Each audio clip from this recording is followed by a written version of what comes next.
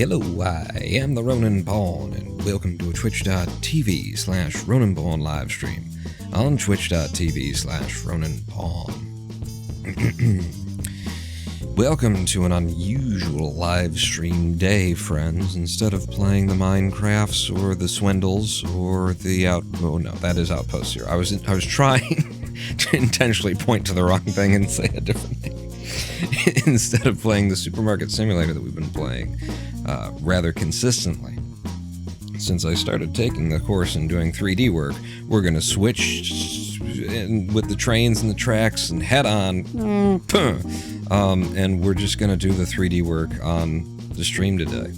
Because I've been struggling to, I need at least one more day a week to be able to keep up with all of the coursework that has come along with this GameDev.tv 3D design Blender course that I've been taking.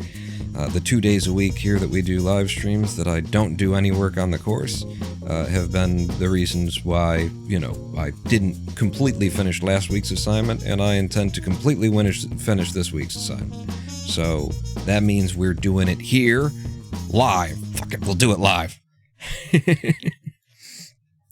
And that means that I have created a whole new scene. Yeah, which it looks rather bare, but it took some doing. Nonetheless, there's much seen that is there is much that goes unseen, including chat. You've lost your privileges since last live stream.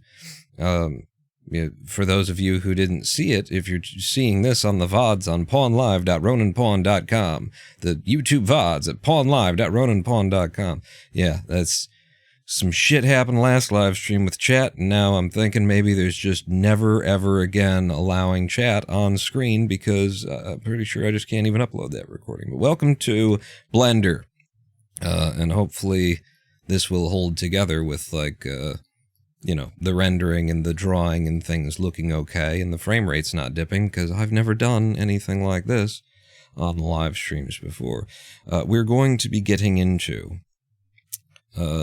my basement band practice space that I've been working on here, and in fact, you can see I've done incremental saving a bit, and so what if... Yeah, no, you can not save that cube that I didn't touch. Blender, congratulations. What if we went all the way back to day one, and we saw this? This was my basement practice. This was the first save, anyway, of my basement band practice space. Only followed the first 2 videos of the Blender Guru tutorial, but looks interesting. The first 2 videos of the Blender Guru tutorial. Yeah, why do all those words make sense to me? Hello, unlicensed streamer. Yeah, in the Blender Guru. Blender Guru, right, with the donuts and things. He's the donut guy, Blender Guru, which I did a bunch of courses. A bunch of YouTube stuff that Blender Guru had done. Before I got into this is a paid course, Game Dev TV, 8-week long, semi-live, we'll call it, course that I've been taking. And this was day one. So day one is blocking things out.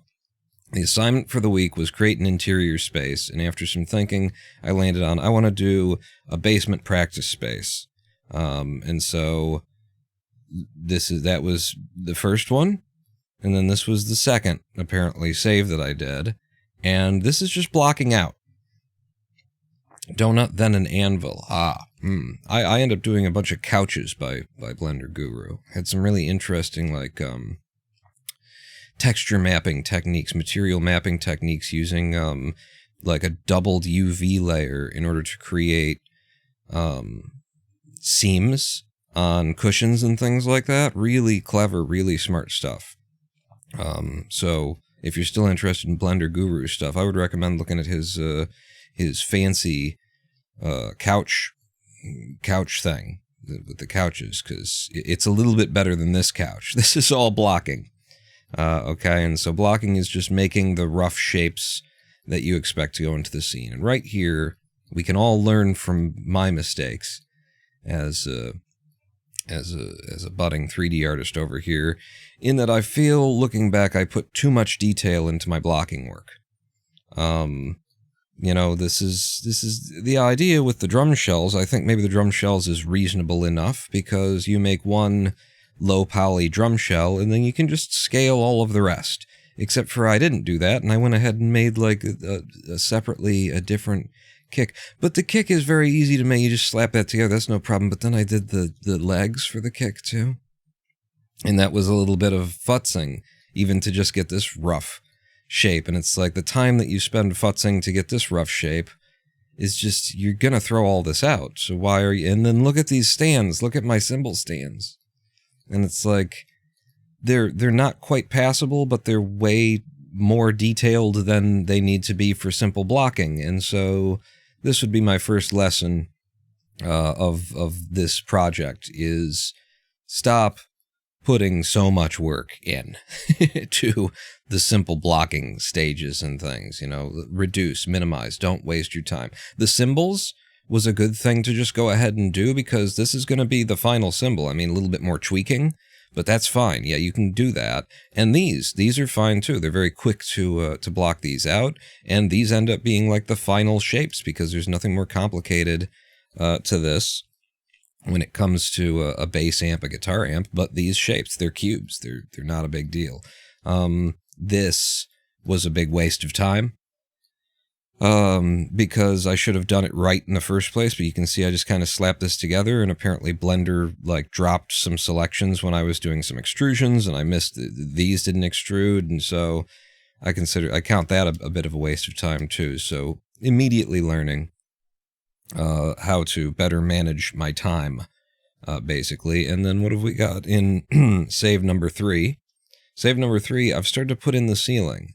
I like the idea if this is going to be a basement practice space that I want to be able to see the indications of those beams and things. And also, we're planning to eventually have a ground level window right here that'll be throwing some light in. So we've got a light out there. What kind of light is that again? What's that called?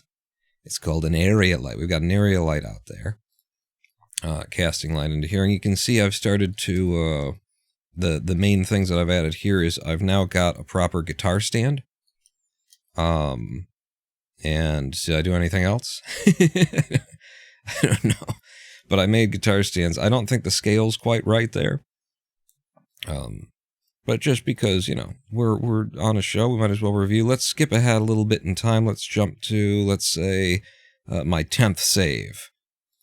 What's going on in the 10th save? Ooh, on the 10th save, I've got wires running across the ground now, guitar cables, and these guitar cables, in fact, end in, look at that.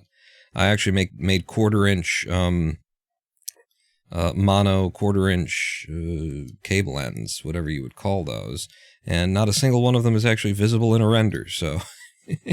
But look at how detailed we've gotten over here, with the cable actually coming up and going in to, jacks that I've made. I've made knobs for the volume. I've thrown in a little cube button there just to texture and detail stuff up. And by this 10th save as well, like I've figured out better scaling for a lot of stuff, I think. I've got a microphone and its holder, which was very subtle tweaking and stuff. Importantly, in my work, 3/4-inch phono jacks. I think they're just called 1/4-inch jacks in guitar. Am I crazy? 3/4? Are they 3/4? It's been so long since I was a band guy. And by the way, this another thing that I could make for this scene, and hello Dramatian, is XLR. I could make XLR plugs, but I don't want to have to if I don't need to. I tried to go in priority, like what's going to give the most bang for the buck, what's most integral, and that sort of a thing. So we've got the wires, we've got now a nice microphone and its stand, and I was saying that when you look at my modeling, you will find that I feel my work takes a lot longer than it could, because I am attempting to find the minimal, topology. I'm not just slapping as much topology as needs to go into it, because I want these models to be, usable. in perpetuity kind of a thing. I want to be able to come back and use these and not be like, oh, well, I kind of didn't. This has got way too much topology and it's probably better to just remake it from scratch. No, make it once really well and then never have to make it again. Look at these beautiful, beautiful symbol stands. Look at that. Huh? You like that? Do you like it? Yeah? You want to touch it? You lay your hand on it, Daddy. Put a ring on it if you like it. Beautiful symbol stands with all of the little details. The triple poles that come out like that. And the triple poles that come out like that. And they all attach. And honestly, everything here actually kind of works too. I don't know if I've got it perfectly figured out here, but look. Up and down pivots on that spot. And then you've got the main pole right there. And this should like move up and down. It's not all attached in this save, but it does eventually attach. And then look at the tops of the symbols as well. Okay, the parenting hasn't been done in this save file yet, apparently. But I've got wing nuts on top of screws with a washer, and then the little foam block that you put in between each one. And, you know, there's a bottom and a top, and things are separated in the way that they need to be in order to make sure. It's very nice. It's very nice. Oh, and this. I had forgotten about this. Look at this shit. That's some complicated and detailed crap right there. It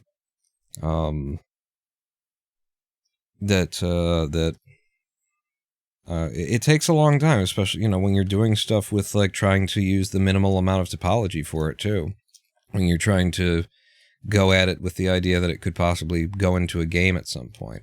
It also, I'm finding out here that some of my models I have left with these, you know, giant n-gons, which is not really a problem when you've got a perfectly flat face like that. You know, they just get calculated down to triangles anyway, so not a big deal, especially considering they'll just have like a metallic texture applied to them. But, you know, you could come back and put these down to a quad, you know, to faces, to proper quad faces, or you could just pin the, you know, if you go to mesh up here, one of the ways that you can do this, or no, it's face. One of the ways that you can do this is actually just hit poke faces, and that'll throw a single vertex in the middle of all those faces, and then boom, you've got it the way that any renderer would solve a big old n-gon like that anyway, probably, maybe. Or at least the way that it should. I think the actual quicker way to do this is just select the edge, and then inset M at center. Like, instead of like hunting for the poke faces, and they're, you know, I guess another way to do it, since I do end up having to reach for that every now and then, is I could do faces, poke faces, right click on it, and then add to quick favorites, and then from now on, it'll just be in here, poke faces. See, I've already got smooth vertices and randomize in there, but that's a pretty good little something. Boom, and then on the other side, and actually I can just select the face and boom, and no, boom, and boom, and boom. A little bit quicker. But of course, this is the 10th save, and we're on like save 18, so we're just going through historical for a while. Let's jump to current day, in fact. Modern now. Let's see what I've done. Oh, hello. Oh, hello. So, this is the result of yesterday's work. Yesterday's work left my, you know, the little, like, muscle that's kind of in your armpit? It's kind of like, it's above it's on the outside of the bicep, kind of going up the, that one is sore just from all the little subtle mouse movements in order to get all this done. So we've got proper, like, cinder block wall now here, which is, by the way, just a flat texture. This one is actually an applied wall because it was the easiest way to get it done. Boolean operator was not working for poking a hole in here, so I said, screw it, I'll just apply it. But on this one, this is the way, if I just select and then come in, this is how this is supposed to be. It's just, you know, a square where one of these is on the half and one of them is on the full, and then you texture and repeat and tile. Is how I've gotten that going there. But so I've textured the walls. I've created a window. proper window. We've got the proper sort of construction, too, in terms of boards and things in order to, fill in the concrete space. You'd have a board here, and then the ceiling struts would sit on top of that. By this point, I have remade the stand. This might just be the highest topology thing in the whole damn scene. Just because, wait a second, it says only 242 faces. It seems like a lot to me. It seems like a lot, but I guess for everything that's going into it. If we go to the modifiers, it's one of the few things that I've actually used a subsurface modifier on is this. I usually just build things in the way that I have control over it, but here I've let a subsurface modifier do the work. And Germasian. Wait, there's more to the title? What? Did I put something in there? Is there a secret? Did you find where I hid the bodies? I mean, welcome El Gavo. Band posters on the wall. That is, it's in my to-do list. I don't know if I'll do it, but it is in my to-do list. I've also brought in this couch. I was saying unlicensed streamer. I was saying, if you're still here, this was inspired by Blender Guru's couch stuff. After I had done Blender Guru's couch stuff, I made my own couch just from I invented this out of my head. Not much of a reference, really, for that. But yeah, all of the detailing has been done. An incredible amount of time has gone into these drums at this point. As you might be able to tell with all of the accurate hardware that now exists for these drums. If I just center on this and zoom in, you'll see that we've got screws that lag into mounts that are attached to hooks for the front of the kick drum. This was a special thing that I had to make just for the kick drum, whereas all the work that went into like the rims for this drum was able to be used, obviously, on this drum and also on... Oh, let's take the ceiling out. Is the ceiling under environment now? Yeah, I moved things around, yeah. This drum, the floor tom. The floor tom gets the same rim on both sides, and the snare even is the same rim, except for I have doubled the number of points here. There's 6, and this is 12 going around on the snare. I think a lot of toms, some toms do have 6 mounts. I think a lot of them have 8, but I just didn't want to do the extra work. 6 seemed fine for the toms here, whereas for the kick, it just attaches a completely different way, and it really needs to have 8 mounts. So, thank you. Yes, I did it was a good rim job, and I'm glad to see that you're still here. You'll note that the snare is just hovering in space. There is no... in fact, I could just take the environment out. There is no snare stand. There is also no finished stool back here. These are things that actually... I guess the snare should have a stand underneath it, and it is in the to-do list, so it's something that we'll end up doing today. But also there's no foot pedals, that's in the to-do list, and also like a major thing that we'll be getting to, the first major job that we'll be starting on today, once we get going, is going to be making the cymbal stands here have proper tilts at the top. I think they'd be called tilts. Like, you can see how this is off-center and stuff because that tilt, if I just Alt-R, is just temporary there. Because these are supposed to have tilts at the top of them so that you can angle, and then while you're making the tilt, that you can also make it a boom tilt. And then I'll be able to make a specific stand for the ride, because usually the ride cymbal will have the stand comes up, and then there's a pivot, and the arm comes in, and then, you can move the ride over. You can have it very much over top of the floor tom, if that's the way that you want to play and stuff like that. Straight up and down is not what you get out of all those stands. But it's passable even without doing that work. We're going to do the work because I'm so proud of what I've done here. And I don't want to half-ass it on this. I want to have an incredibly good drum kit. Another thing is that the drum shells are, you can see how few faces we've got on those, which it seemed to me like, well, they'll never really be seen, so I guess I can get away with that. And then once I got everything in place, I'm like, oh, you get to see them there. You get to see them there. So we're going to give the drum shells more faces. in terms of things that are going to happen today anyway. I've remade the wooden stool the way that you make a wooden stool, by the way, in the real world, I believe, is you do that, and then there'd be the thing on the top, and these would come up like there, and you put the little shims in between them. But yeah, everything is hopefully to scale too. I've gotten some feedback on the GameDev.tv on the course forum. Go ahead and put the environment back in. On the course forum, that this looks a little bit too tall. So let's just see what the height is, and can I do that actually? How does this work in Blender? Like if I select all of these objects and then hit N, the dimensions are of the active object and not of everything that I've selected.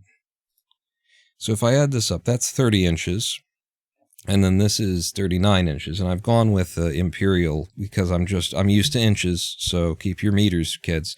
40 and 30, we're talking about 2.5, we're talking about 5 feet between those two poles, and then down here is a little bit of another 2 inches, and so this is the correct height. And I unless I've done the math wrong. Hello, Societo. And the thing is, when we render, hold together, live stream, don't implode while we render. It's just Eevee, so it should be pretty lightweight in terms of rendering.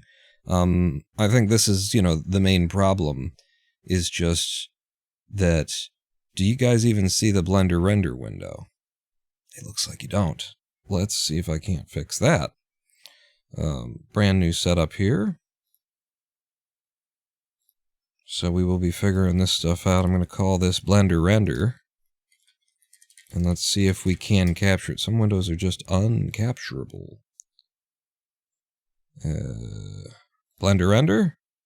Over. There we go. Okay, when we've got a Blender Render open now, it will do that thing, apparently.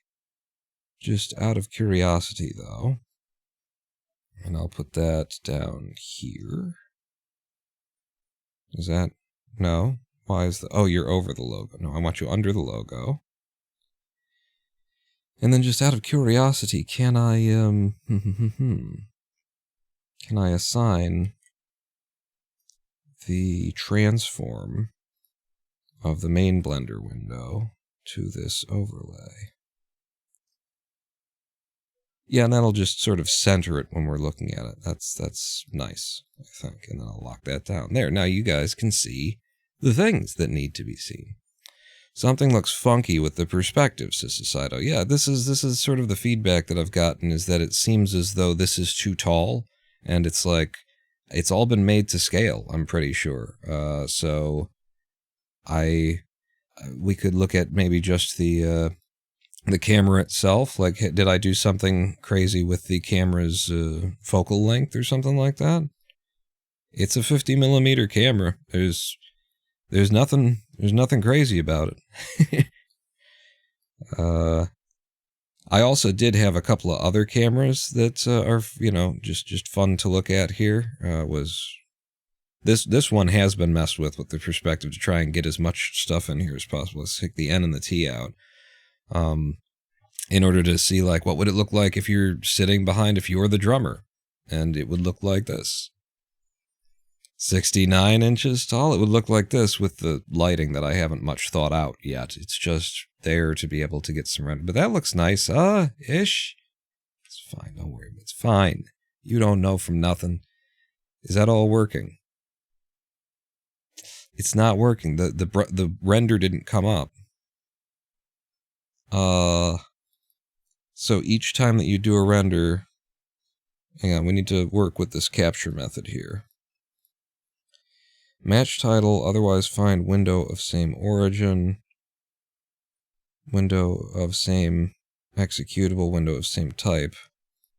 I'm gonna do it again. F12. And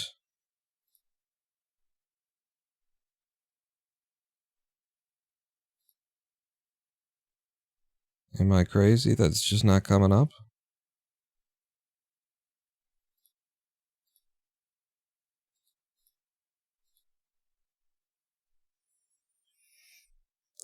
that's weird. Let me try.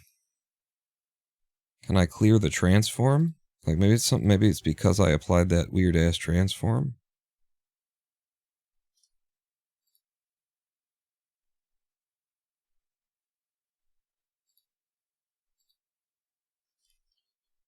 Move you over there.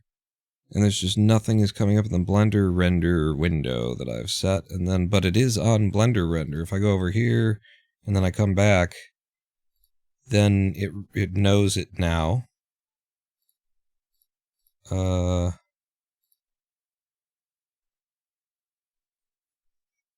is the window title? It's just Blender render. So what if I just said window title must match? Boom. And then I close you down. And then I do another render, because it's going to be pretty important that the Blender render window catch on the live stream. Okay, now that's working. Yeah, so this is what this would look like. We're figuring it out, people. It's a brand new setup. This is what it would look like to be behind the drums. And then I've also got this camera, and we'll see if, like, Blender render can do this. I got this weird top-down thing. Huh? What? Okay, well, this doesn't work at all anymore because now I've got a ceiling on it, so I can pretty much get rid of that. Okay, the Blender render window is working now. It looks like in consistent perpetually. So I am just going to get rid of that. That was a perfect top-down view was the idea behind that, but who cares? So I do have a to-do list to get into today, now that we've had a walking around of the scene. What the hell is this? Where did that come from? What are you? If I hit period in here, you're an empty under couch improv rose. Okay. Well, if it had to do with the couch, then that's something that I just dragged in. Oh, good. Are we getting ready to do a live stream? We are. Guys, tell your friends we'll be starting a live stream soon on twitch.tv/RonanPawn. Oh, wait. We were already doing it.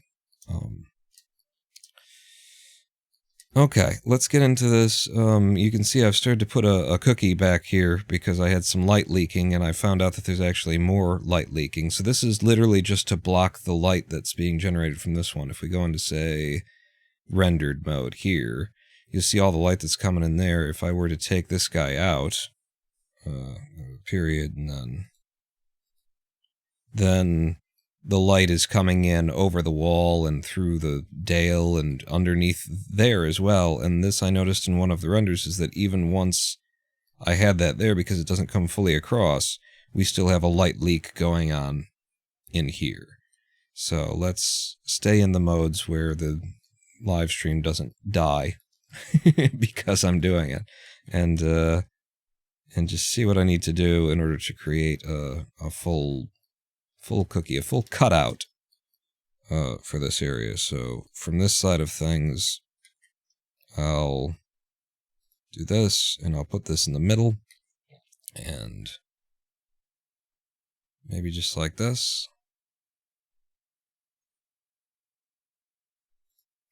And then,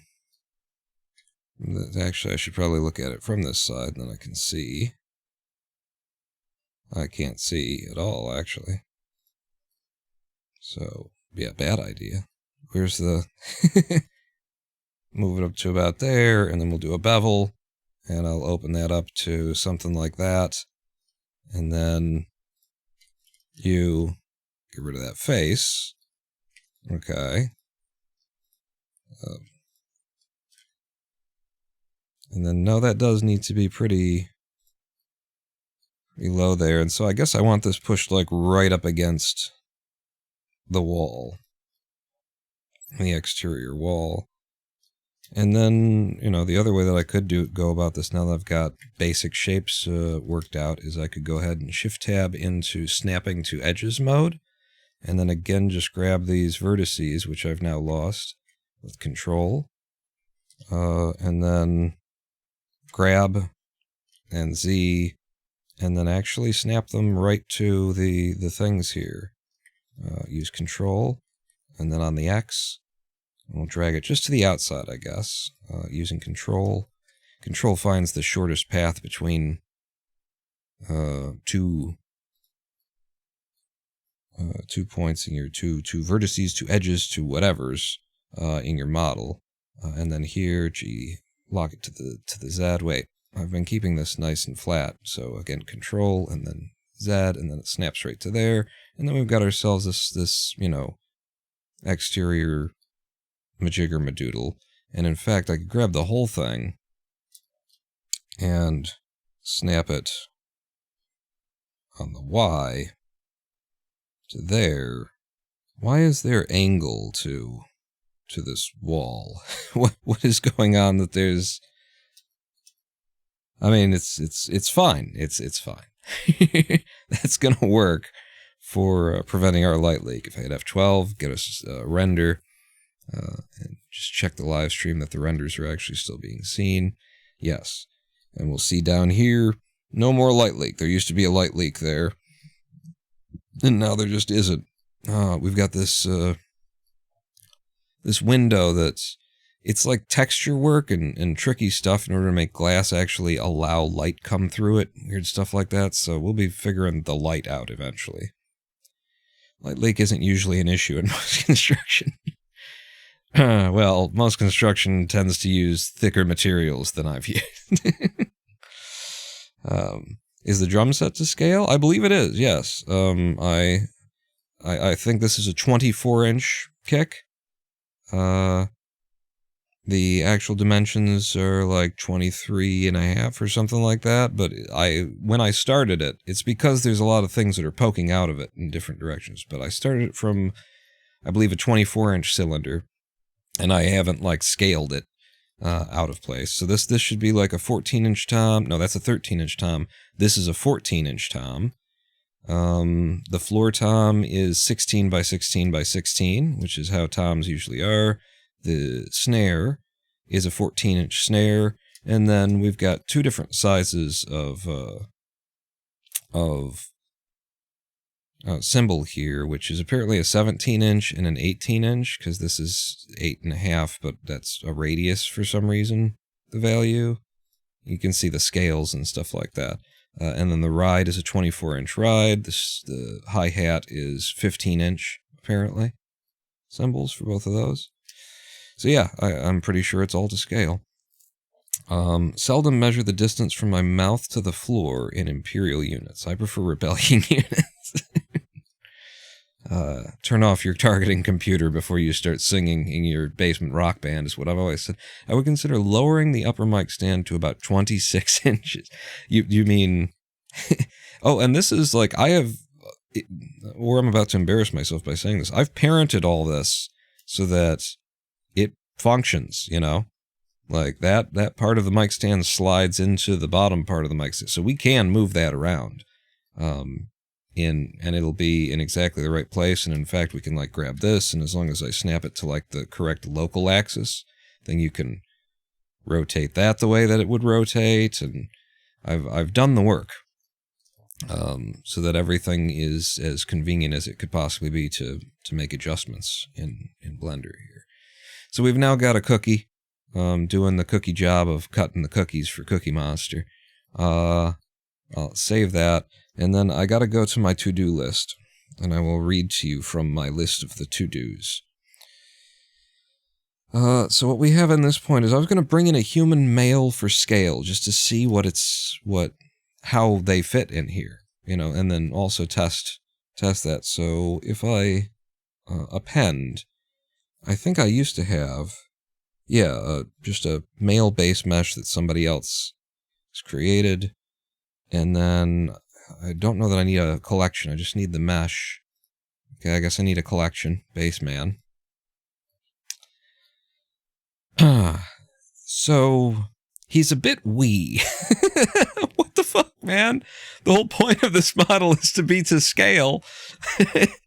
And, for some reason, the model scale has him at 2.5 inches. What even are these dimensions? These dimensions don't even make sense. What is going on? And the scale didn't come in. Let's go ahead and just clear rotation And scale. Okay, there we go. Okay. Looks normal to me, did it?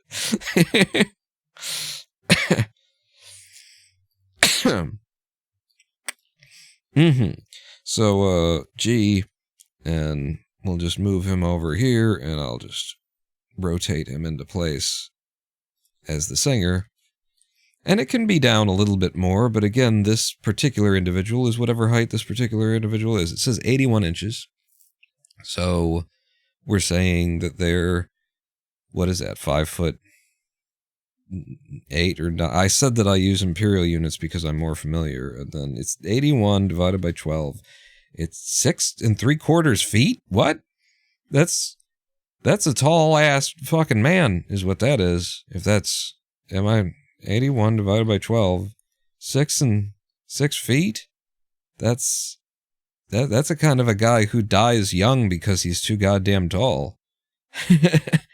All right, well, then, like, the height that you should be would be more like 5.5 feet. Well, not 5.5, no, actually, like, the average male height, I think, in the West is like 5'9", 5'10", if I'm right. So where's my calculator? 5 foot times 12 is 60 plus like 10, so 70 inches. You could have done that in your head. Yeah, but I was confused. So 70 inches. There you go. He looks fine. Shut up. No, I'll scale him instead in order to get him down to about 70 inches tall. Maybe a little bit taller than 70. 71 inches tall. He's like 5'11". Make him 69 inches. That's not a bad idea. Wait, what are you? You're 71? I think we have to, appropriate to scale.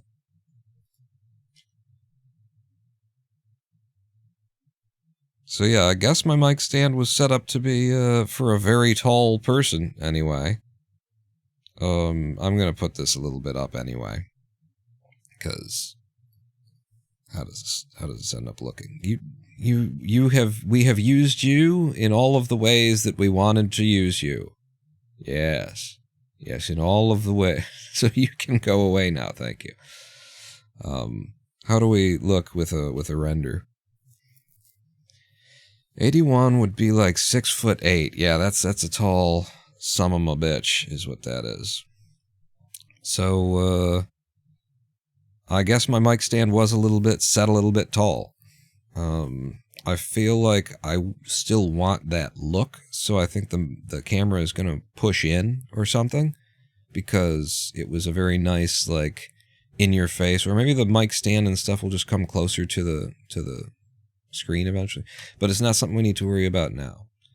So we did the thing, and it actually told us something. By bringing in a human for scale, I was able to determine that what people have been giving me in feedback was in fact correct, even though I did a little bit of rough math in my head trying to count things up, and I was like, that's reasonable, and it turned out it's not really reasonable, except for if you had a basketball singer, or basketball player, an NBA basketball player doing your basement singing.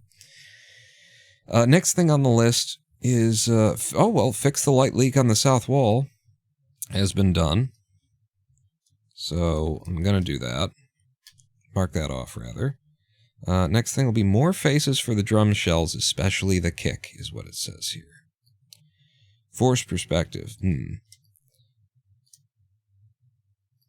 That actually makes me wonder, like, how tall this would come up. Like, should this be a little bit shorter?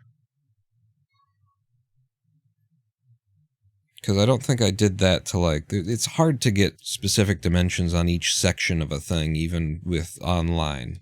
And especially because I don't use AI search. I've noticed, like, sometimes AI search sneaks its way through my settings somehow. And I've noticed how sometimes it can be really helpful to give you exactly what you need immediately when you ask it. But you also can't trust it for shit, apparently. So I'm like, you know what? I'm just going to turn that off, and I will continue to use search the way that I used it before we had these things thinking for us. What am I here for? You're here to swap the shells out for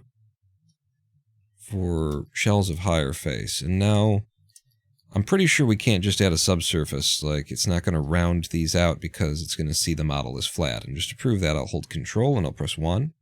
Okay, it does actually just round them out. I understand now, too, because it's actually looking from here to here, and then it rounds it out by, you know, and then taking the, yeah, so that's how the math works on that.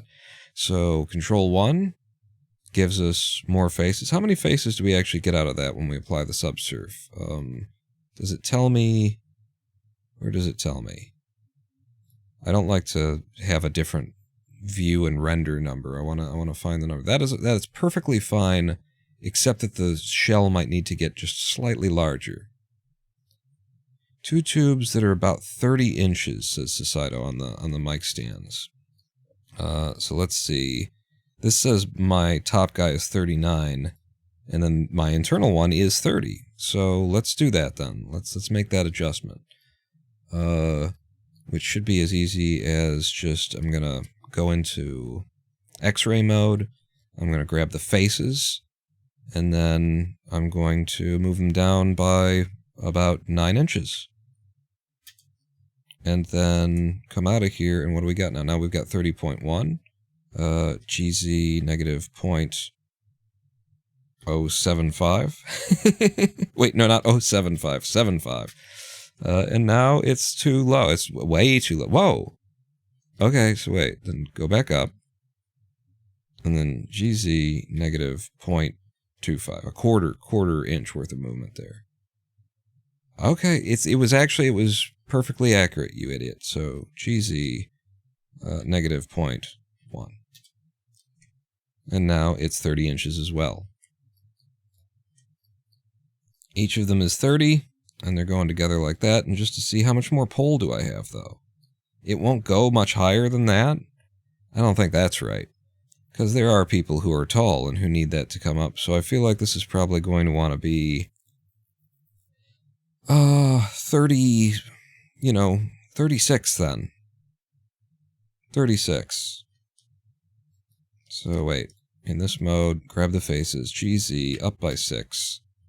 You come out, that's 36 now, and then for you, I'm going to grab the edges and GZ negative 6. And that's another like 3 foot each for these poles, and then you can go up a nice 6 foot kind of a thing. That seems probably like what it would be. AI search in my library of the 70,000 pictures I've taken during my life is really nice. Not perfect, but still a gift for finding specific photos. I'm completely staying out of the AI revolution. And when the robot overlords come to take their revenge, they will have no revenge to take with me. What was I doing? You were looking at the drum shells, that's right. And just applying a subsurf was fine, but I feel as though we probably need to scale up. See, now this is the thing though. Like, everything is attached to everything, and it's attached to everything in the way that it needs to be. Can I maybe lock my scale to a local, yeah. So it's just which local am I looking for? It's the Z. And then about there. It's supposed to be a 14-inch shell, and now it's a 14-inch shell. But everything has scaled along with it. And that's fine. Because, I mean, the rims look like they come out a little bit much, is what I would say. Judging really up close. But also, shut up. Let me...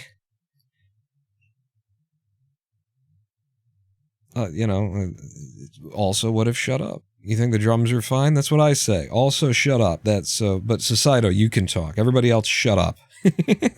Control 1. We'll apply a subsurf. We'll knock it down to 1 in the render as well. And then I'm going to, just because I'm a stickler for this crap, apparently, I'll just there and make it 13. There you go. 13 by 10. You're 14 by 10 and a half. I don't know what the depth difference would be on a 14 from a 13, so that might be something that could be changed. Let's go ahead and throw that subsurf modifier on you, and then put you to 1, put you to 1 on the render. That's the stupidest way that I could do that. And then 16 inches on everything there. And then this is the one that looked the worst, so we'll throw a subsurf render on you. Again, down to 1, unless we're going to need more than that. That looks passable. Maybe for this one, we go for 2. Yeah, it's a very large thing. I think I'll go for 2 there. So what are we supposed to do here? What's the dimensions supposed to be? And I don't know why these are different. I also don't know why they're X and Z. Like, apparently I made this cylinder with some weird orientations. It's probably supposed to be, well, it's closest to 23. So let's, can I do both of you at once? Is that, I've never tried to select like one and then the other. Like, you always do that. You just, so I don't know how to. I'll do 24, and then I'll do 24. And then everything else just scaled in reference to you? Yes, it did. So that's not grand. Whoa! Whoa! See, this is the issue with having rotations on things and then changing them. So this will be because I did, like, these I just did by changing their dimensions directly, and those I did by actual scaling, right? Let me just make sure that this looks fine. I've got it at a slight angle, because it's supposed to be at a slight angle, once it's got legs and stuff. Whoa! You are inside the other guy. Yeah, this is a back the fuck up on all that shit. Oh, no, they were fine until I adjusted... You, I see. Do I see? I think I see. You're 13, 13, 10. I don't understand why you read those ways.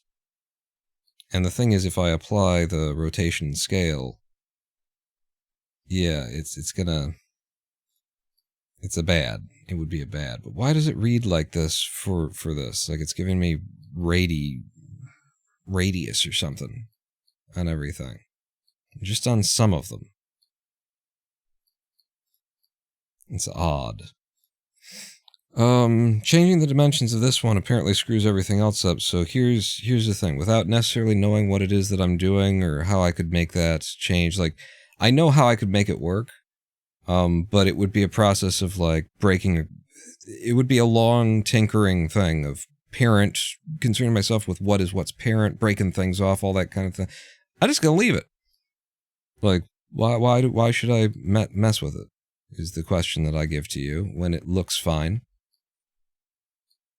And who's to be the wiser? It looks fine, and who's to be the wiser? I can fix that some other day, and once I've learned what the hell it is that was about. So that's it. All of the drum shells are now looking good. They're all nice and smooth in all of the ways, so that's another thing I get to cross off my list. So I head back over to my list. Where the hell's my list? I'm just looking for Discord. Edit this message. More faces for the drum shells, especially the kick. Yep, that's done. Cross that off. Bring monitor cable plug forward so it's visible in the scene. So we have literally I did work on these cables. Look at that. Look at how nice that is. Little subtle touch. And look at the, faces that I used and got away with it. And edge creasing, and, sharp marking and all that kind of stuff to get just a nice minimal, but it looks perfect. It looks absolutely excellent, right? And then it's seen nowhere in this shot because it's too fine a detail. So my thought was, can I bring one of them forward so that it gets seen over here is the idea. So grab this curve and let's see what we would have to do.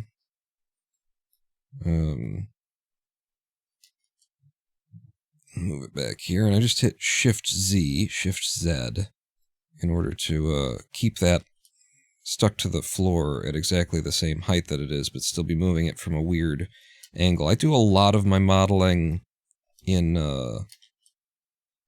in a non-standard sort of view space. I don't switch to these hard orthographic angles very often, which probably causes me other kinds of problems. But I feel like it's just you get into a rhythm with what you need to lock in order to do whatever it is that you're working on. Let me grab you then, and again, lock it down, something like this.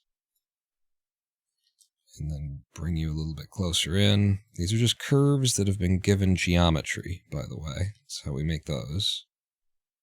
And then if I put you there, are you in the shot? Yes, you are. You're right there, and you're kind of as close as you can possibly be. I want to see from this location. I have the slight problem now that my key display thing is actually popping up on my screen in the place that I need to see. But, other than that, we're fine. Like this. Pull you in. And then maybe just a little bit further back. I just want to get it to a place where it's, when I put this guy in, it'll be visible. Yeah, thank you for that. So let's just pull you over here to start. Very realistic cable, you think? There we go. Where's the actual point, though, of the, why can't I see it? Oh, it's right there, thank you. And then my thing was going to be cursor to selected, drop it, and then selection to cursor. And then this is one of the times I actually will switch into the mode. I don't not use it, but I think I use it a lot less than most people do. And drop the selection so I can see. It looks like there's a little, is it coming through, or is it just because get you back to the out of my, it looks fine. Looks fine. So now we've got one as close as it could possibly be. And yeah, it's coming through the floor. Shut up. Actually, on the local X, possibly. So I could do like that, and then, yeah, just let it pop through the floor, because then you got to move the cable and everything like that, and it's fine. It's fine, it's fine, it's fine. And now, can you see that? And the answer is yes. It is there, and it'll be the best shot that you're going to get of the work that I did on that 1/4-inch cable. Until I move the camera even a millimeter, which I've already said. I think I want to move the camera, but damn it. It is what it is. Let's go ahead and check that off of the to-do. Bring the monitor cable plug forward so it's visible. Done. And that brings us to a big job, people. It's the ride cymbal stand boom arm thing. Is there anything? Then it's wall dressing, and then a drum stool, and then a snare stand, and then foot pedals. It's a big job. Do a fly-through shot? Certainly do an animation, I suppose, yeah. I've got a whole bunch of render project time on Sheepit, because I've never done a render there, but I've been allowing other people's projects to be rendered using my computer's resources, so I've got like over 2 million points toward Sheepit. And I have never done a single render myself and don't know how they work, actually. Can I just reduce like how much busyness is going on here? So, like, what am I looking at here? There we go. If I just take the lighting out of the shot, that's a little bit less crap going on. Yeah, that's really all I wanted to get rid of. Alright. So, yeah. Here we go. Here we go. In fact, is it easier for me to, if I do this, I select you, and then I go over here and I hit period, while I'm moused over this, it finds the thing that I've selected, and then that allows me to right-click on, oh wait, it's Shift G, and then I can select all the children of that object, and that selects me all that stuff. Yeah, I gotta get used to some of these hotkeys. So let's Alt-D in order to make a duplicate, and then Shift-Z in order to keep it at that level, and drag this into the scene, into the center of the scene, just so that I can have some idea what the hell I'm doing here. Now, I'm not going to want this. So X and deletes all of that stuff. What I'm looking for here is I need to make a swivel, or a tilt rather. What I believe it's called a tilt.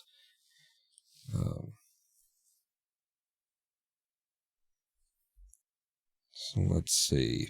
I need to get my PureRef up, and sadly I can't show you guys my PureRef. PureRef is just a program that'll organize images. You can just drag them in and create sort of a collage of images. So I've got a bunch of references that I've used. I tried to get it showing on Blender, but I would literally have to upgrade my OS, is what I found out. It just won't capture. So I'm finding my references right now.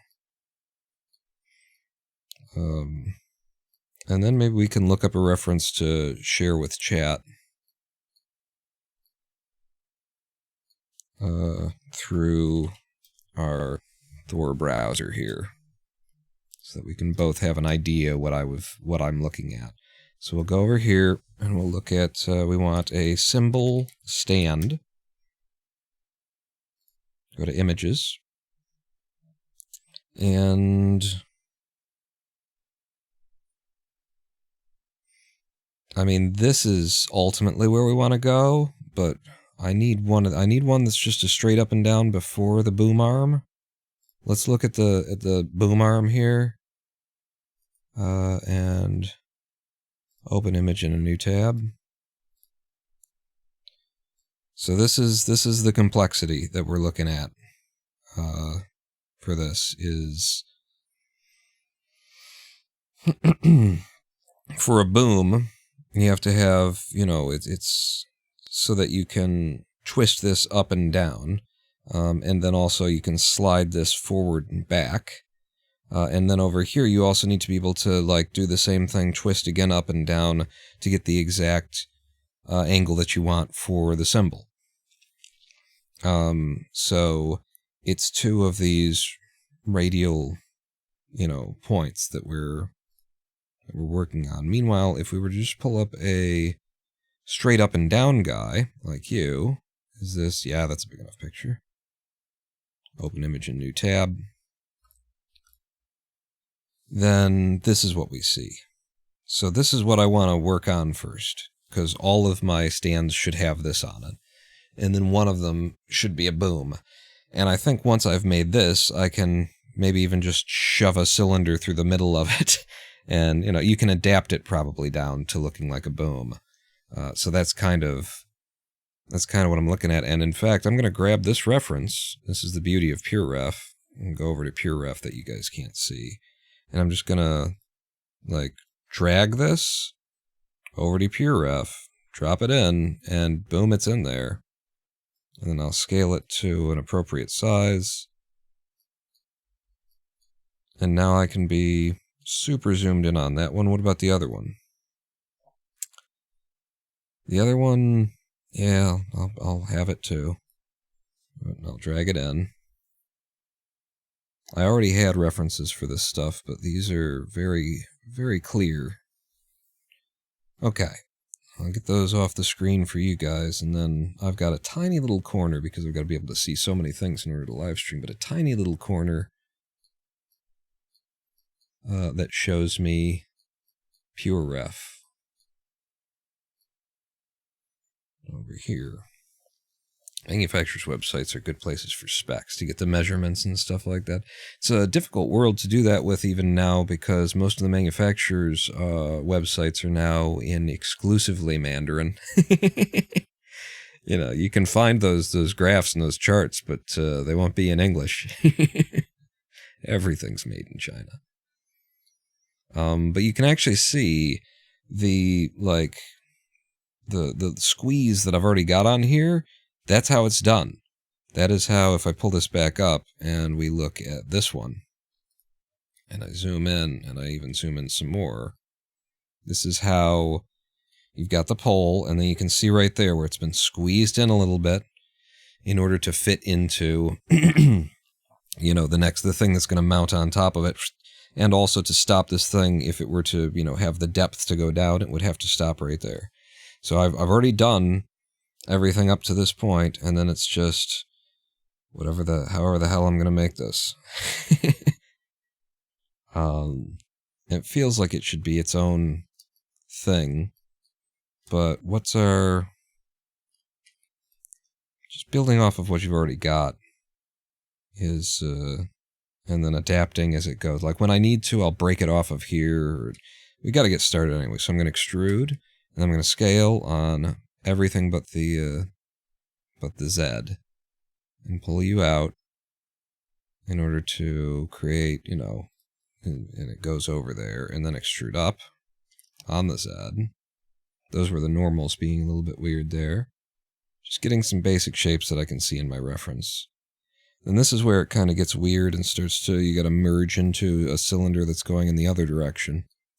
So actually, I'm going to go X-ray. I'm going to grab, yeah, by edges, and I'm going to drag this down because there's only a little bit between the two there, betwixt the twain. And then I can bring the cylinder in here, and I can always separate it off as needs be, but this part would never move, so this could be part of this. It's just going to be weird to try and merge them, but it's not like it's the first time that I've had to do that in this project, so...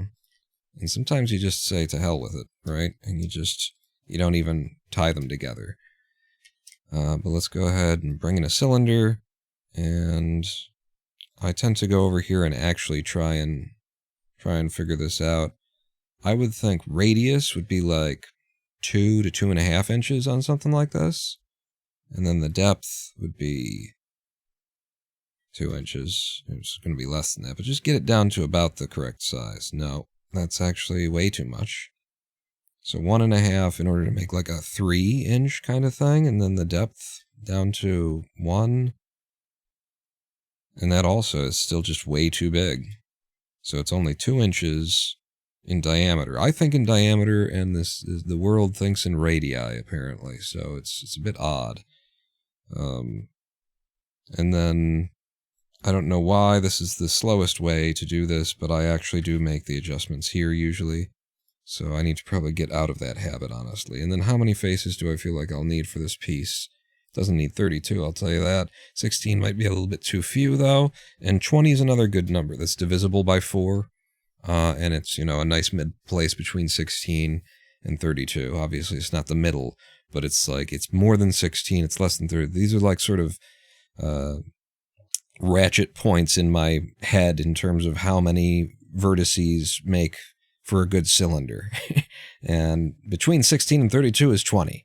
Never 24 or 28, just straight to 20. Straight from 20 to 32. So I'll try here. But this looks like it might be around the right size. It might need to be a little bit... Oh, what have I got here? Oh, you're out of the mode. Well, spooples. Actually, I can just use L to grab something that is, you know, separate. And it'll grab everything that's linked according to this. You'd be like this. And it's got some depth to it, man. It's got more depth than this, so... It's beefy. It's a bit beefy, is what I would say. And it's split into basically 2 halves. And 1 half is like this side. Yeah, I'm looking at my reference, and... So it's like the pipe is coming up on this side, and then there's the ratcheting mechanism that's kind of over here. It allows you to twist the upper bit. Yeah, in fact, let me put a... one of you right down the middle there. Just give me L again.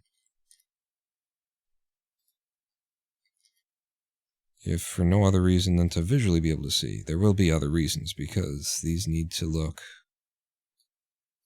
There's some weirdness going on. You know, these metal like formed shapes are actually probably more problematic than doing like biological stuff, because you know, you can just go over to sculpting and make something look natural and smooth and curved, and you know, you can make vines and twisting stuff, no problem in sculpt mode. But trying to make these weird ass fucking, you know, pressed on a mill metal things is because they've got elements of organicness to them. And, you know, rigid, and it's like, how do I even model that? You can't do it all in hard surface. You can't do it all in, I mean, you do have to do it all in hard surface. It's just like the CAD that is involved.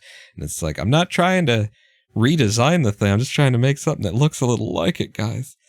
I can see in this design that over here, we're going to bevel in, and definitely not like that. We're not. Why are we doing that? What's our bounding box center? Well, let's do 3D cursor, and let me do cursor to selected, and then, wait, no, and then okay. How about if I just do and then I'll do scale? I don't know why it was coming in. Oh, it's because I know why. It's always this too, by the way. It's always this. If we look at my scales, they're very not. That ain't it.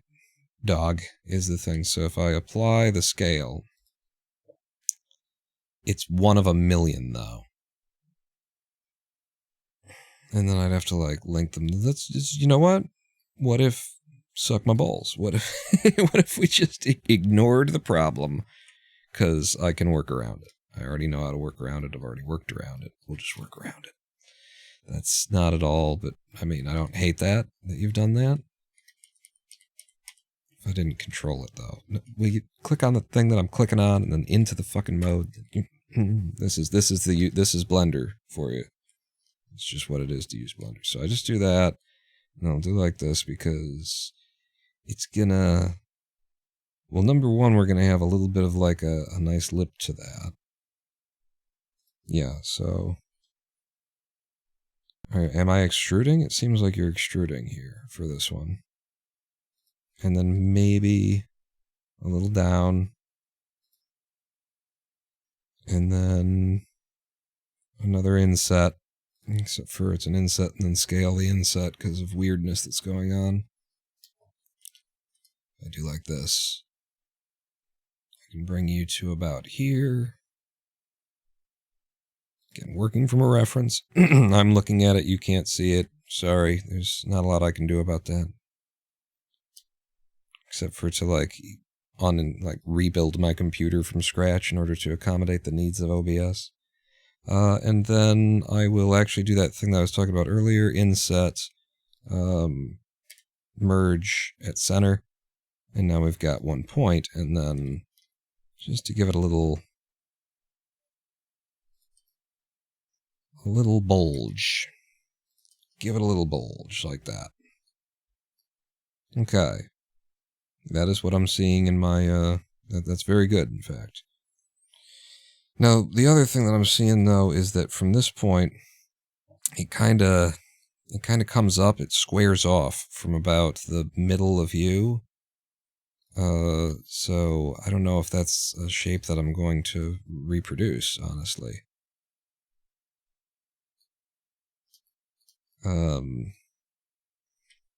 Let me grab this, and then we'll bevel it and just turn it into 2.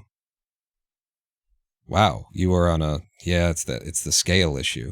Again, oof. If I turn this into 2... That's maybe not even the solution. Maybe not even the solution I want. I'm just looking at this, and it goes kind of straight up from here.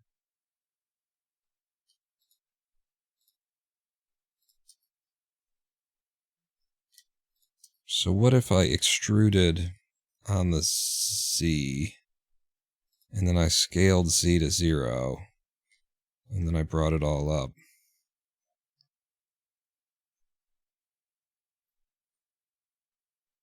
And then snap to edge, grab on the Z, boom, like that. That's kind of it. And then I could select all, hit M to merge vertices, merge by distance, and we just merged 127. So that's, again, I think because of the scale. Crap, 0.0001. You removed a couple of vertices, but it's still too big of a scale. 0.5. Really? Okay. 0.0001. That's what I was looking for. That's a problem that I should probably solve. It's a problem that I should probably solve by applying the scale. And I'm going to have to, like, replace every single one of these anyway, right? So, to hell with it. Apply the rotation and scale to this. What changed there? Shade smooth, by the way. Okay. I'll go ahead and mark my edges and stuff. There's a much easier way to do this, but it's just how I've been doing what I do. Number 1, I could just use auto smooth is what I'm saying, but I like to have this all done. So number 1 is I'm going to do the edge crease full there, but then I'm also going to Control E in, and I'm going to mark the sharp.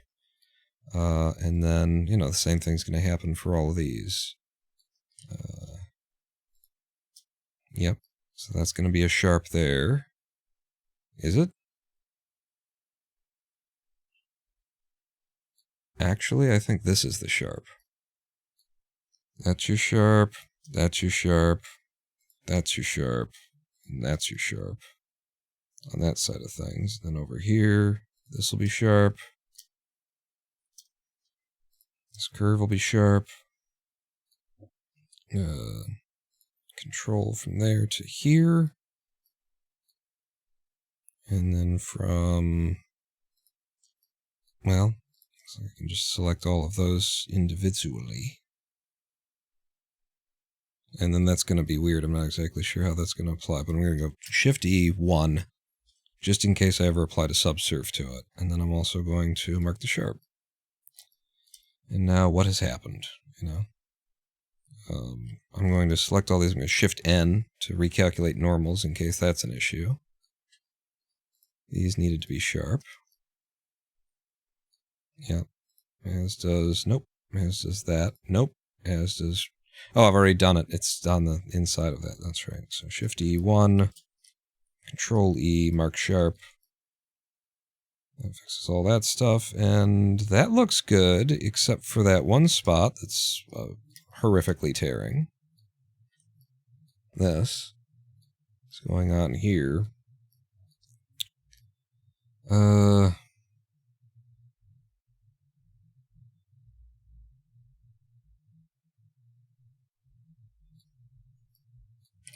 So now that we've done that, if I merge by distance and I set this back to like what it should have been, which is 0.001, I believe, removed 0 vertices, that's what we want to see. And just the way that that's doing that, like I could futz with it in this direction, like try and pull things, no more snapping, thank you, try and pull things so that they're not squeezing to a certain direction. So that they follow the, what is wrong with you? G on the, you see how that kind of starts to smooth that out, but it's probably the most sensible way is just to go ahead and create another sharp there. Control E, mark the sharp. No, Shift E, 1. And it still doesn't do it.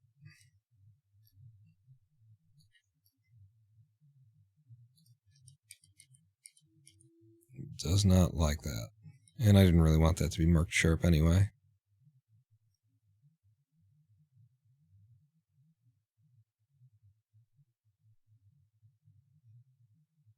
just looking at this topology and trying to think to myself, like, what?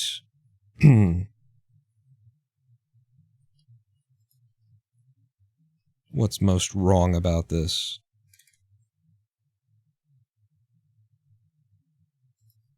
When you do something like that, then you start to see the... Yeah, that's a weird one. That is a weird one, and I think I'll probably just, like, leave it and come back. See if it doesn't... Oh, it's this. This is the problem. It's not... All I need to do is that this is supposed to be sharp. You dummy. I'm like, what the hell is... What am I looking at here? Why would it be doing that? And it's because that needs to be marked as sharp, and this needs to be marked as sharp, too. Yep. See how that just ends there, like I'm a moron? Because I am. Marked sharp, and a subsurf, just in case we ever do a subsurf, and there you go. We got something going on there. Feels like this should probably have a little bit of a bevel to it. When I say bevel, I just mean it needs an angle. That's what I meant, actually. A little bit of an angle. Just like that, had a little bit of an angle. And this is looking good. It's getting toward the original model. It looks like, on this side of things, in my reference, we actually taper down. But it also looks like maybe we want to taper down in a way... Honestly, just tapering down is fine here, is what it looks like from the reference. And we're representing a reference. We're not trying to match it. I'm not doing CAD work that they can then use to make this up again, You gotta bear that in mind. So, like, this is already maybe at the level of detail that we really need for this piece, except that it's a bit too chunky. Except that, like, even though I was like, this thing is chunky, that might be a bit too chunky. To a wing nut? Indeed. The next thing that we need is a wing nut, and, I have a nut that I've been using. No, I want it to be over here. Bring me in over here. And maybe on this leg. This is what I've been using, is that guy. So I will Alt-D to create a linked copy there. And I'll go back to what I'm working on, right? And specifically, I'll go up to here. And... I'm going to cursor to selected, and then I just need to grab that nut. I think that's it. Floating in space. Yeah, and then selection to cursor. And then that'll bring me to you. And hoorah. Now, you... I mean, what am I doing? I've got other nuts right here. I got nuts all over the place, man. Also, what?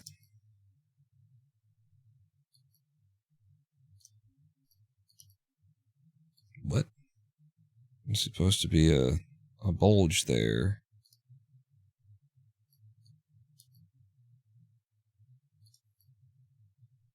Did I hide a piece of this? If I Alt-H.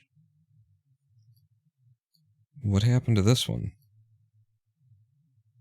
You see how we're missing that component? Did I accidentally delete it at some point?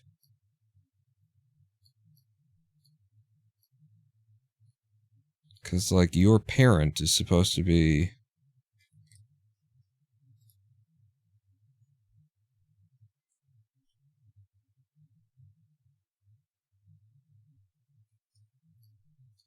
What?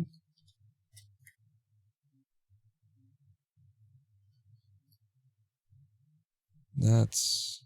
I guess I grabbed the wrong thing when I first... Something to succeed when first we practiced. Holy shit. I mean... Just the parenting is the issue. Like, there's so much I'm gonna end up having to redo because of this. So cursor to selected there. And then grab you, Alt-D, and then selection to cursor.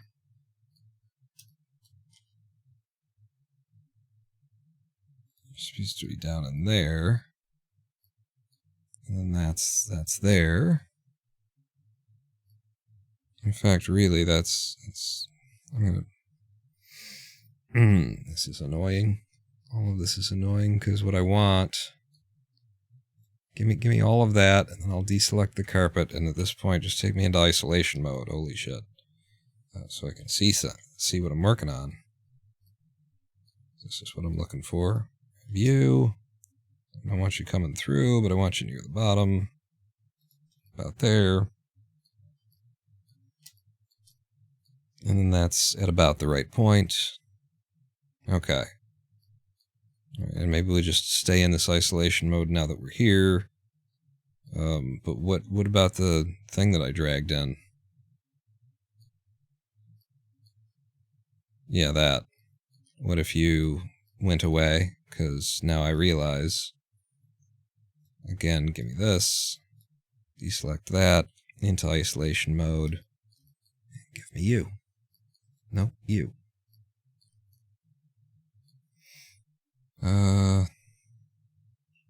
And Alt-D on the Z. Bring it up here. Remove any rotation. Move it over like this. And then I'll scale on the X -1. And then on the X, like that. And then...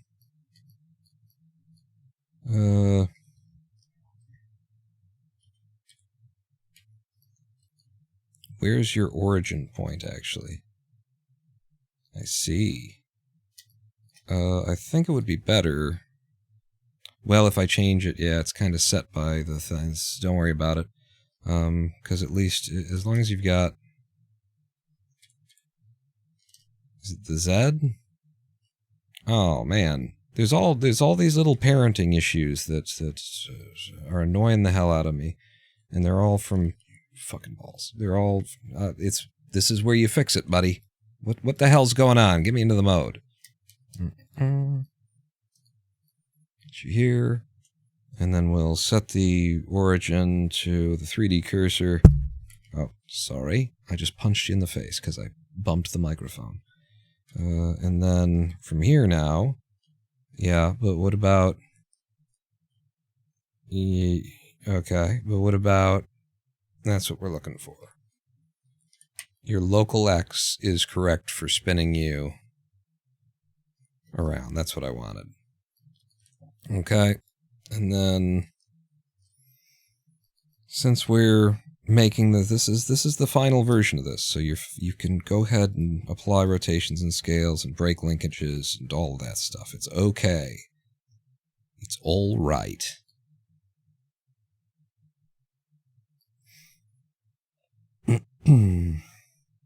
Now there's a little bit more complexity to how the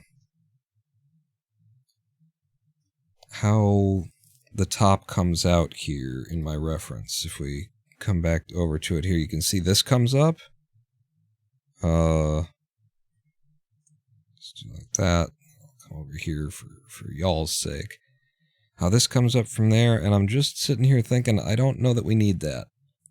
I don't know that we need that at all. That's just extra complexity. What we need is this. We can just go straight into this part of things, popping out of this side of going straight up, and we'll have conveyed what needs to be conveyed. And also, do you see how well I've done on getting a similar shape to what's out there? That's kind of part of the deal. And does that look over chunky? That looks like about the right size. Yeah, that looks viable. It might be... Things might be better if I had a little bit of an actual, like, groove separation between these two. Which would be, I put this here and then I do a bevel in order to get like a third in between the middle of them so that I can actually have a dip. Physical dip. And then on the... Mondeo?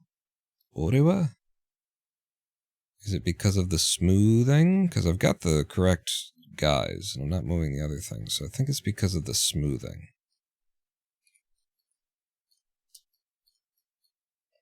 That actually makes me think I could probably get away with this instead of having that bevel. This just being...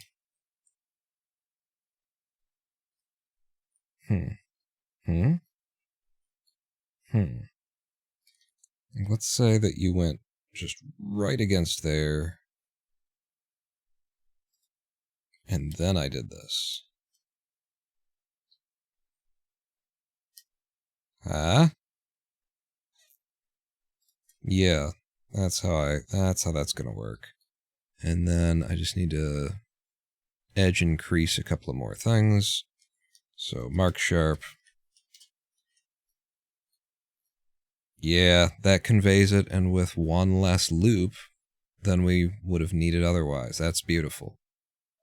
Nice, simple, and also clean. And I think here is where we have our next pole come out. Yeah. So how many vertices are we using on this pole? Let's count. In fact, those will be easier to count. 1, 2, 3, 4, 5, 6, 7, 8, 9, 10, 11, 12. 1, 2, 3, 4, 5, 6, 7, 8, 9, 10, 11, 12. Whoa. So will this always be exactly as it is, never need to be any longer or anything? It's your fantasy, make how you would like it to be, it's your world. No rules. Are you just saying that? Or is that like, it's your is that like something Aladdin sings to Jasmine? I could believe either. Thank you, Jermason. So we'll do like here, and then a circle that's 12 and with a radius of like 1/4 inch, maybe. I think it needs to be, I think it is like small at this point. Yeah. So we'll have a 1/4 inch with 12, and it's right there on the surface, and then we just bring it up on the Z. And honestly, even the, ooh, you know, that would be a good reason to have it be a little bit bigger down here, would be if we want this. Yeah, okay. So you'll come up like this, and you're gonna get even skinnier than a 1/4 inch.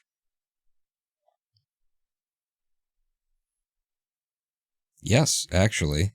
Yes, you are. So this is going to be the base. Like that. So you just come out a bit like that. And then we'll extrude again. Scale it in on everything but the Z. Bring you into even smaller, because this is sort of just a post that has threads on the end of it for a wing nut at this point. Is about what this is supposed to be. And so what I could kind of use for comparison and what I've already done is, where's the rest of my world?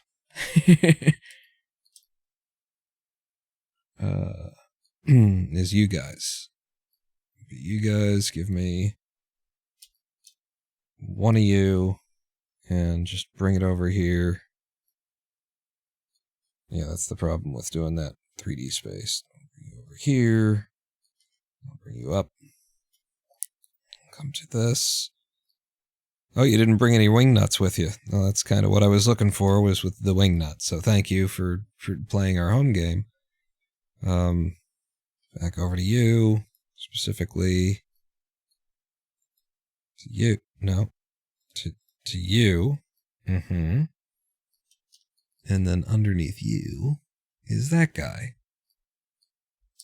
I just thought you would have come. All right, so put you out, and then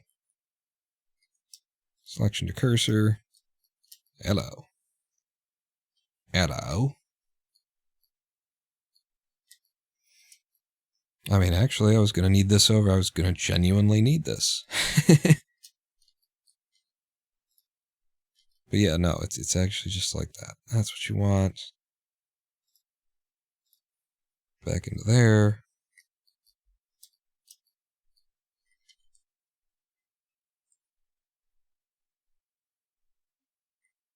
And so that's about the size. That's about the size that we want. Back out of here.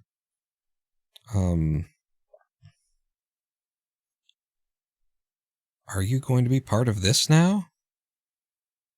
It might all be part of this at this point.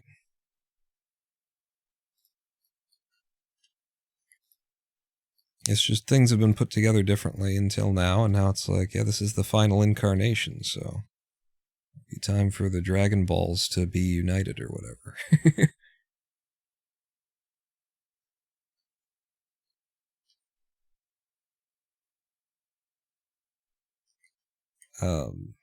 I did not mean to make another extrusion. There's no need for that.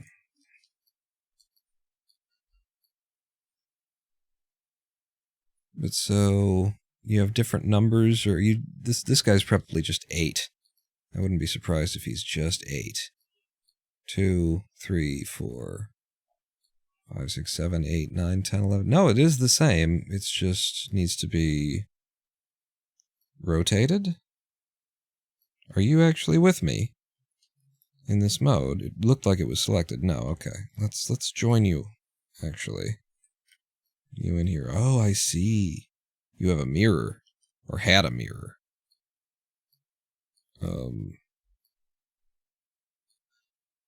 Well,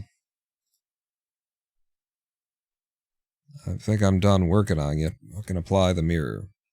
Yeah, it's a single user now, too, so I've still got other copies. But then, so the idea is to actually join these.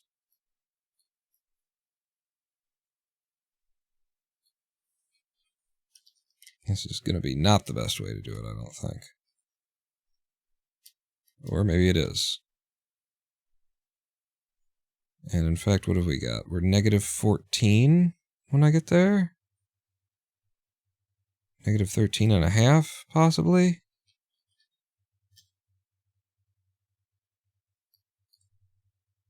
No.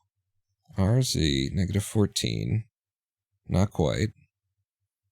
14 and a half. Not quite. 15. That might be it.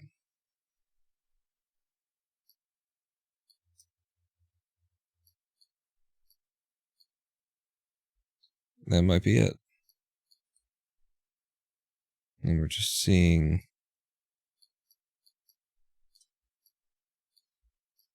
Perfection is unattainable. He is flawed. Give me... You guys didn't join? Oh, no, yeah, because you applied, but you didn't join them up. Scale may be off. Yeah, scale is definitely off just a touch there.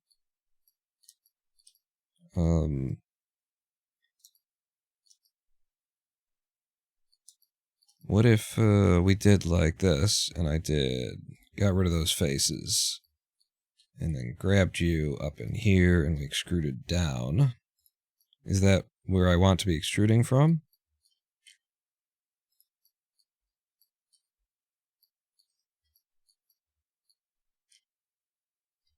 Also, now that this is it's no longer split in the middle for the sake of mirroring, I can get rid of this edge.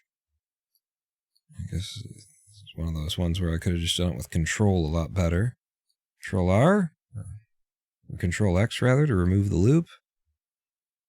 Okay.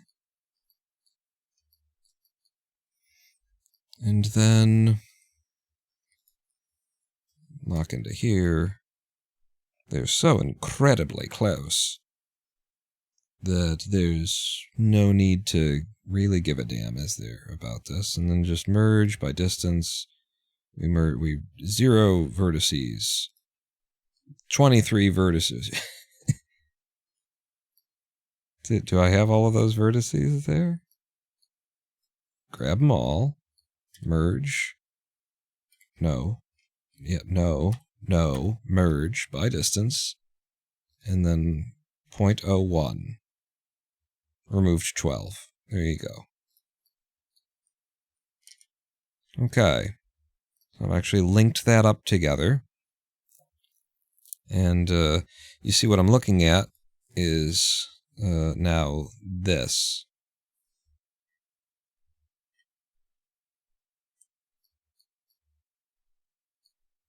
Come on. Come on. This is so inconvenient, browser. This is why PureRef is so much better. But this is what I'm looking at in PureRef. You're basically seeing exactly what I'm looking at. And then when we take it down, put it back up, take it down, put it back up.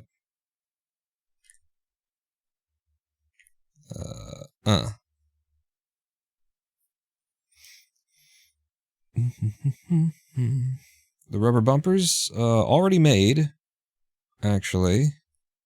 They're, over here. The only thing is they used to be, like, just attached to the symbol, but I guess that's just, this is all going to, it makes sense. It's just, it's different than I had it before, and so it's kind of throwing me off. Making me feel like, maybe. Yeah, see, oh, and the washer, too. The washer that was supposed to be part of that guy. Son of a biscuit, Mother Teresa. Not hard to do. None of this is hard to do. So maybe I'll have this here as a reference. No, Alt-R is what I want. Alt-R? Really? Really? If I clear your parent... Yeah. Alright, if I clear your parent and keep the transform, though. And then Alt-R. There you go. Sucka. Homely motherfucker. So if I just use this as a reference and remake what we've got here, because it should be rather simple. Even without the mirror modifier, we'll just come in with an edge loop and fucking camera. Central point, bring you up like this. In fact, like that maybe. And I'll select all these faces, and we'll extrude, scaling. What? Oh, I didn't realize, did I? So undo past the extrude that you made, and then I'll bevel. I'll get myself just one cut. What? The fuck? Should be easy, he said. Just real quick, we'll bang this out, and then when I put a bevel in, what is this? What's that, hun? What do you... Alright, don't try and understand the ways of Blender. Some of them are just lies. In fact, this is the wrong side to do this on. Some of Blender is just... You need not.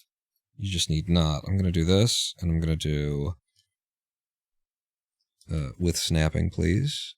Yeah, now we snap to that edge is what I would like. Thank you. And now I'll select all of these. Now I'll extrude, scaling on everything but the Z, pull you out, and then, you know, whatever feels right for the size of the washer. We've got this reference for a reason.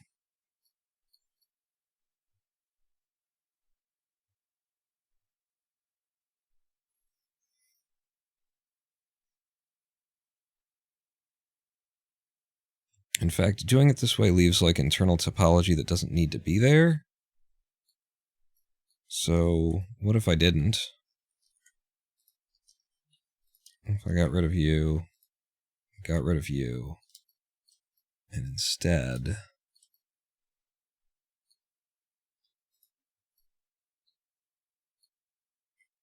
I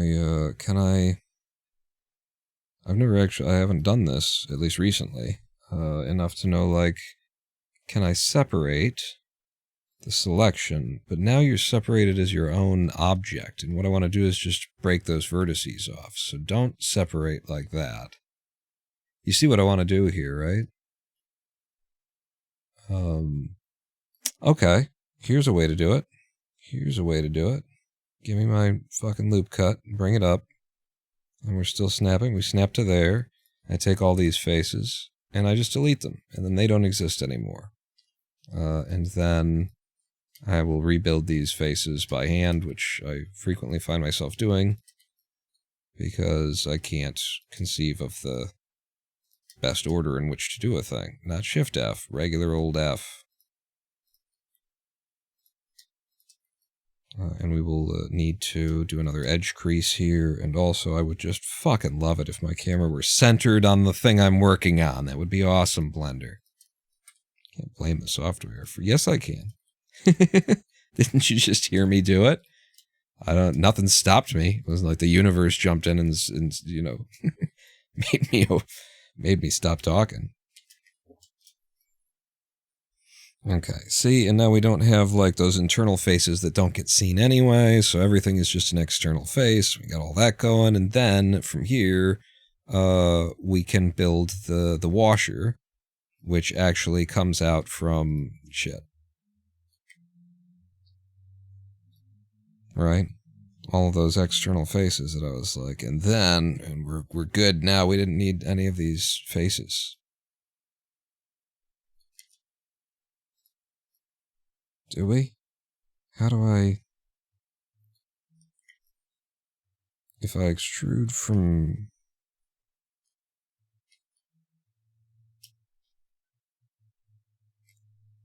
there, I don't have to, like, redo everything that I've just done. Thinking in 3 dimensions is fine. There's no issues with it at all. And then, yeah, you're there, and so now from here I can extrude again. But with the scale, it only applies to the Z and the X. And then we drag it out as far as we feel like the washer needs to come out. Maybe just a touch more. Good. And then from here, that's a loop that doesn't need to exist.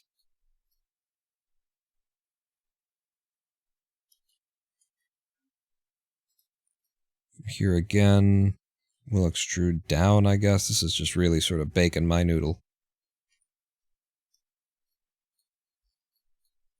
Are you part of the selection there? Make sure you're part of the selection. Because I'm pretty sure then things will work the way that I intend them to. And then we're just creating like a thickly thick kind of thickle. And then if I go inside, yeah, there is all this shit. But I can just delete it when I'm done, I guess. It's trying to do it in a way that doesn't create a bunch of unnecessary... It's fine. Again, scale on everything that's not the Z. Pull you out.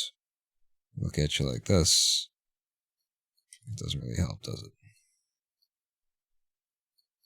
That looks pretty okay. Could be a little bit less. Nope. On everything that's not the Z. Like that.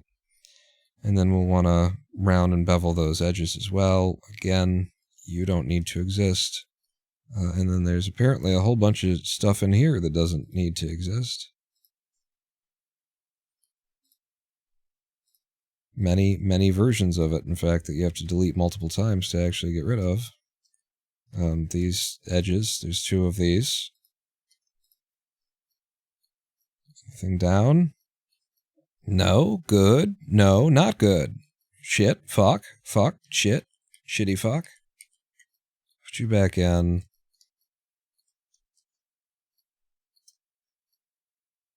Good lord.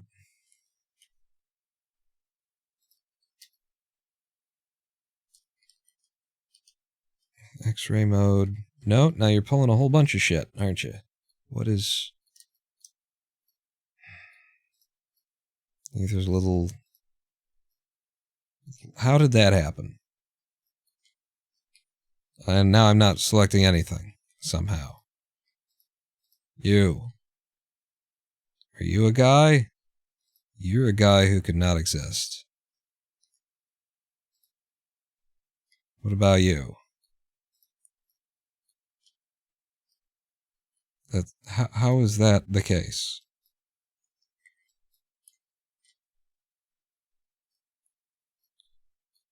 All right. Different way to do this is create another radial cut. Jesus fucking Christ. I love Blender. Blender's awesome. But it's like, and then you're supposed to be, and then with the, and then you're to that level. Now everything above here can be eliminated, maybe. Problem is, from the outside, I can't. I'll end up selecting like stuff that I don't want to delete. I'm in the mode, right? So I'm alt-clicking on the thing. Some of it doesn't care when I do that. I think because there's extra shit going on. Oh my god. What is this? What have you done to me, Blender? What in the ballsing shit? Vertices, all of it. No? Alright. Faces.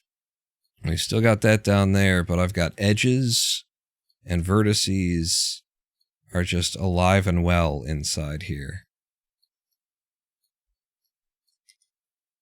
I can't do it. No, I can't. Okay. We'll do it live. Okay. We'll do it live. Fuck it. Do it live. I'll write it and we'll do it live. Fucking thing sucks. Fucking thing sucks. It does too. There, and then fucking merge by distance the fucking vertices. Look at the shit that this thing, and then look at what it does to us. Not me, but you. All right. You take the time, you model it right once, and then something. Justifications.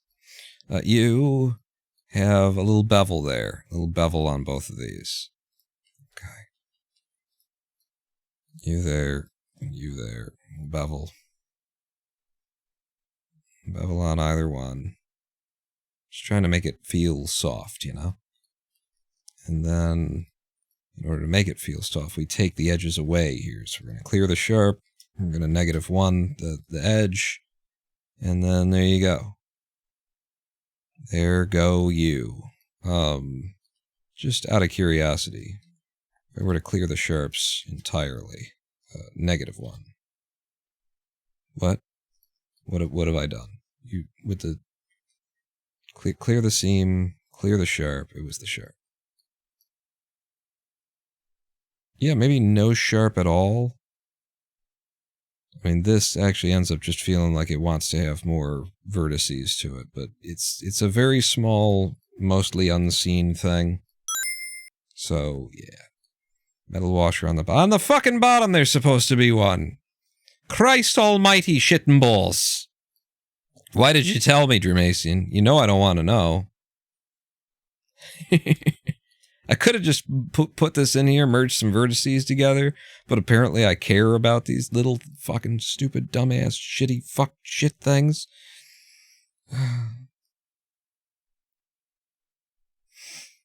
Remember though, it's like it's no big deal. You just create you just create that, right? And then and it's gonna work out just fine, because I'm just gonna extrude from here.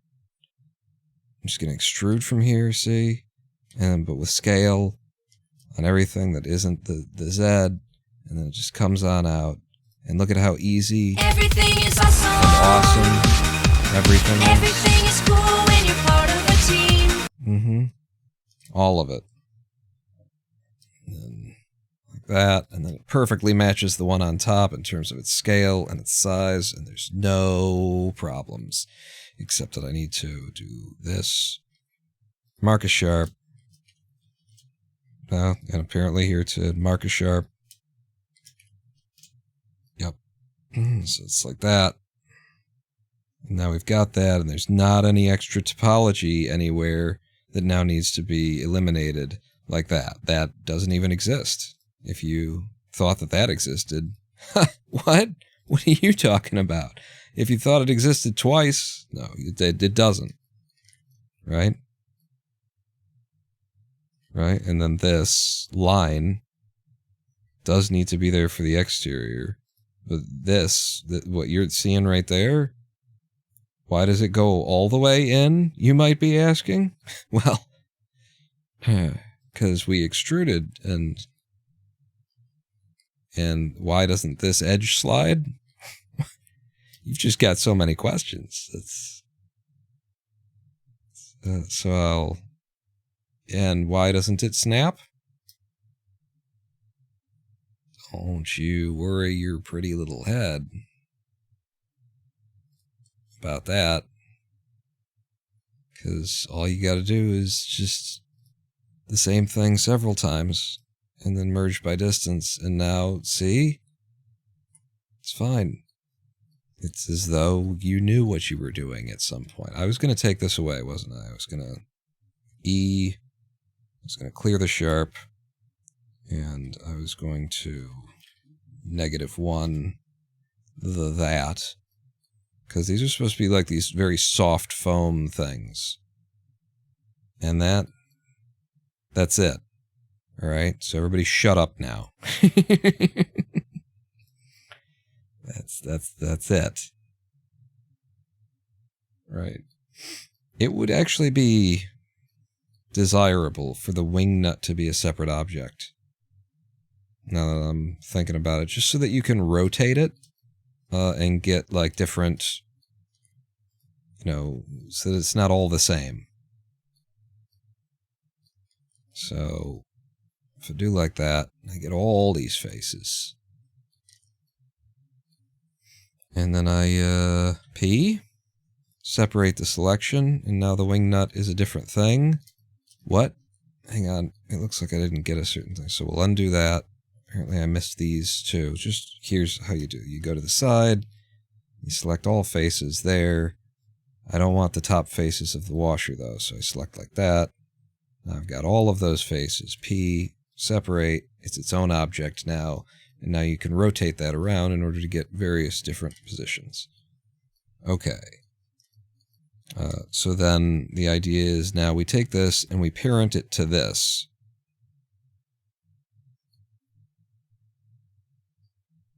Yeah. But,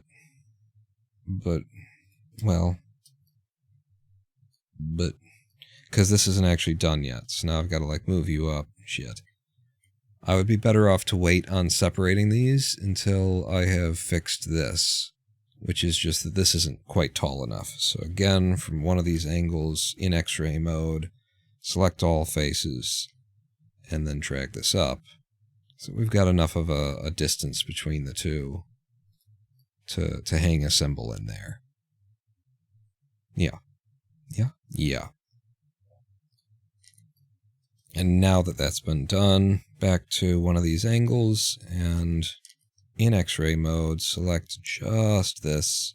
I don't want to get the tops of the washer, but I do have to get those, and then we P, separate by selection, and now I will parent you to this, to the object, apparently keeping your transform, so that you stay in the same place, and now we can, you can spin this thing on its Z. And also just, let me look at the scales, and yeah, and the rotation is I just added it, so if I Alt-R, it goes away. Good. That's how you want that. And then I get rid of this, and I get rid of this. And we've got the first of these guys. Now, is that all part of the thing? It is. And then you also need to be parented to this. And I might have already done this, but I'm going to do it again. To the object, no messing with your transform, and just make sure that it has a local rotation upon which I can spin it. Let's go to bounding box center. Is that the... Yeah. That you can spin that one, and you can spin the other one, and great.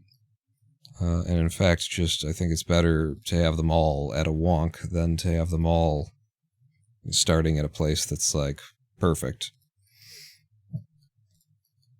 Okay, where's the, yeah, don't know what that's about, but I can fix it. Pull you back out like this.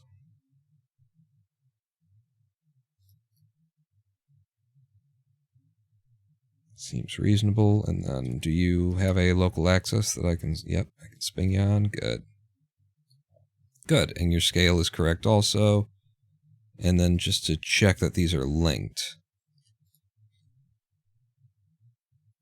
They aren't.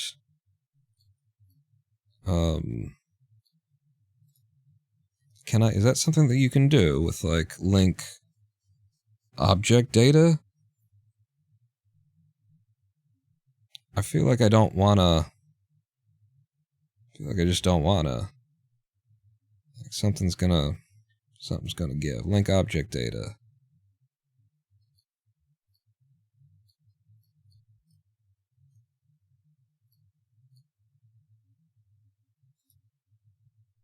I'm not sure about this. Like I'm learning Blender, so that's the thing. The x-axis with a -1 pulls you back out, and you're back in the position you want. And now they share the same. Now they're like linked objects that I created with Alt-D, is what I was trying to accomplish there. So hopefully that's correct. If I Alt-R you, you are separate. You do have your own local rotation. Good. This looks like I've done the thing that I was hoping for. So I'm going to have you at this kind of a wonk. Okay. That's a lot of work put into this stand, but I mean, now it's a genuine friggin' stand, is the thing. So there was a reason for the work, and we did the work, and now the work is done, and it works. The next thing will be to make one of these that has a ride symbol arm to it. So am I in like a subspace? How am I where I am? Why is everything else not in the scene? And wait a second. Why are you in the scene? Like, where is this wall? Oh, that's the unapplied wall. So that needs to never... In fact, it's like, could I just do that? Never be able to select that stuff. So it's a good practice when you're making something like this wall. This wall where I've actually applied the thing, it's a good practice to keep a copy of it around in an unapplied folder like this. So an unapplied, or wall south 002 is actually the unapplied version of it, but I just never really need that stuff. It's just if I ever needed to go back, so. Okay. We have created the actual guy here, and let's make sure that all of our parenting is correct.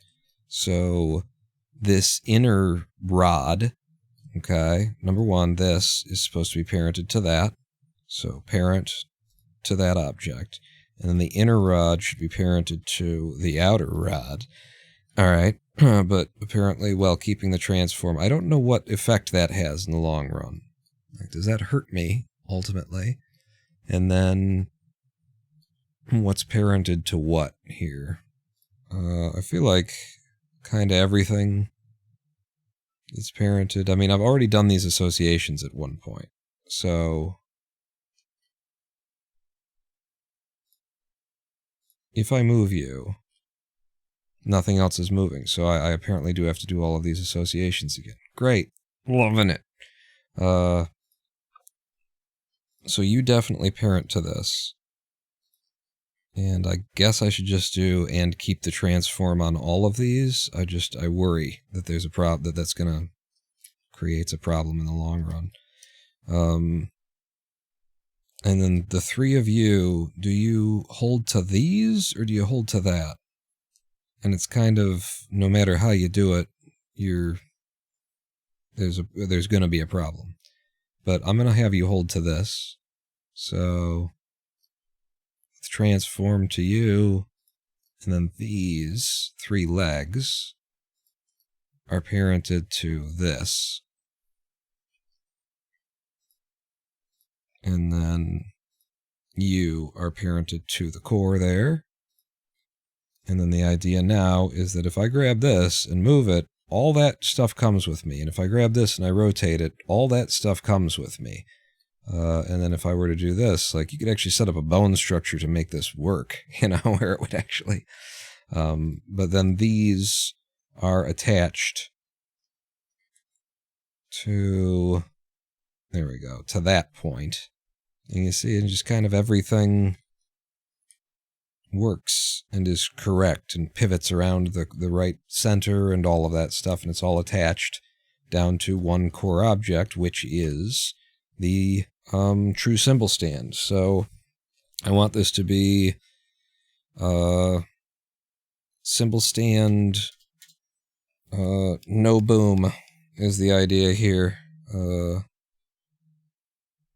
Symbol stand, I mean, I could just say boomless symbol stand, no boom. Maybe in parentheses.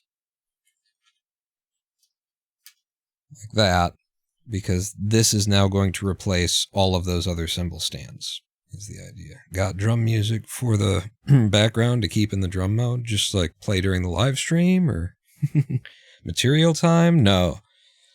No, we're going to do all of the modeling before we apply a single material. So I want all this, and then I deselect everything else that I might have picked up there. And we're going to Alt-D in order to make a linked copy, which means that if we affect anything on one of these, if we change anything on one of these on a mesh scale, it will apply to all of them. And I'm just going to try and line that up centrally where this is lined up with the symbol. And then I'm going to rotate the feet around to be in more or less the place that the last one was. And maybe we can do this in X-ray mode. Alt-D, she down here. And it looks like that's about the center for that. And then I'll rotate to get the legs in again more or less the position they were in. It might need to be in a completely different, actually, orientation. I should check on that because of the way that this would rotate down.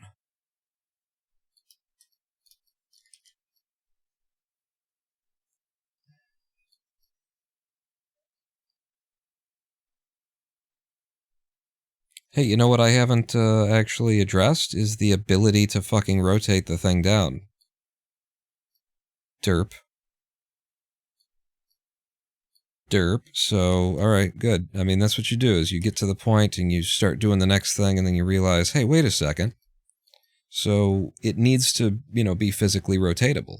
And I haven't made it that way. So we undo all that and we come back to this, and we need to separate out some objects here. We need to make this piece its own thing, so that it can rotate next to the other one. Which looks like it will be completely simple. No big deal. I get here, go into X-ray mode, and I'll select all this stuff to start. That's free selection. Are we in... I want face mode. I don't trust any of the other modes for selection. And then we get all that. And I need you. And you. Yeah. And that's it. And so we're going to... I hit O, apparently. P, separate by selection. And then I'm going to come in here, and the first thing I'm going to do is I'm going to take this, and we're going to scale it. Oh, O is how you turn on that? I didn't even know that. Scale it on... Is it... It's that one. And we're going to bring it in some more so that we'll never see the overlap kind of thing. Make sure that there's enough... In fact, we can go ahead and just turn that into triangles. Yeah, and that's less faces, less topology. for anyone to ever have to render. What is this? What happened here? There's an edge that has a sharp that shouldn't have it.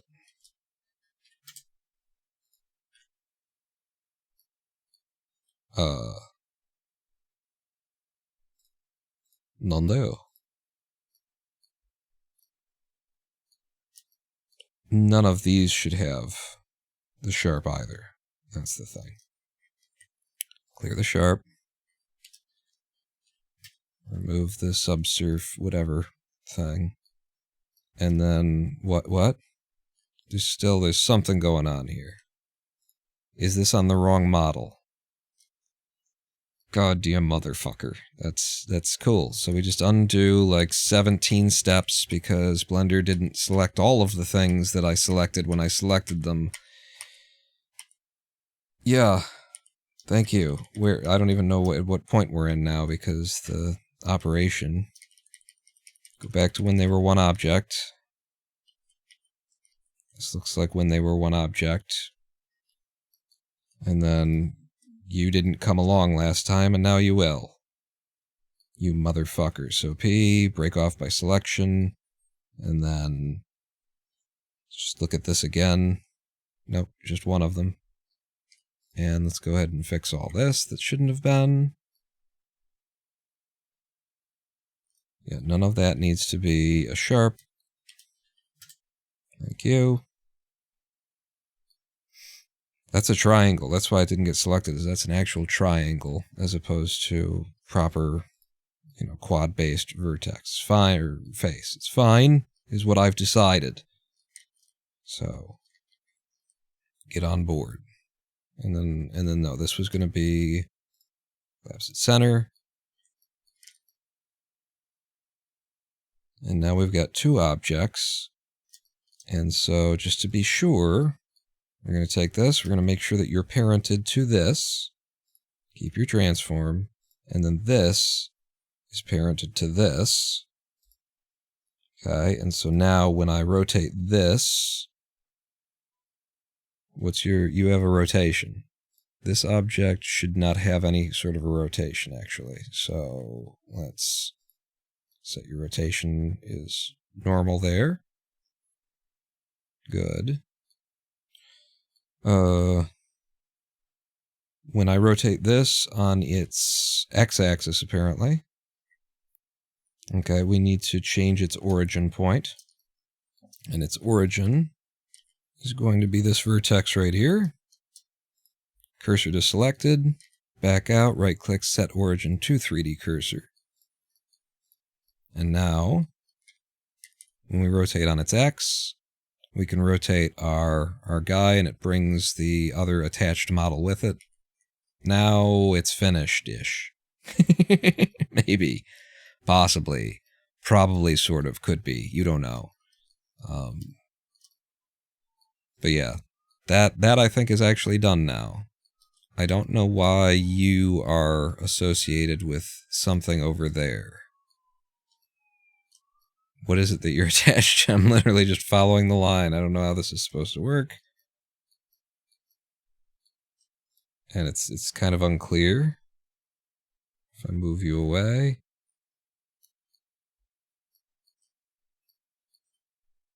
It's because you're a linked version of all those. It's this probably, and it doesn't matter because all those are going to get deleted. They're not going to exist anymore.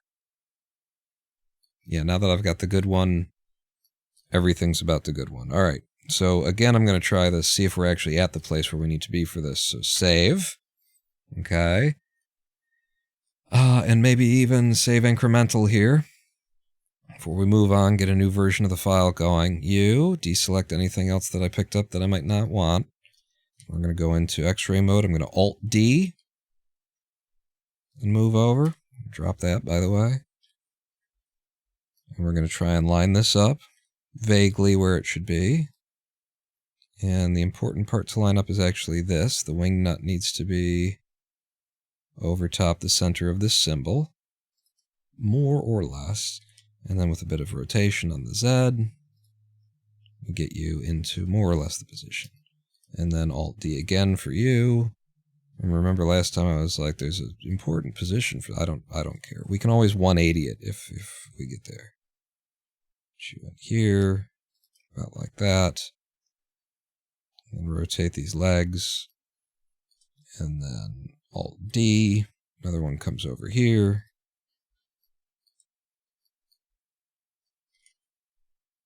By the way, if you guys like want some, actually never mind. I was gonna say you guys want some music in the background, and you recommend. It's like you can't. No, you can't ask that.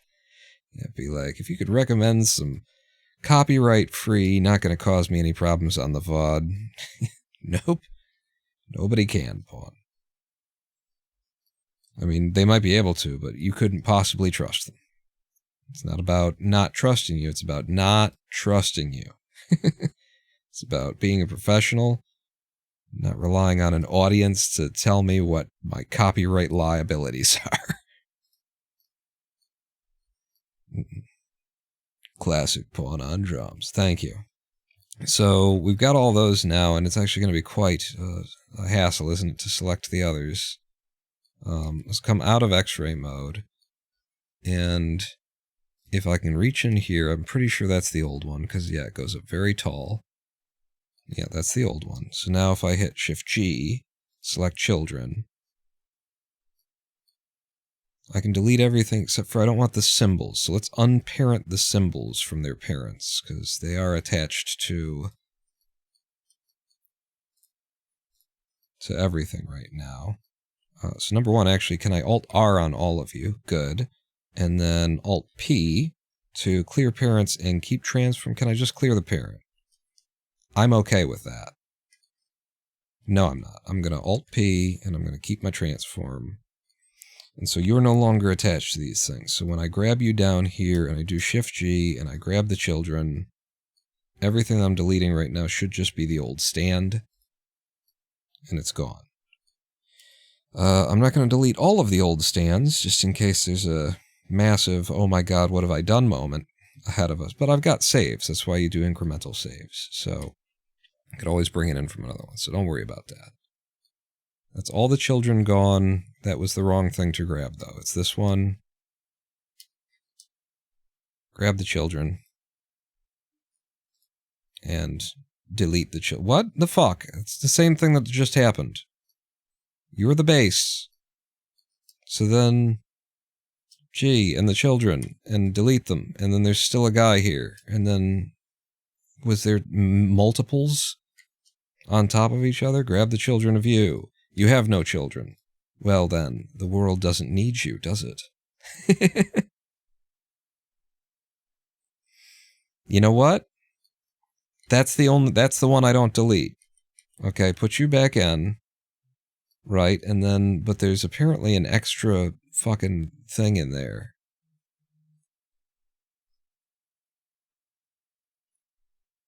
How the hell am I going to get a hold of it? Like, that's the one that goes all the way up. Come down here.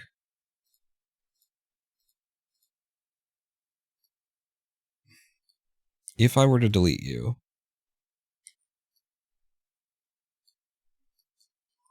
still a bunch of other shit. I don't... Why was there two, but only if I delete by children, and then... Do you not take the thing that was the... you select the children, but not the thing that was part of... I see now. Okay. So that was still there because... I get it. I'm going to leave that one, and in fact... So you're not going to know. So I will Shift-G, select your children... You die, and you die. This is the one I'm going to leave because this...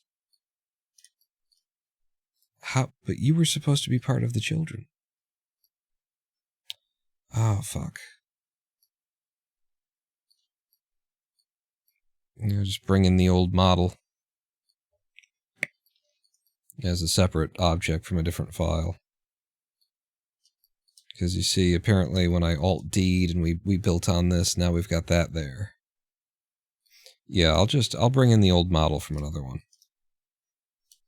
So Shift G, all of the children. You have no children. Then you. This whole structure needs to go away because I'm going to bring in a completely new thing. Go away. Go away. Go away. Destruction comes before creation. What was that? There's something floating. Passed in front there. Floating bits.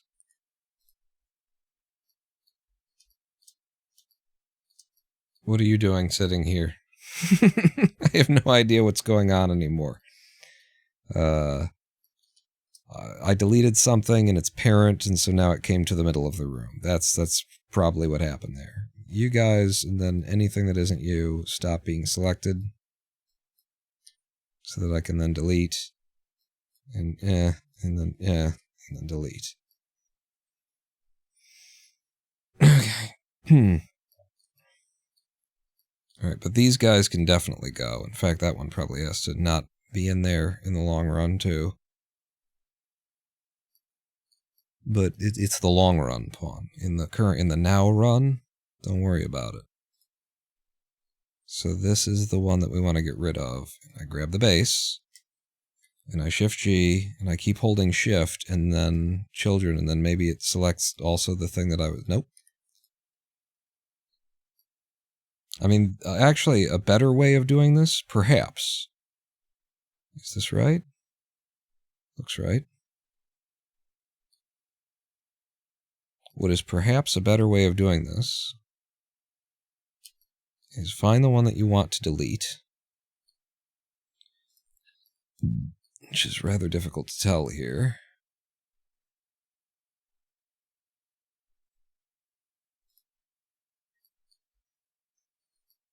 Yeah, it is this one that I want to delete. And then, like, if I just come over here and I hit period, then I come to the symbol stand that I want to delete, and I delete hierarchy. Instead of the Shift-G nonsense. That is way easier. Way easier. Okay. Let's at least try and hang these symbols on these things, and we'll have ourselves a live stream break. So you can go away. You can go away. You can go away. Bring you down. Actually, where you are is probably where I want you. So if I grab this and just move it on up to the east side, a deluxe apartment in the sky, we'd be moving on up.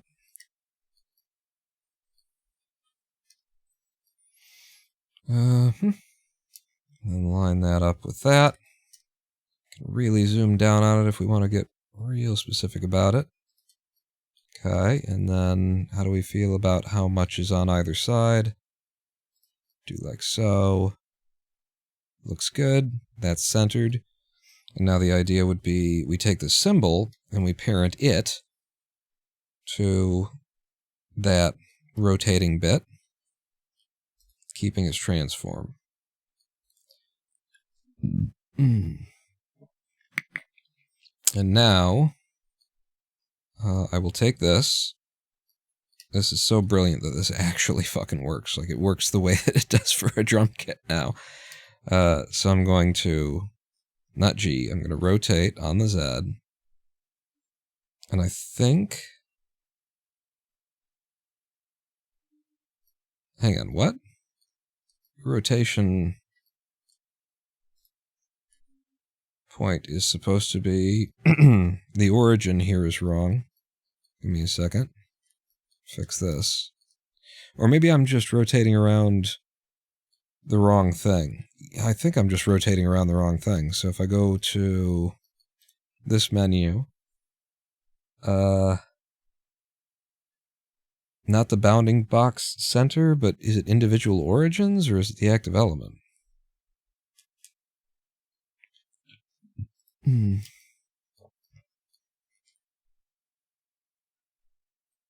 See how it's rotating in a bad place there?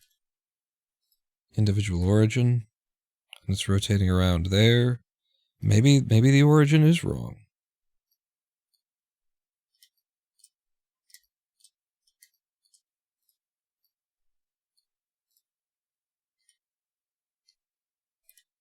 Median point?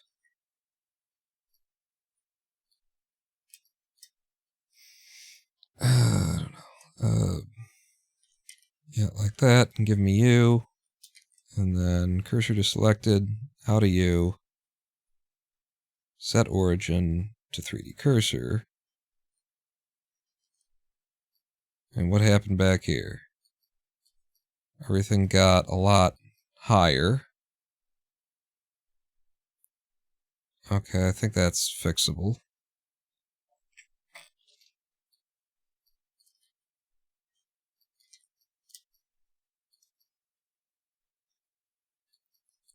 And now when I have you selected and I rotate on the Z, you rotate correctly. That was right, and at some point it decided to be different. Thank you, Blender. Thanks for making more work for me. Loving that. And now you're parented to that in a weird-ass fucking way. Everything's parented to it in a weird-ass fucking way. Hang on. If I select the original here and reparent, maybe that's... Now that it's got the new origin point. In fact, I need the stuff in the background so I can just hit fucking period. I can see it as I make the changes. So, if I reparent to you, don't keep a transform. If I reparent to you, if I parent with keeping the transform, no. So you just don't care. You just don't give a fuck about me or anyone else. And now I have to delete and replace all of them again. It's probably the fastest way. Trying to solve the problem is just going to waste more of my time. Simple stand, if I do this and I select hierarchy. Well, no, because I need them, I want the, for the position. For the position. Oy fucking vey, right?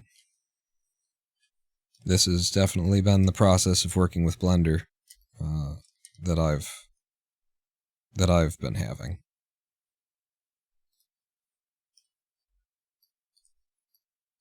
Nope, stay in that mode. You're somewhere around there. It doesn't matter. You're gonna have to reposition everything. Just get 3 of them that aren't broken into place more or less with the legs in the right spot.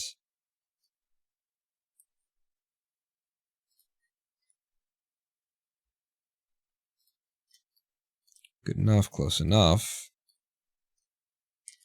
Back out of this. And if I do that in Shift-G and I select your parent, then I know which one it is. I can select the hierarchy and I can delete it. And so U, Shift-G, Shift-G, parent, select hierarchy, delete. U, Shift-G, parent, select hierarchy, delete. Okay, stands back in place. Eventually we get to the point where like the stand is correct and you don't have to keep fucking with it.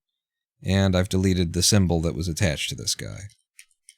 Because it was parented to it. Hey, the fucking motherfucking unparent and keep your transform, and then U, and then G, and then G, and then the parent. We need a live stream break, boy, do we. U, and then G, parent, hierarchy. G, parent, hierarchy. See how these weren't parented to those, so we didn't have to worry about it. Wonderful. So now, again, you come up to the symbol height. I'm going to be about there. And then we'll grab the symbol. That's the easier thing to move. Right down on this mofo. Circles lined up. Okay, and then again, we do this, and we parent you, keeping the transform for some reason. And then now, I can rotate on the Z. It doesn't break things. And this is how you would do this too, I believe. And then on your local X, I can tilt you in now.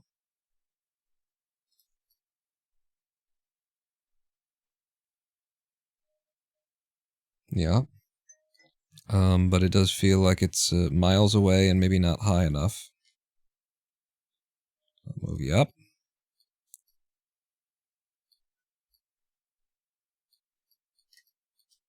And then you select the whole hierarchy. Oh no, wait, now I can actually just grab that, which is what I was hoping for when I was deciding how this stuff should set up.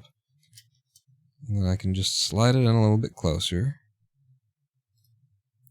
And I always used to have this, issue with my symbols too. You always are fighting to get the legs of your symbol stands to all sort of coordinate with everything else that's in there.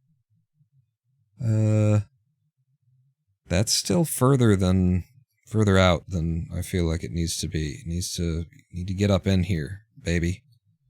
Need to get up in here. Like that, so I can be able to crash this thing without having to reach for it. It's a crash, you want to slap the shit out of it when it's time. And the environment, I keep popping through a fucking wall that I don't need to be fighting here, thank you. Alright, but now I've rotated the whole thing around, so I'm gonna have to rotate this again.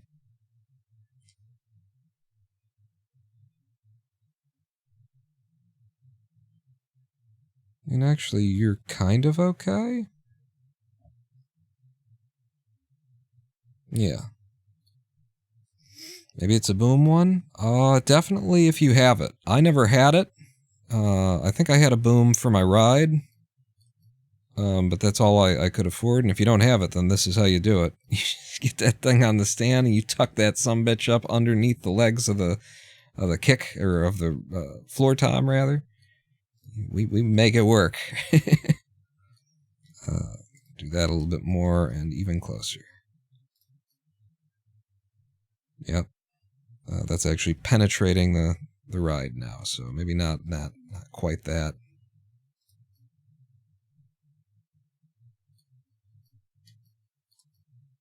Just barely clearing. Lean you a little bit back this way. I think it's okay. Yep, just barely clearing. And the tom actually needs to be moved anyway. The tom is inside the that.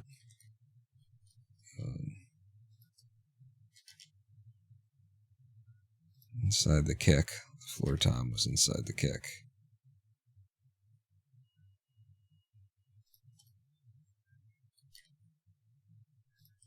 Yeah, you probably needed to be moved quite a bit there.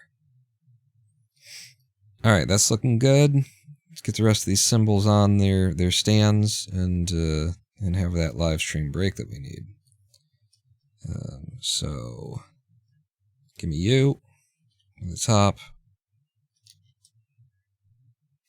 And do like that, more or less. Grab this guy, bring him up. Oh wait, no, that's the height at which we actually want this to be. This is actually the one that really does need to be put on a boom. But there's so much work to be done. We can't... I have really just today to finish this. And then I need to be moving on to the next project, so we might just not end up having a boom symbol stand in this scene. It just might be the thing.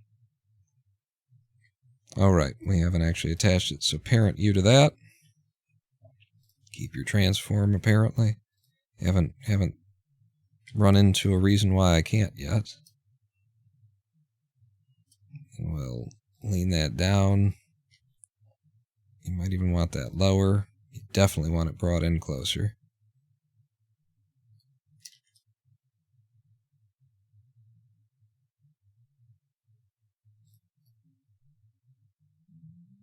preference for these kinds of things, but I liked to work the bell of the ride quite a lot.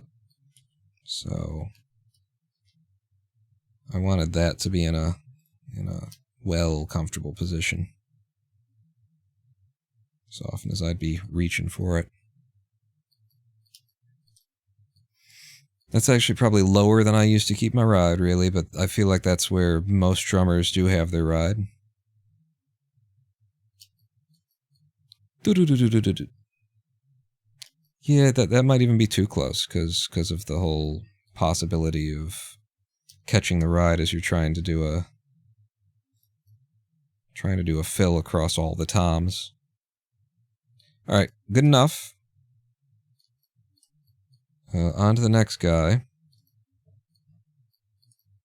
The smallest of the crashes, the 17-inch crash. And just going to grab you. Top down, X-ray mode. Get you more or less in the right position. Actually get you precisely in the right position, apparently. Nope. Out of this. That. Bring you up. Yeah, I went over the wrong one. Pretty easy to do. Back over here.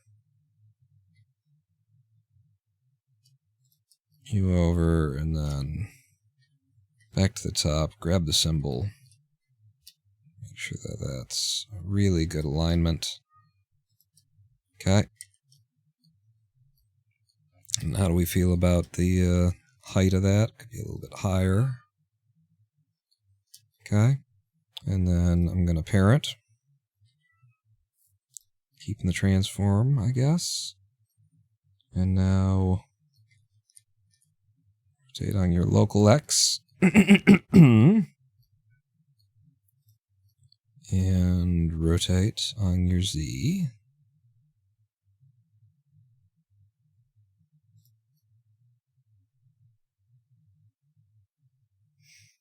I feel like this wants to be closer, but you need a lot of room for that that ride.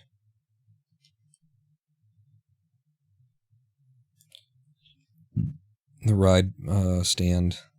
The ride? Not the ride, with the hi-hat stand. I feel like I always used to have to do this with the legs of the of that particular cymbal stand right there. To fit it all in.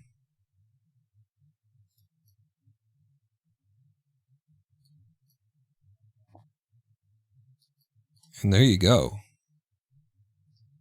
That's it. Our new cymbal stands are in place. And they look good. And they look like they're working and everything. I come back here. No, what did I do? Select the hierarchy. Delete the original.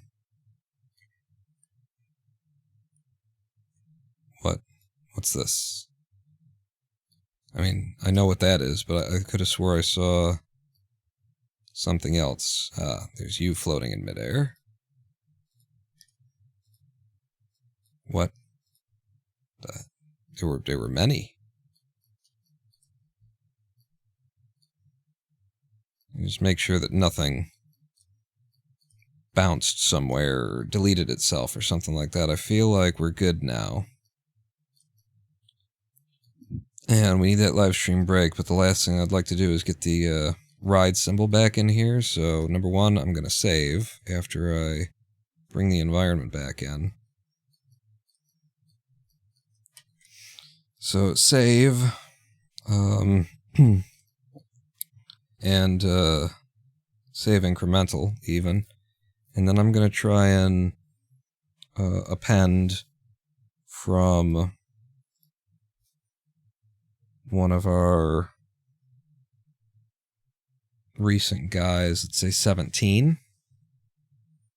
Is it 17 should be fine, I would think. I'm going to go to the collections and under drums. Okay. That is a whole collection of the drums. You aren't wrong. I really just wanted the hi-hat, and actually I'm looking at this and finding out that the hi-hat was fucked up, like my parenting wasn't right there. Let's just undo, so that never happened. And then I've already saved and gone incremental here, so I'm going to just open, like, 18. Don't save. And I'm going to select this. Come over here, hit period. And then if I have you go away... Actually, if I just select the hierarchy, everything is in here at symbol stand 004. And, okay, so now I know what I need to grab from the other file, so reopen the one that we're working on, which is 20. And file append from, not this one, but from 18.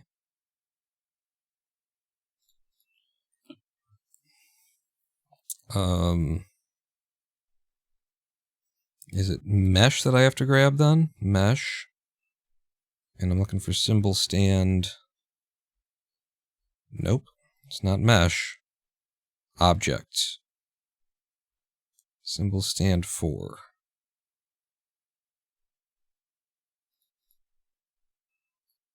It doesn't bring in its children when I do it that way. We're learning. So if I don't just do object, what about something else? Node tree? Nope. I guess it's collection. And then instance collections?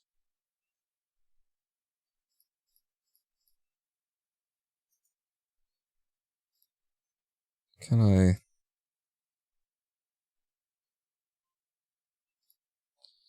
Alright, we're bringing in the whole goddamn drum kit again, apparently. Just to get the one thing. Boy,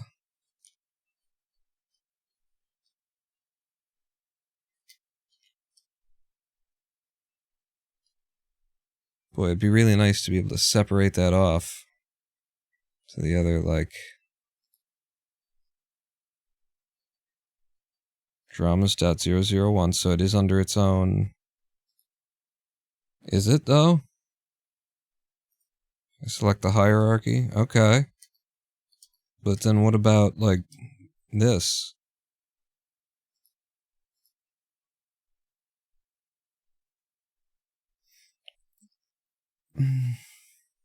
You killing me here.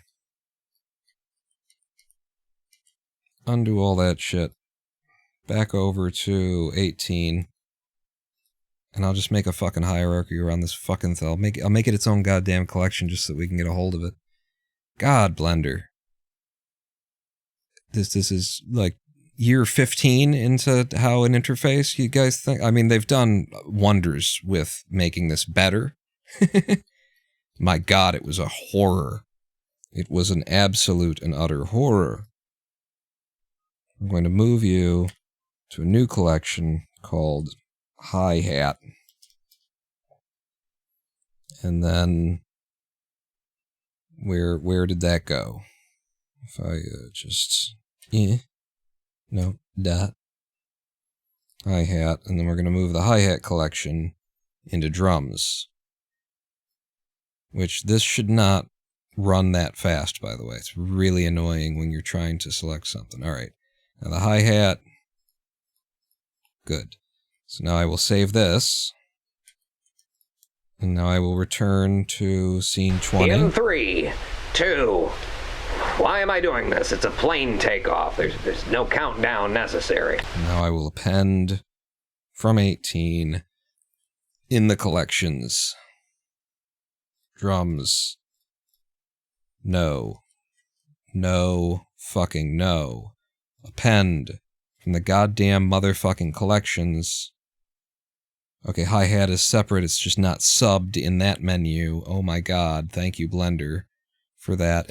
But this is when it had the fucking top already on it from 18. Oh, murder rage coming. Oh my god. Open recents. Back to 17. There's no crazy top on it, but also this is where the things aren't attached correctly yet, right? It's like the hierarchy. No, it is. Okay. So now... but now, so we'll just move all this into the new collection called hi-hat. And then we'll save. And then open 20. File. Append. Cock. Append cock. From 17, this collection, the goddamn motherfucking shit-eating, dick-licking fucking hi-hat. And it's in. And it was as simple as that, really. Just walking it through, just trying to help you with your difficulties that you sometimes have with, that's me. I've been doing this long enough. I know where I need to be. And I'm just gonna slide you in here. I don't want you like going over the top of, either merging through or going over top of that. But yes, these legs were frequently like that, because I don't think we're going to get around to making a real ride stand. A real hi-hat stand. You've said that twice now. So this will be just the old style one that doesn't need any rotating stuff. And you know what's fun about this? If it's actually set up correctly, look. All the things. You just attach that to a pedal down there and you got a functioning drum kit. Who fucking Ray is the question to ask. Who Ray? I'm gonna get a render.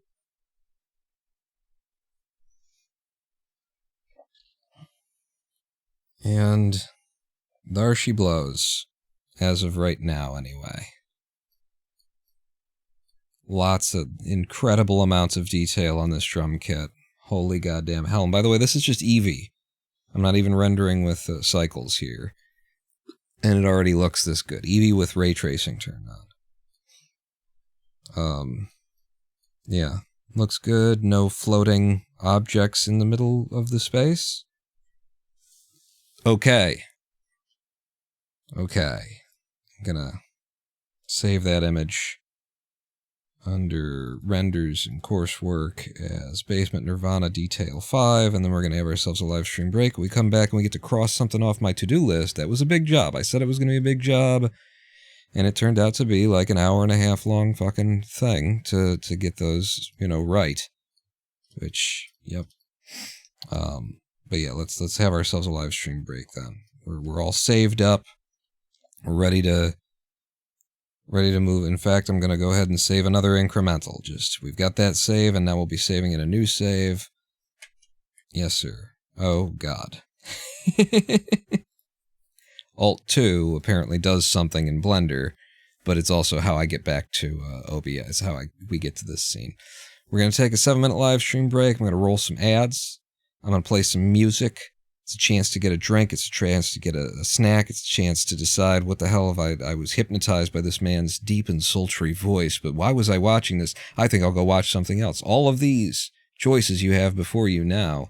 Meet me back here in 7 minutes, or don't. You're free to do as you please. Pawn not out. And then the music starts. Like that.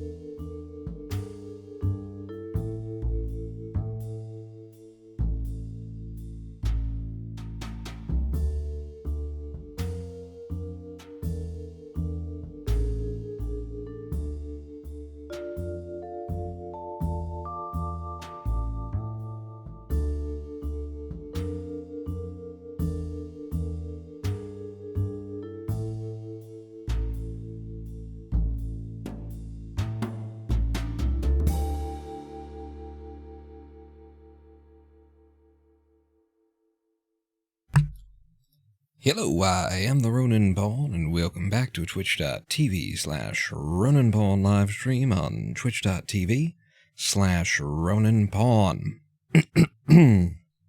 Alright, we're in Blender today, 3D modeling, a band space. Here it is, as you can clearly see by everything that's on screen right now. So, I've been working on this this will be day 3 of, like, genuine work. The first day was blocking, and you get some of it, so I guess it's 4th day.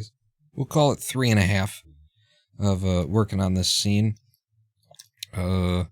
Most of it has gone into the drums. The drums are intensely detailed, and, you know, I was a drummer, and so I wanted to do this, and now I've done this. And, what we've just done was a big, complicated, and long process of making this, just adding the proper tilt to our cymbal stands and getting everything connected back up and parented correct, and yeah, there was a lot of, mostly the faff took the longest amount of time there. The modeling, 20 minutes or something, but messing around with everything else. But we have knocked that off the list, so now I get to go over to my Discord list here and edit the message, and ride cymbal stand is crossed off, but I actually have to add another one, which is going to be making the boom arm variant of the cymbal stand, and it's going to be like a thing that maybe we just don't do, but I'm going to put it on here. So boom arm cymbal stand variant, and I'm going to move that down the list because there are other things that are of more pressing something.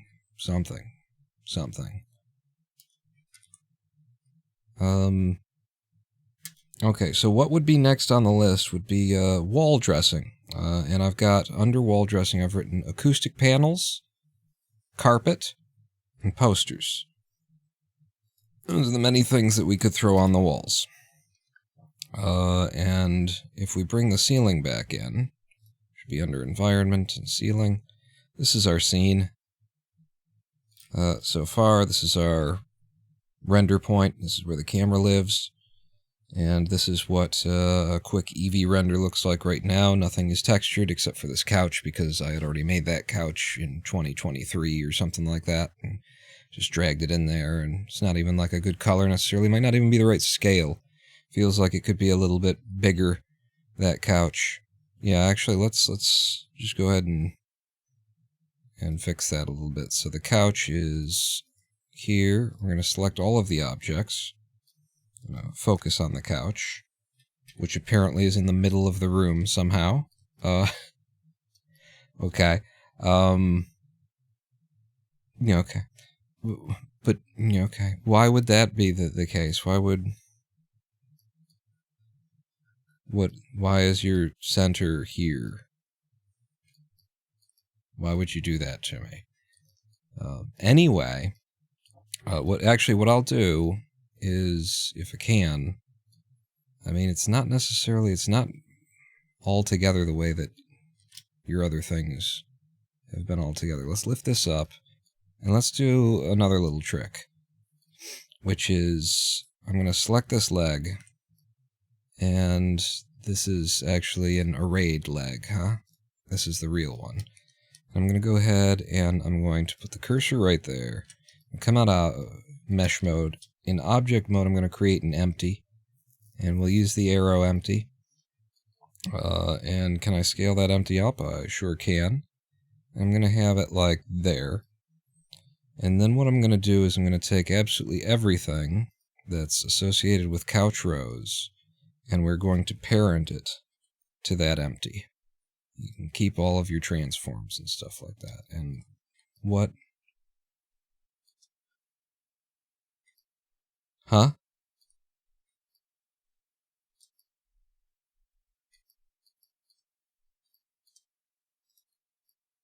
This? You're attached to this? What? Everything that's over... Or are you attached to the wall? What, it doesn't go through the wall. You're attached to the window, to the wall. What is this? What's this line? That's the light. Okay, that's fair enough. That's okay. But why is there a line going from the couch to the U? I'm just gonna go. I'm gonna do this. I'm gonna hit M. I'm gonna make sure that you are where I put you last time, which is under bass amp and under bass amp. And you are not parented or associated with this fucking couch leg in any way. What?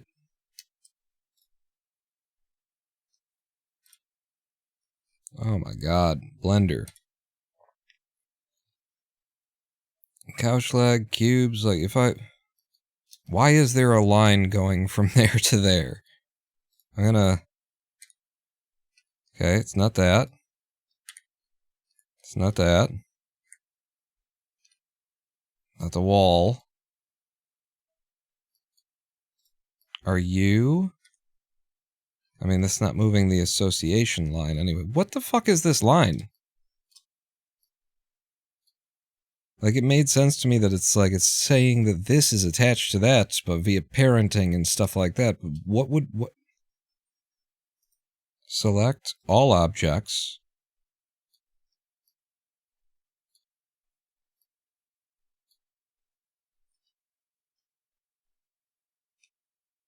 Nandayo.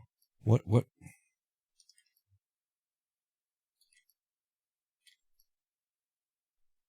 the hell is this? It's a cube. It's an actual selectable object.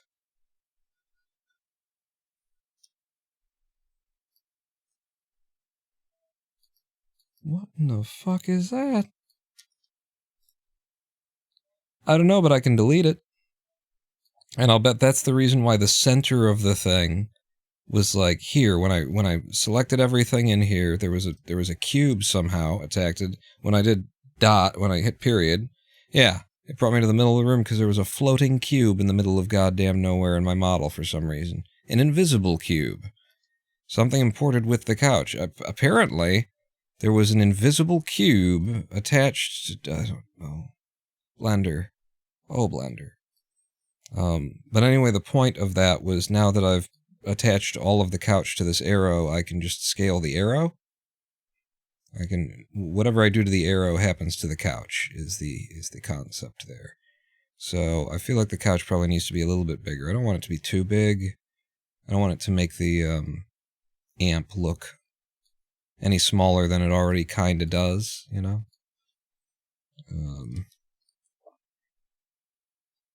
I want it close, because I imagine that, you know, the guitarist would sit here and play and be able to futz with the amp if they really needed to, kind of a thing a lot of the time. Over to our render mode, and then just see how that changing of scale affects the image.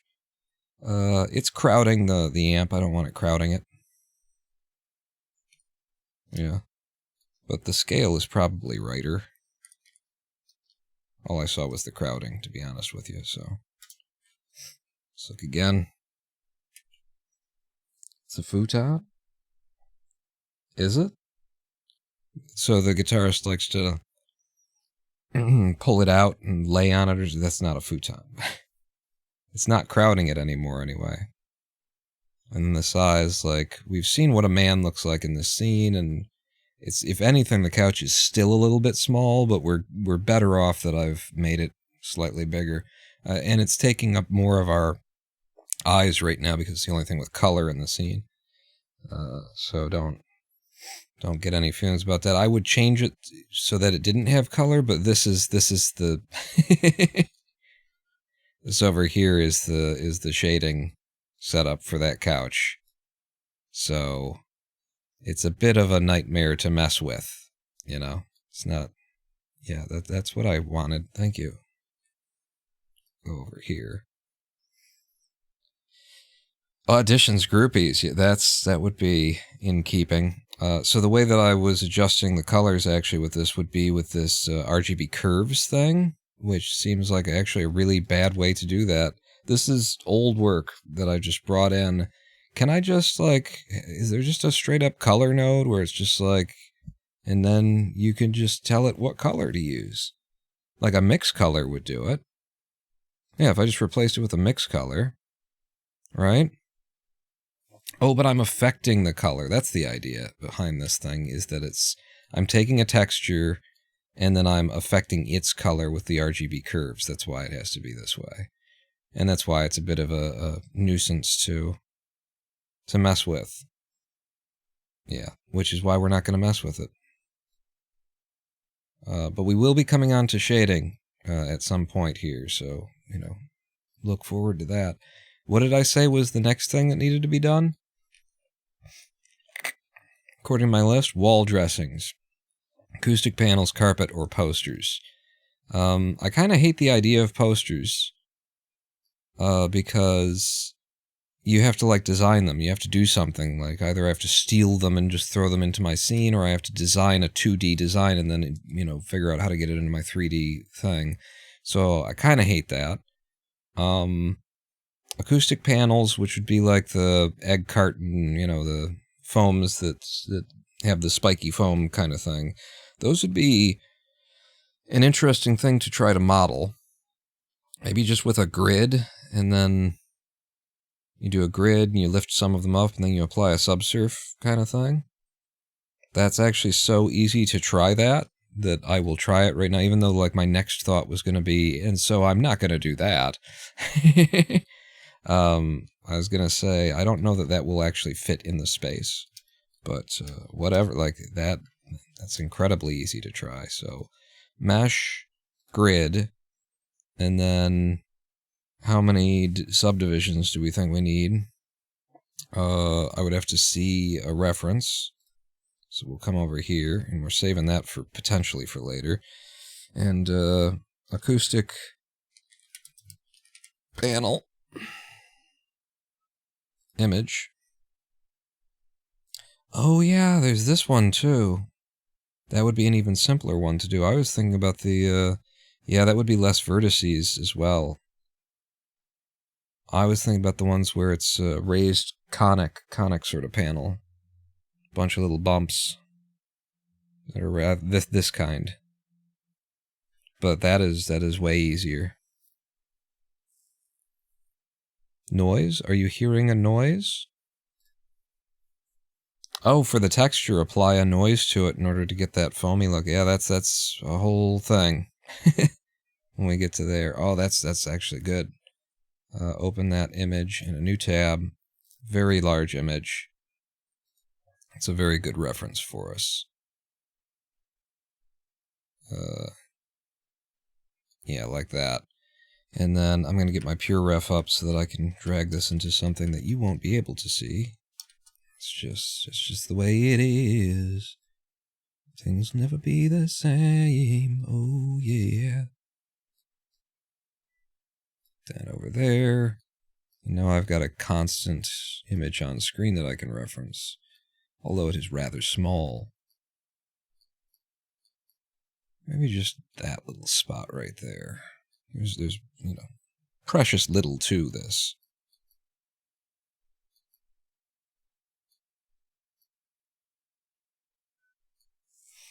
But it's subtle. Okay, so we don't need a grid for that. What do we need?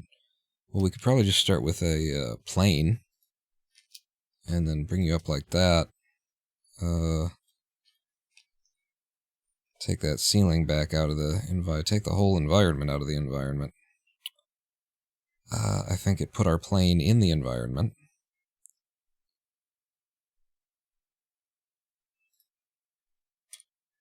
If I moved it to...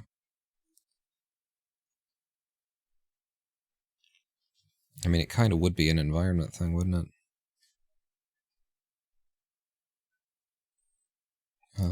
Move it to a new collection. Stuff. I'll name it at some point, but now we got a stuff collection that's in, and I can actually work on the fucking thing. So my idea would be loop cut, and then So I see, I need to count 1, 2, 3, 4, 5, 6, 7, 8, and is that... Yeah, there's 8 peaks on any one of these. 5, 6, 7, 8. And then...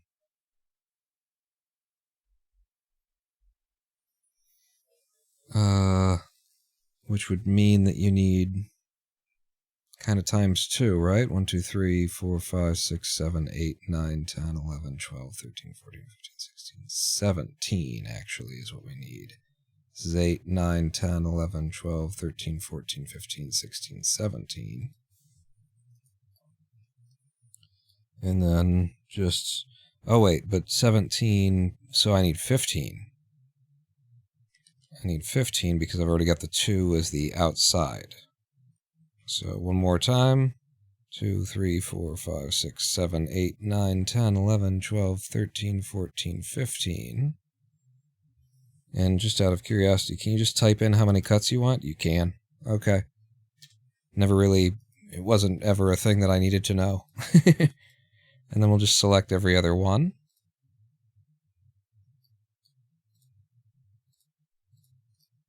And raise.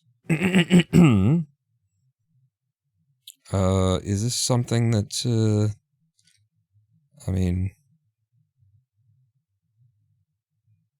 there's surely a better way to do this, but I'm only getting to the point where I would think about it now. Because then the idea would be to, like, select all of the outside and just extrude down. And then scale on the Z to 0. You've got yourself the basic shape of one of those acoustic panels. And then the question becomes, do we really need to do anything more than that? Yeah, I think it's really about the texture with these panels. So maybe that's it, you know? Acoustic panel. And now I could bring back my environment. And just in case there's any rotation or scale that's on that, we'll apply. And in fact, we probably want stand it upright, rotate like that. This is probably a better... Oops, this is probably a better natural rotation and scale for it. Oh yeah, and I've got no back to it, which is probably fine, but it's not a big... Is it? Though it's a lot of faces. Yeah, no, fuck it. Now the question is, what is the size of these acoustic panels? And actually, I own many, so I know for a fact that they're a foot by a foot. I know that to be a fact because you're probably a foot by a foot. That's what I remember anyway, is that they are 1 foot each. Yep. 1 by 12 by 12. So let's get this, and let's do 12 by 12 and 1. Perfect. And now this is the rotation and scale that we want to be the official. Yeah, they're way smaller than you think they are when you order them, and then you get them into the space, and you're like, oh my god, it's going to take a shit ton of these. I wanted to do the whole wall, and you realize, number one, you don't have to do the whole wall. You just need to like catch some, you know, important reflection points. If you get to those, then that's fine. Little corner traps and things like that you can make it, but it's just enough to make it not bounce around. If you need like to take out a lot of space, you need to just hang a blanket. That's all you need to do, or carpet or something like that, whatever you got around.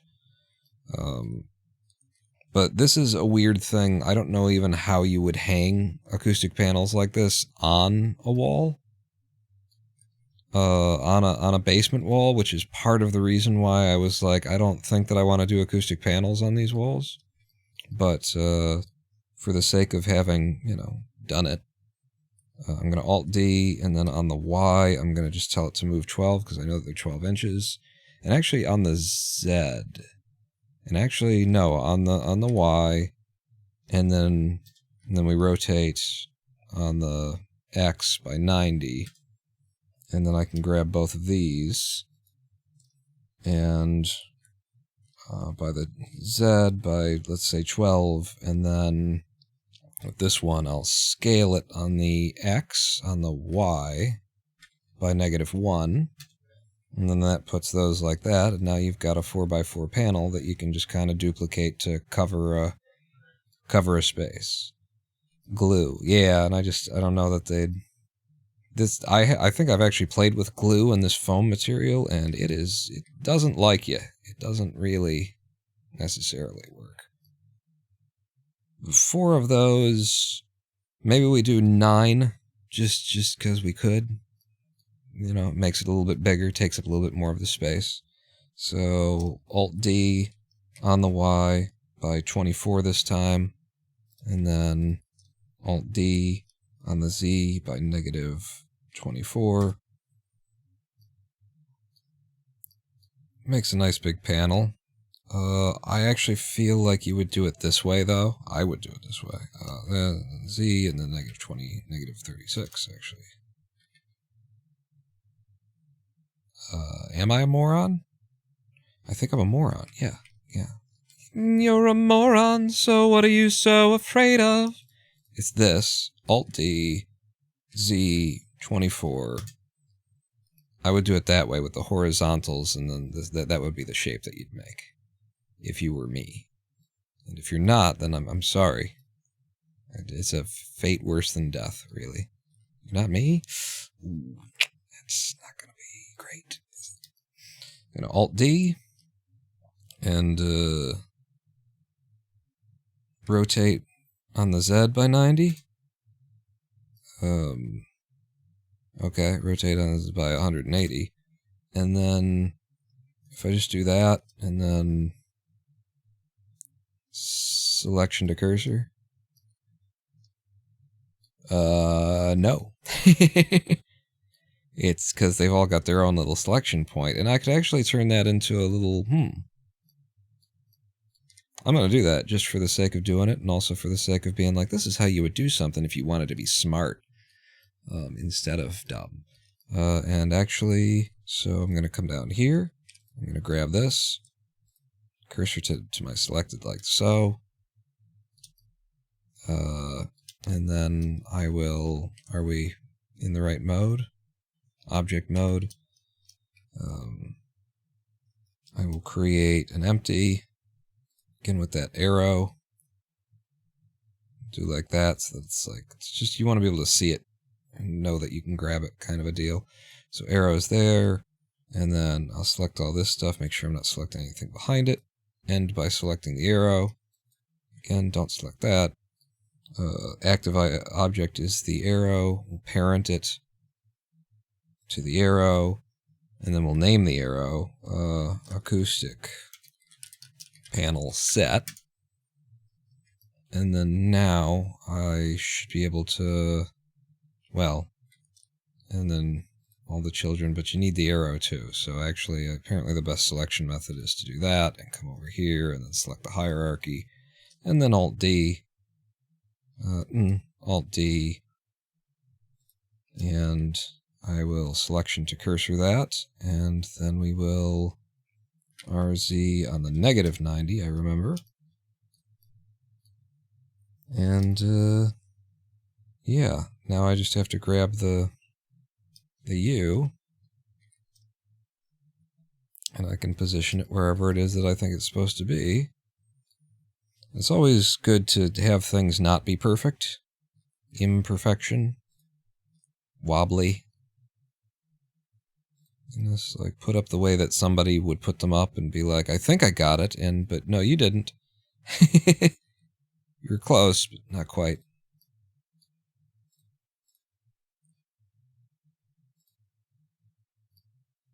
And I feel like this one needs to go further that way, down the wall. Yeah, maybe I'm wrong.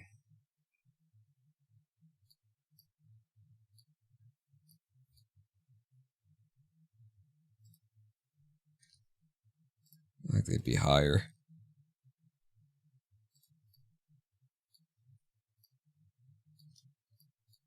I mean, it's something. You've done something. What the hell is this empty? That's for the couch. Name that couch. Couch. Oh, the acoustic panel set ended up in Couch Improv Rose? I thought we put all this in, stuff. There we go. And now if I were going to take the stuff down off the wall, it's like that. Cool. B, they got some panels, but not enough to do the whole area. Yeah, absolutely. Absolutely. And it would make almost no difference that you had hung these in this. It's just a hard concrete space. The audio's bouncing off of everything. You need way more than that, but you know, a lot of people end up with these things and it's more decorative than anything. So you're 2 plus 2 halves, and then this is 2 and a half. It needs to be 3. It needs to, not just you, though. It needs to be 3. So you should be out by about 3 to have the same distance on either side from the wall. But like I said, doesn't have to be perfect. Shouldn't be perfect, honestly. Nobody got out a laser level in their basement space to make sure that they were hanging the acoustic panels just right when they're hot gluing them to the cement. It just didn't happen that way, I assure you.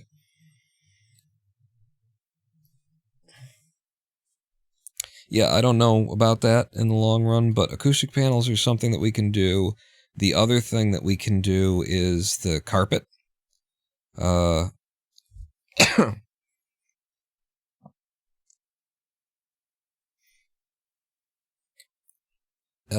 And that would have to come after, like, we texture the carpet so that we would have any idea what it would look like. But it's another thing that somebody would do is hang a old carpet from, like, the staple gun it to the top there in order to cut down on the reflections in your recording in your audio space anyway. So let's say then that I've at least done something about the wall dressing here. Let's put a line through it. I'm not committed to those acoustic panels there, but we've put it there. The next thing that would be on the list is making a drum stool, followed by a snare stand. Then we would be back to the boom arm cymbal stand variant, making drum foot pedals, doing a proper hi-hat stand, making a pull string light with a naked light bulb, which I really like the idea of. That's possibly something that I want to do. For real. And then after that would be to make a new couch. Otherwise, we just move on to materials. Out of all of those things, I am so interested in making a pull string light bulb. Basement pull string light bulb, that I think that's what we're going to do. So let's get some references. So, what would Home Depot call this? It is a light. I mean, it's a socket. It's a simple light socket. It's not a basement light socket in particular, but it is like it's what you use in the basement. But basement light socket. I'm just going to start with basement hanging light. Basement hanging light socket. So I'm going to start with, and then this is what I want. That's what I'm thinking of. Except for it looks shittier because it's older. But yeah. And this actually looks like it's ceramic. I would want it. Ceiling mount light socket is what Amazon was calling that. So ceiling mount light socket. And then maybe even ceramic is in there. That's the one. That's the one. That's got too much shit going on in it. That's the one. I think that might be my reference right there. Oh my god, 4,000. What is going on with the world?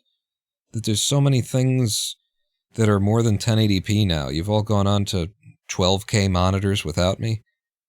I mean, I know that it's a but like, it's honestly a waste. It's really a waste. But, you know, it's also just like, do you need that level of fidelity in these in an image like this? And the answer is no, of course not. What are you talking about? That's a great reference. I'm gonna drag that into PureRef. But I want more than just that for a reference. You found it, Jermation? These Google links are just awful. They look like they're a nightmare. I'll open up another tab and I'll... whatever it was that you sent across. Oh, yeah, those, like a fairy light, but it's the bulb is at the end of the fairy light. It's pendant light. Yeah, that's not at all what I'm thinking of for our basement space. It's supposed to be old and dingy and, I mean, not necessarily, but yes, in my head it absolutely is. So there's that. Oh god. Is there another reference that I like for this that has ostensibly the same grooves and I think that reference is enough. It would be nice to have like a straight-on look at one. And that is, but it's got too much shit going on. This is as close as I think I'm gonna get. Vintage GE white ceramic. That's what we're gonna do. Where did PureRef go? Bring you back up. Much smaller image. Much smaller image. Okay. Get my reference in place. I think I love you, so what am I so afraid of?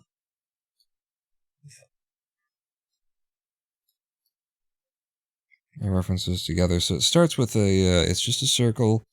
We can start with a cylinder, decide how many we're going to need, but then there's going to be these cuts in it. So that'll be interesting. Yeah, I think I can see how you would do those. It would be nice if they were soft and round cuts, but well, we will see. And actually with the smoothing, the way that the shade smooth works, it might just work out that way. Let's just make it on the ground over here. I'm going to take the environment away. And I guess I'm going to start with a cylinder. I'm going to zoom to it.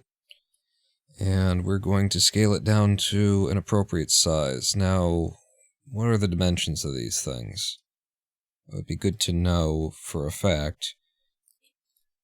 Ceiling mount light socket dimensions. And this is more or less the thing.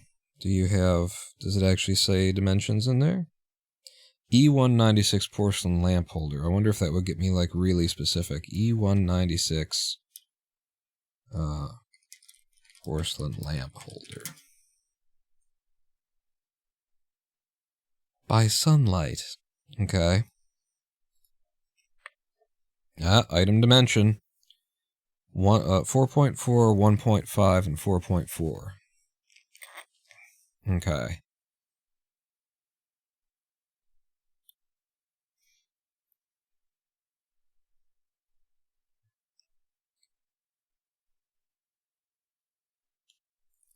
That seems weird, that it's got the same depth as width. But okay. 4.4 and 1.5 are the numbers I need to keep in my head. So for for the 4.4 radius, we need to do 2.2 to get the right diameter. 2.2. And the 4.4 is a depth. Yeah. And then wait, what's the 1.5? The fuck? That must be the actual height or so. Depth is 1.5. And then your 2.2 on all of the go rounds. That's gotta be it. Okay. First thing I'd like to do is is set your origin so that it's there, and then probably bring my environment back and gotten that, and selection to cursor. What? I just set your origin, friend. I said cursor to selected, and then origin to 3D cursor. And now when I do this, and I say selection to cursor, there you go. I guess I didn't do a thing. Oh, balls. What have I done? What have you done? I didn't think at all about how many vertices I actually wanted on this thing. So it's small, but it's not like minuscule or anything. We want it to be divisible by 4. And so 24 could be a good number that kind of covers all of the needs and is hard to see the edges on there. Yeah, I think that's probably the best space for that. And then you, and again, I'm cursor selected, then I'm come out here, set origin to 3D cursor, and then selection to cursor. Selection to cursor. I see. Do you, though? I don't know. Alright, looking at my model here, we're going to start by... Actually, if this is the height that I want to keep, then I'm going to start by insetting a light bulb thing where the light bulb is supposed to be ultimately. I'm going to grab this, and we're going to come down, and then we're going to scale. A little bit of a lip in to start. And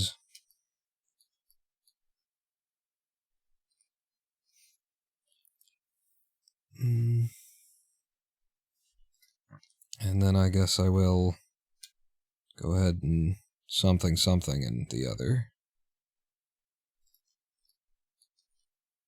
Start with a very basic shape. Block it first and then detail it.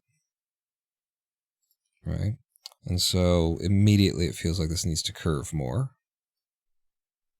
And I could do it with like 4. Because yeah, it's actually it rounds out a lot. It rounds out like that even. These old ceramic ones. And so maybe there's even more beveling going on. I feel like that's probably close to what we're looking for. Just from to get all the bevel that we want. Let's go ahead and shade smooth and start applying those.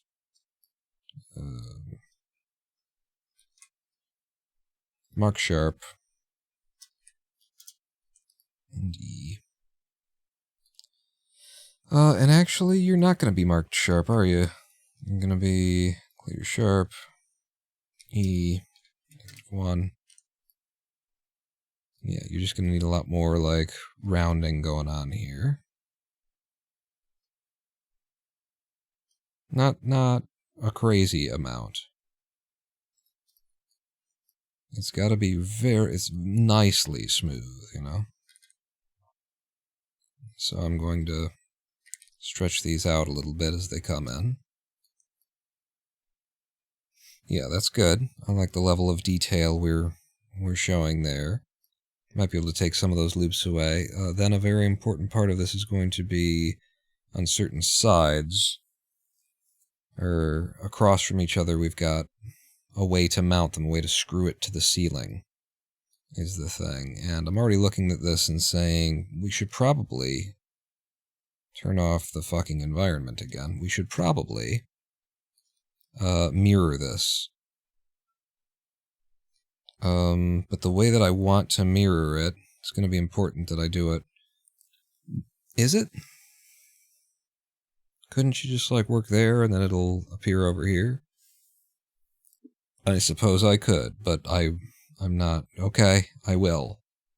It's hard for me to do. I would usually, like, spin this. You get the calculation, you say, okay, I made this with 24 vertices, And then you do like 180 divided by 24, and you get the amount of rotation that you need in order to make the flat bit the top instead of this. And then you would split it down the middle, and then you would cut it.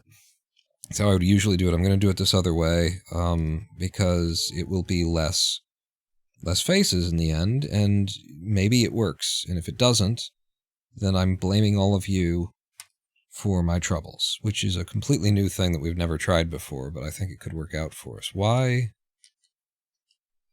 What? Oh, because of the bottom. Because of the bottoms. Yeah. Yeah. So, nope. Into this mode. I need to cut down the middle of this. Could do with the knife tool. Okay. That. And then bottom's the same deal. In fact, Control 7 will get me the bottom. And then if I don't do that, I'll let the knife tool from here to there. Thank you. And then back to 7. And select faces. Do like so. Delete faces. There is a tool that does this for you, somewhat automatically. My opinion is that in most instances, you might as well just do it yourself. The amount of futzing that the auto mirror tool takes is usually, this was more futzing than usual, but it's usually, equal to the amount of futzing that you'll do on your own. So why not just get, good at doing it on your own, is what I say. E96 lamp. You want an A19 lamp. Ah. As long as we're looking at that and talking about that. The next thing that I could work on here to add some detail would be, let's inset this without a boundary. And it's very sharp. No, it's not. Not one of them is and one of them isn't. The one that's plastic pretending to be ceramic is. But the one that's the real deal actually rounds like that in. And that would also mean that this, in fact, isn't a sharp. So you come in like that. And then from here,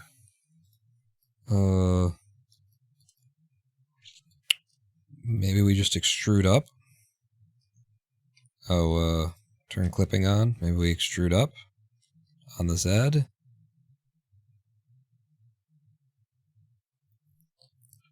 And it would be a hell of a level of detail if I were to do the ridges, but I think I'll have to for the light bulb too, so might as well, huh? Might as well, which means go ahead and give yourself some room for them. And then just as few as you can get away with, because we're trying to not overdo the thing here. But if you want to do 2, then you need like 5 cuts, which means you need 4 cuts, because one of them's the outside. Actually, that's fine. Yeah, that's fine. And I'll take these, and I will scale them.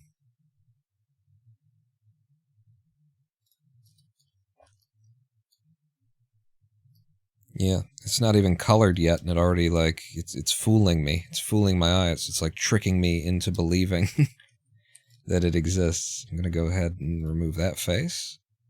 That's fine, and this also. Backing of one of these should never really be seen anyway. And then the light bulb is going to be part of this model. There's no reason for it to be a separate part. We've already got the number of faces that we've chosen. Except that it might be easier to make the light bulb from a UV sphere. Yeah, it will be easier to make it from a UV sphere. Stick your finger in. You stick my finger in it. Wait, what? So let's try and do those cutouts, though. Those are going to be a bit of a trick. And it shouldn't be too crazy, though, because I can just take one of these spots. I'm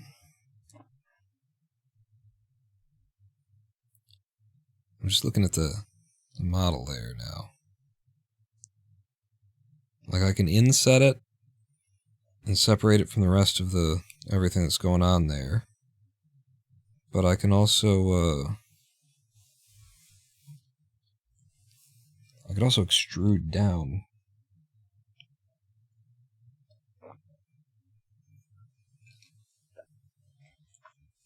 And then maybe inset as you go or something. Let's try extruding down.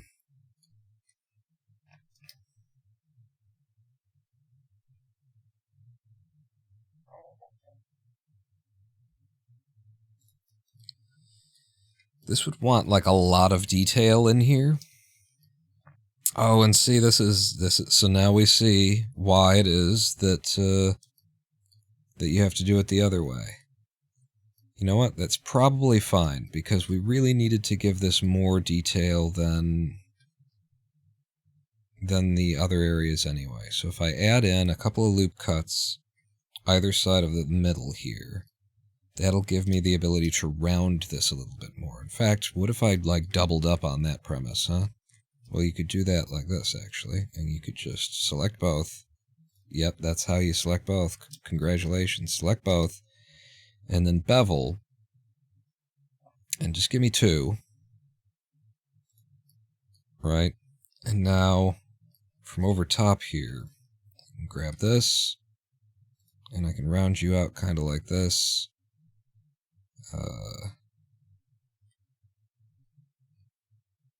It will end up having to be...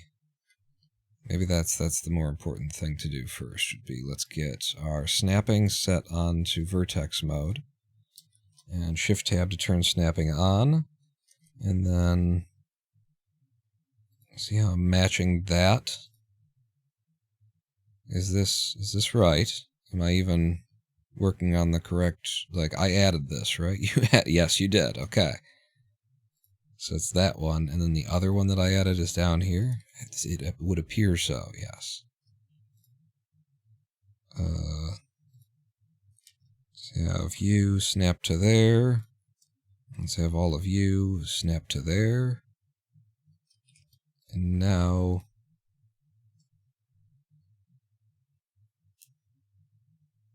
Like that's way too big, obviously. So...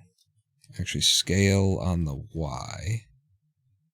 I can bring you in closer. And just making a nice little nice, you know? Can you feel me there? I think it's actually got to be a little bit tighter even still. You know, I've got a reference that I'm looking at. Yeah, actually a lot tighter. I'm gonna grab these and do the same thing. Well, do it like this, like you did before. You to there, you to there. And then on the X, go ahead and just line all these up. And that way you can kind of grab all of them and scale on the Y. It's very thin little holes. They're just enough so that you can drive a screw in that will hold the thing.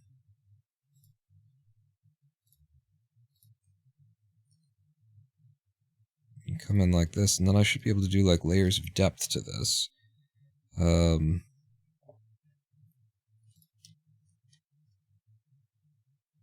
Actually do this, and then scale on the X. I can pull you out like so, and grab this one, scale on the X. And do you see? Do you see?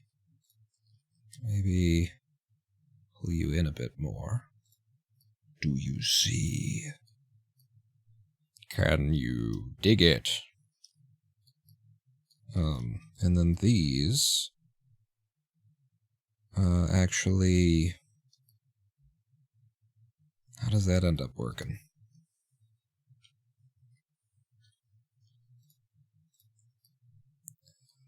Do I extrude down? Let's take the snapping off with Shift-Tab.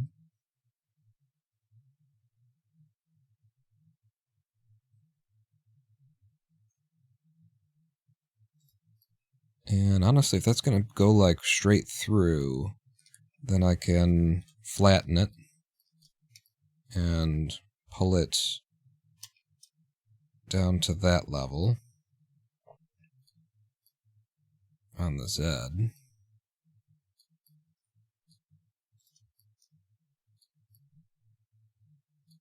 And there's a little bit of a lip. If I were to bring back,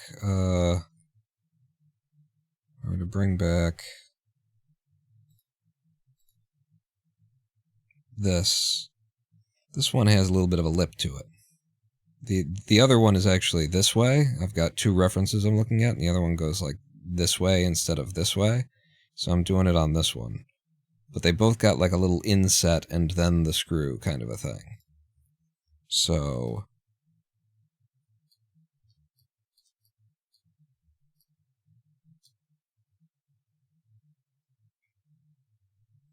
what? So buttons?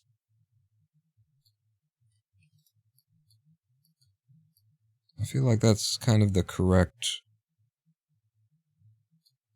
It's a little bit too much and a little bit not enough, actually. Number one, these would just, like, go through. So there's that. But I think also, now I gotta go around here and pull you up. And then kind of from there to there to there.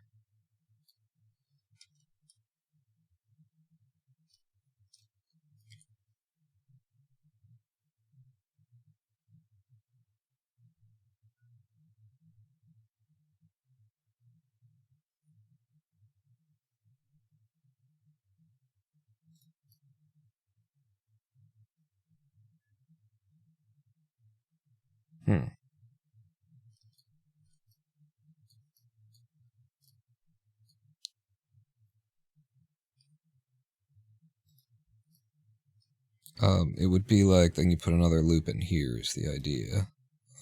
But I'm just kind of not quite there yet. In fact, if I just snap you right to that, and then I scale you out... no snapping, please. Okay, somehow there's some other kind of a snap. Okay. Pull you like that.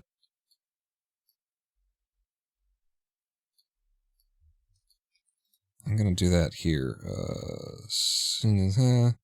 And then here, and then make you a little bit tighter. And then another loop.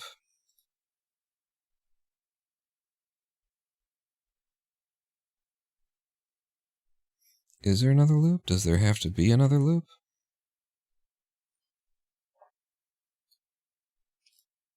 A bit of an issue with how...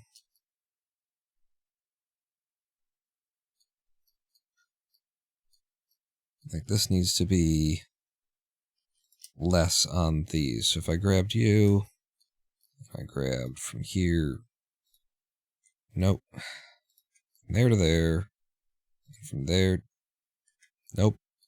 From there to there. And then scaled on that, and pulled them in.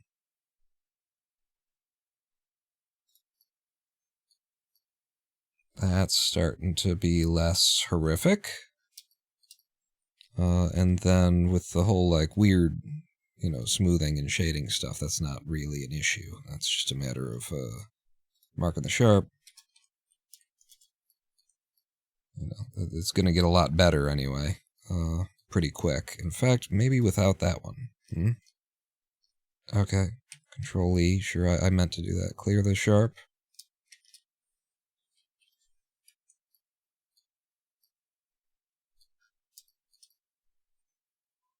Yeah, because that is a sharp right there. Although the other way to do that would be, in order to get the right kind of light, I might have to do it like this instead. Clear the sharp, and then like that. And then you get just that little bit of rounding that kind of needs to be there. What, you didn't clear the sharp, and then... Yeah, and a little bit of roundness that needs to be there. Nope, I told you to go all the way around, Blender.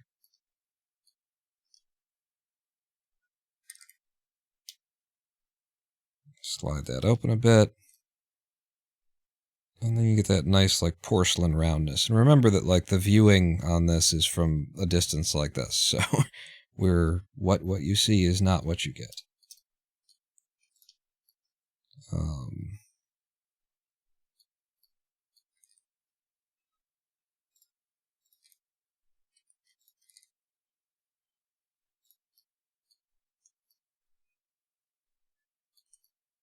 It's helping, but it's there's still like more to be done here with this like lipping in. It kind of it rolls, it lips down. You see that curve. Another one?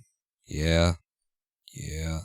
And then it's like it's high up here, and then we pull it. In fact, maybe just scale on all the axes. No, maybe just not that axis. And except for this, except for down there is a bit of a problem, but when hasn't it been a problem?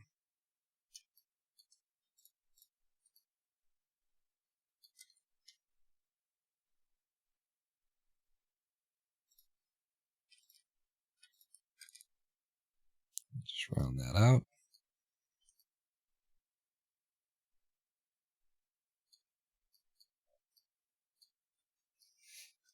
That's not bad. It's not great, it's not bad. Can I? I can. This might be getting mirrored in the other direction now, too. Because I kind of need more topology in this area. With the slight issue of everything.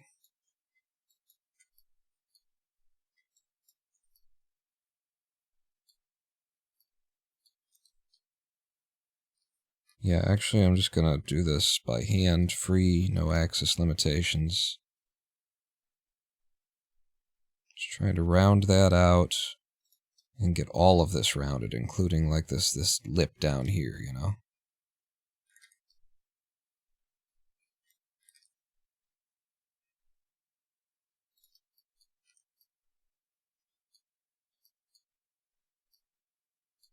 Yeah, so definitely, we're mirroring on the other axis now, too. So, doing this, taking you away. 3, I should be doing this with faces. Taking all that away. Get rid of that. Mirror on the Y. And now any change that I make to just this little corner down here gets reflected in all the others. So here, and focus me on that, because camera rotation. Blender, what about your camera rotations, though? Just ease that out.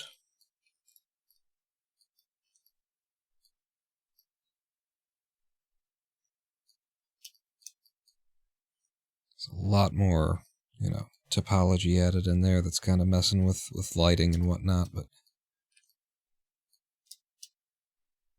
you know, I'm doing this like I'm modeling for a game. I'm always like trying to model with the idea of I want this to get the effect with a controlled and minimum amount of vertices and faces and stuff like that. I'm never just saying, good enough. Except when I am. But those times we need not talk about. Just kind of smooth everything out. One of the little tricks of like just smoothing things is like grab, and if you drag it up here and then drag it back down, you're kind of you're finding a middle point.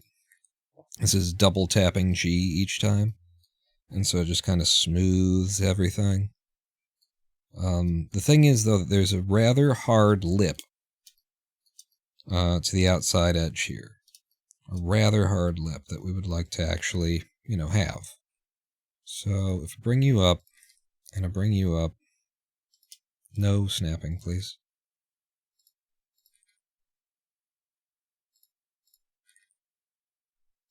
Do we get any closer to that?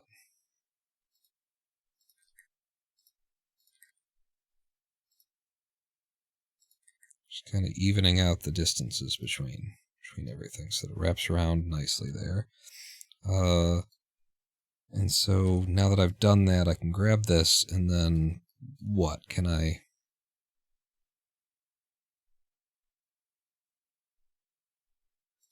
lift up? Yeah. I sure can.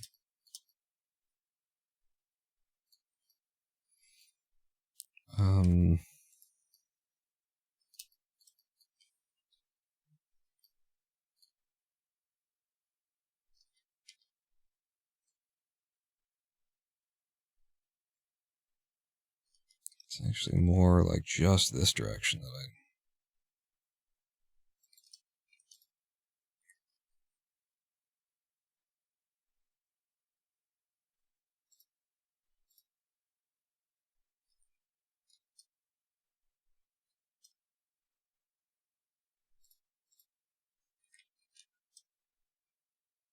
I like when I get to the point where I'm just like doing stuff by hand and by eye too. It's always nice. It's always satisfying. It's usually like, it's also a good way of knowing that you're wasting your time. You're no longer being efficient in any way whatsoever. By any rationale.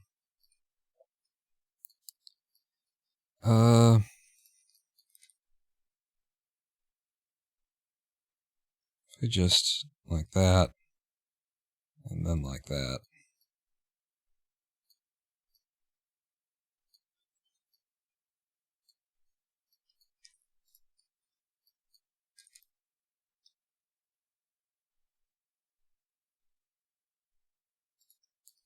Hard or soft?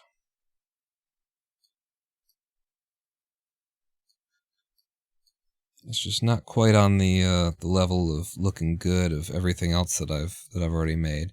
If you want to see something that maybe will look good,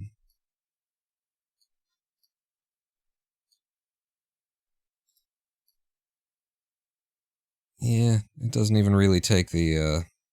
I mean, it certainly starts looking even better, kind of a thing, but I don't know. Doesn't necessarily even take that great. This is a little bit too round, though. This should come up harder and faster, I think.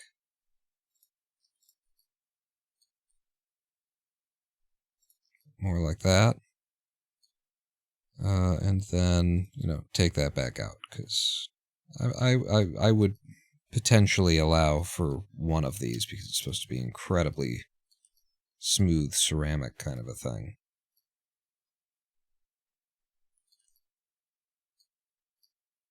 I don't know. I didn't quite get there, but I also know that I am now misusing my own time.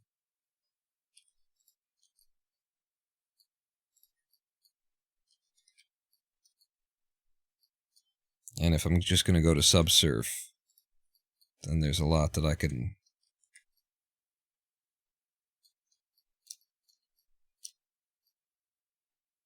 kind of give up on, even.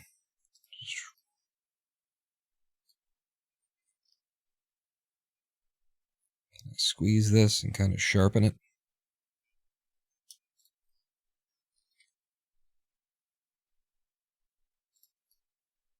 Feels like the answer to that is yes. Look at that. It's in here. Let's go ahead and just get rid of those edges, and then straight down, and then GZ0. SZ0. Back to some snapping, and on the Z, just catch the end, the edge, the bottom.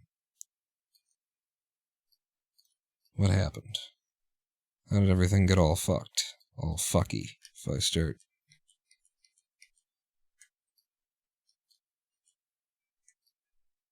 Oh, it's because of these edges that apparently still exist? 2. You and you. Get rid of these hairs. Edges. I'm trying to click on it. Blender. I am trying. Have you considered trying?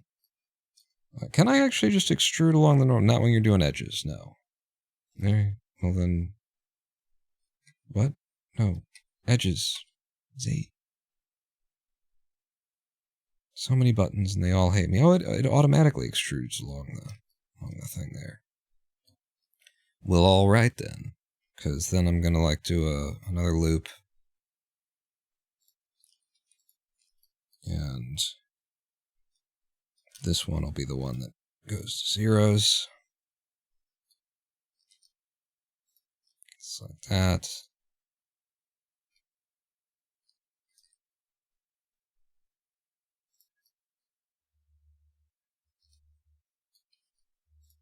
Does it make a damn bit of difference? It doesn't. Cool. Okay. See, the thing that I still haven't been able to figure out what needs to happen in order to make it get there is like here, and then on the Y maybe exclusively, to make that like really flat.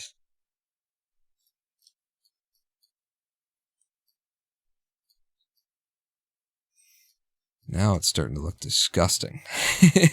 But the opening is nice. I don't hate the opening.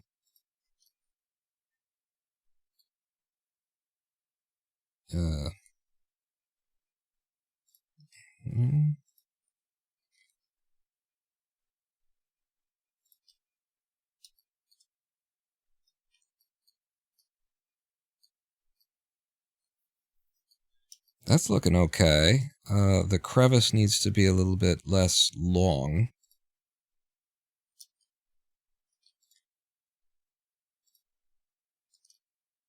If we could just shorten our crevice.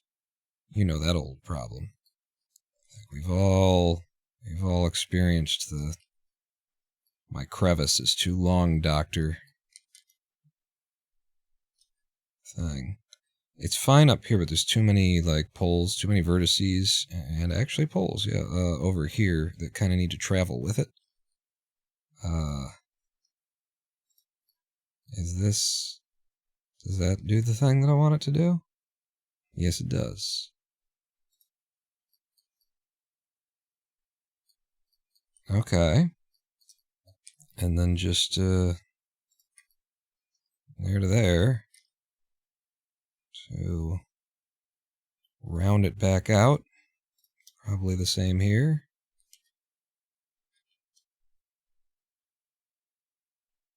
I mean, I like your roundness. I'm not loving this guy's roundness.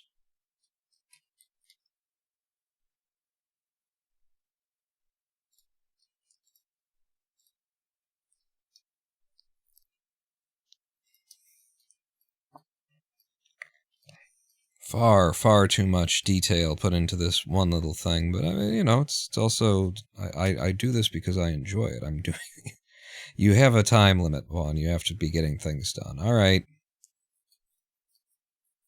To fuck with it?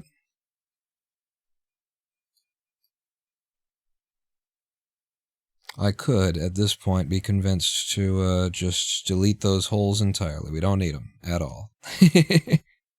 We go back to the no subsurface sampling version here, and I look at what the hell has become of my topology, and holy shit.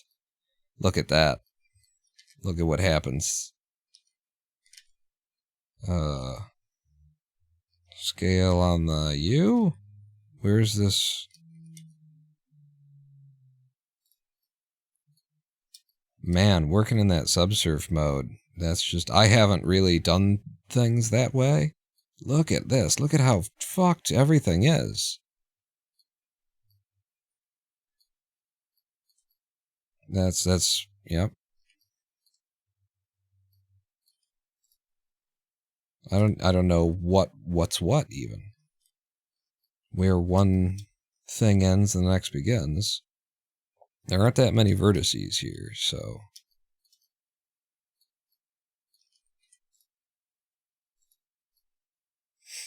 What? Really? I can't make any sense of that.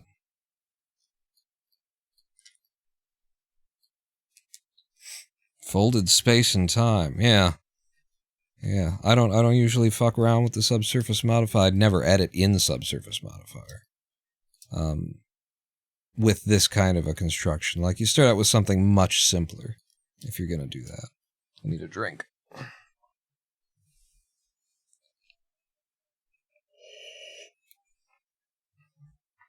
But I'm unhappy. I'm unhappy with this model, and I'm ready to throw it in the trash. All the time we just spent on it, and we just throw it away. And say that we learned something trying to make it, because it's shit. It's shit. It's shitty shit. And what you do instead is you cursor to selected, and you restart from the cylinder that you started with in the first place, 24, and then we redo it from scratch. And this time I'm just not even going to put any slots in it. Like, we just don't need it. We don't need them. I would have liked it, but do we need it? Oh wait, no, that was right. Like, the height is a thing.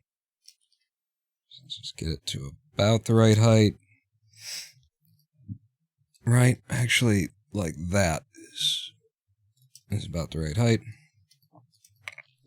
And then the way that I did this last time was, yep, just like that. I love that Blender has put the, numbers for, like, hiding shit on the same numbers that you use constantly for a million different operations. That's some brilliant stuff. That's the kind of decisions that you gotta be making the same software for, 20, 30 years in order to come up with that genius. And then a loop cut.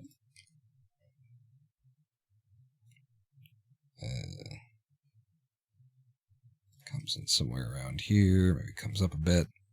Kind of a deal. And then we'll need more loop cuts. Like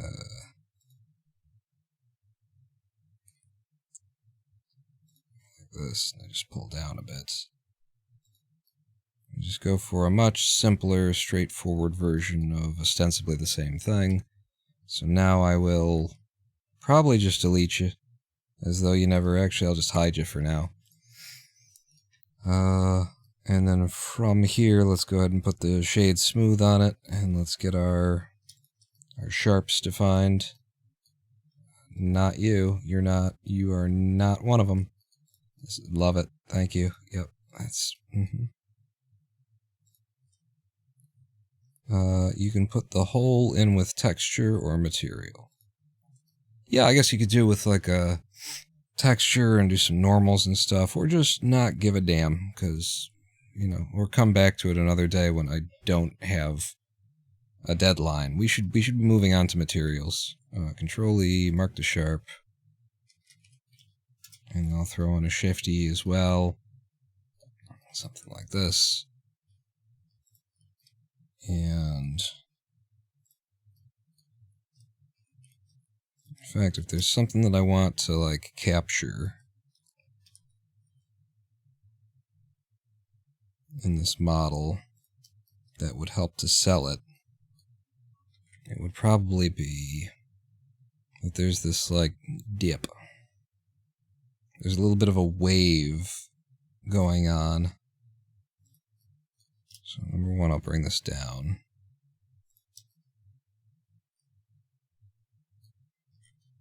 Maybe I could probably do it with a bevel, but those two, there's that little dip, and then if I bring in another, I'll bring you down, but higher.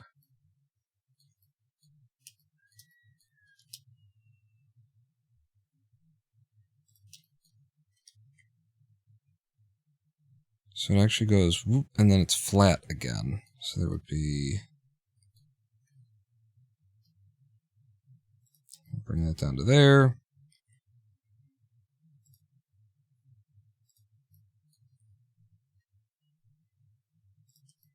And then how do I get this wave in here? So you're coming up to there, and then this would be the one that dips down. And then you'd come back up and you'd flatten out.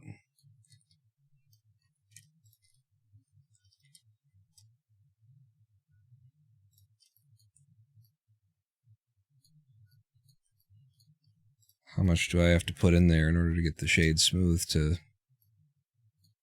convey it, though? Do I have to just add like another one to give it a little bit of a lip?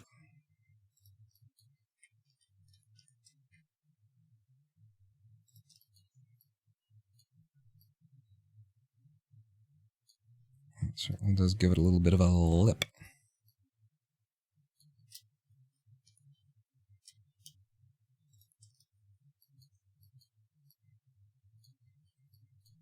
But we're not getting the wave.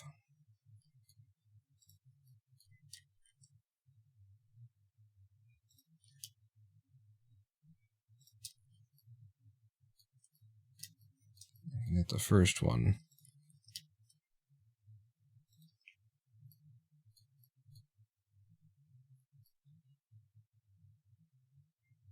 And then I guess it's one more. That's not at all buttons that I meant to press on that keyboard.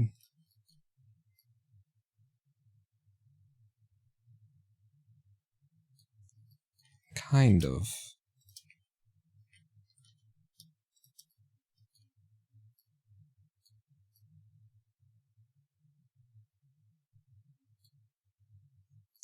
Except that there seems to be like more space between these two. So can I...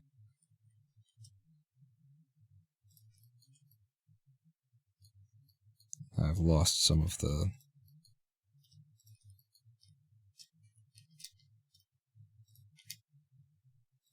definition.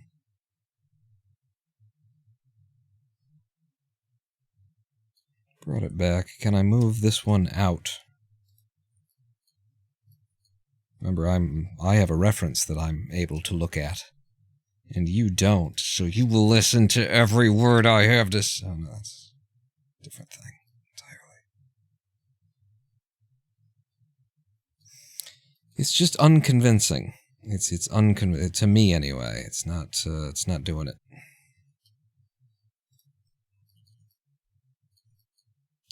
But whatever. We need to move on or something, is what I was saying before, right? I got... Check this out. So you come down here, and then you come back up, and it just smooths it out. It smooths it out. I think that smoothed it out a little bit too much. Maybe like that. A little bit smoother there. And then probably you need to get a little smaller even. That will give me the opportunity to smooth it out. Honestly, I think you need to unsmooth. Let's tighten up, give us some more volcano shape. Come to there.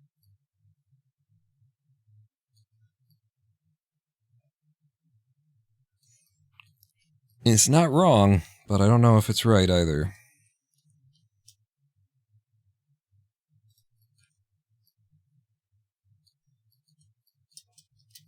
Doesn't necessarily insinuate everything that I'd like it to insinuate. Can I do this? If I do like there, and then I'm like Control plus, and then I want this one too, I think.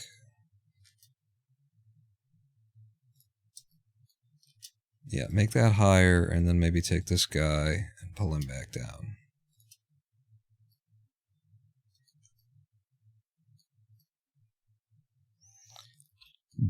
I don't know. What is the size of a light bulb base?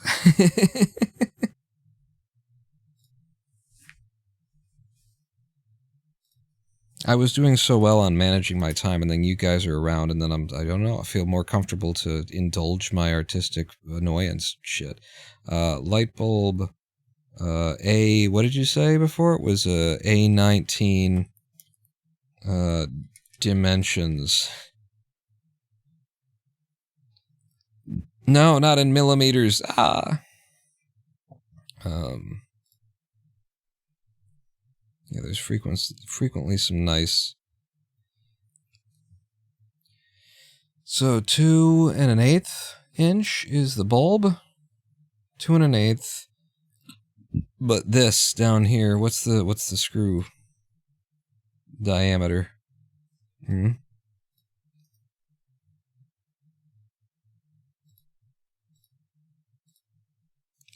It's an E26 medium base. What is the dimensions of an E26?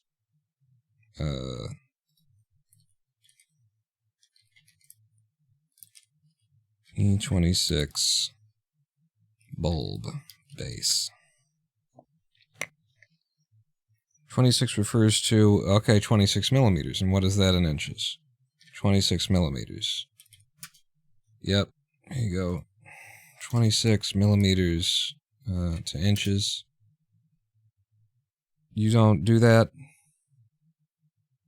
It's about 1 and it's 1. It's an inch. Okay, it's an angry inch. So what I want, yep, thank you, Blender, for putting those buttons on that. What I want is you go there and then circle and then give me a radius of 1/2 inch, which would be a diameter of 1 inch. And look at how good I did that by eye. That is precisely what we want. And I'm just going to leave that exactly where it is, in fact. So we wanted that to round in at the top. So give me you. And I'll come to here. And now we've got approximately an inch. And then I can delete the circle that I put in there.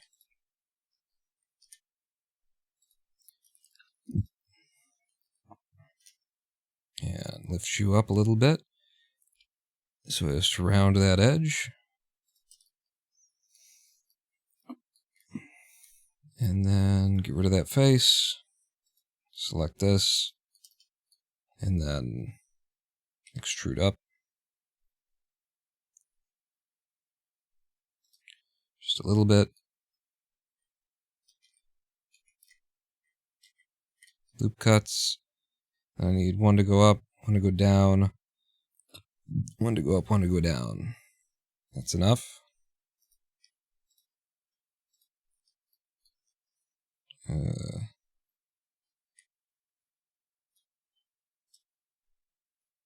Pull you out.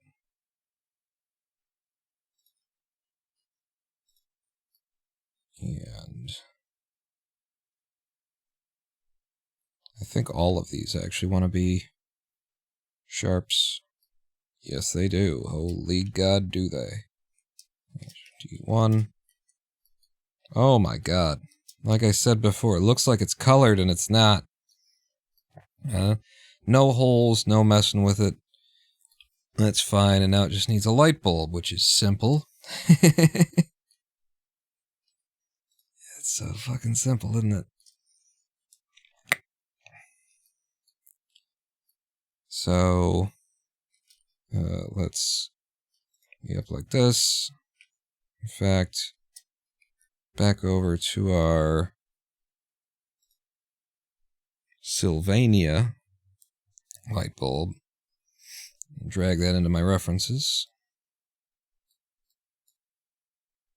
So I can bear witness unto it constantly.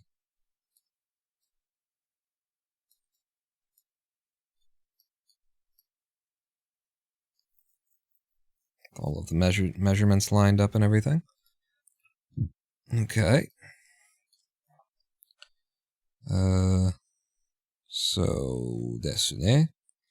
So actually we're going to take this and we're going to flare it out.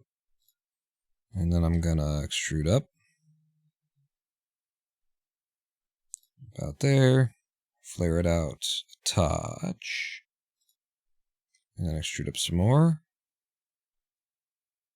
Flare it out considerably more.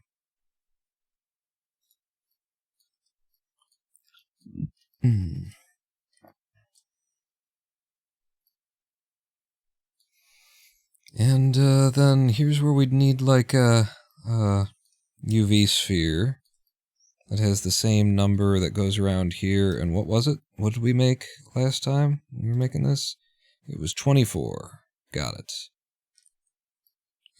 So give me cursor to selected, a UV sphere, and the number of segments needs to be 24. The size is 2.36 inches. But that would be, that's diameter. You want radius, so that's 1.13 inches. It's actually, that would be 2.6. You want it 3.6, so that's 1 point. It would be bigger than this.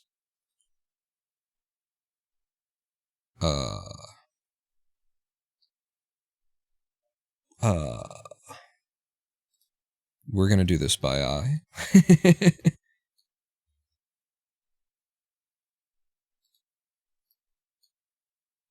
Because that's a little bit too large, and I feel like we've probably just gotten the scale wrong somewhere else.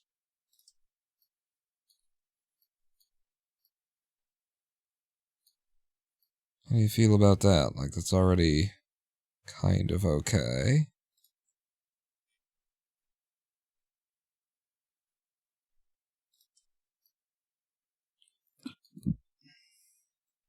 That feels right.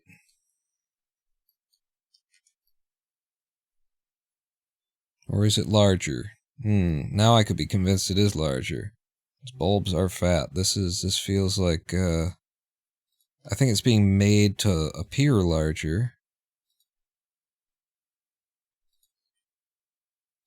With the highlight on it also.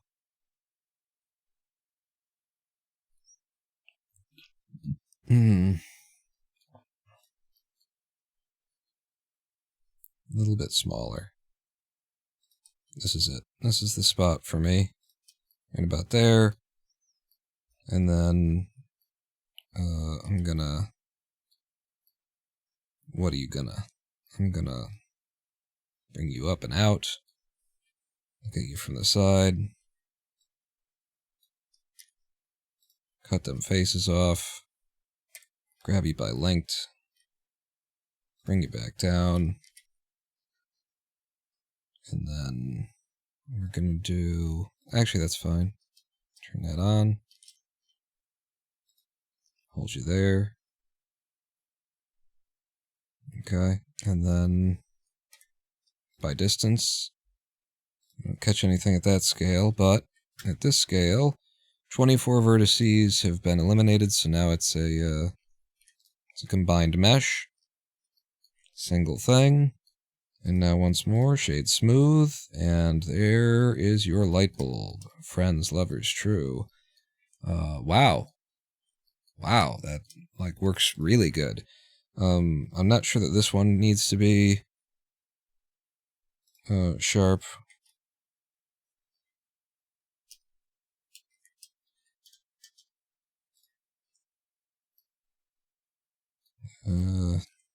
And I mean, hell, right? Hell. I could go up with that, I could go down with that.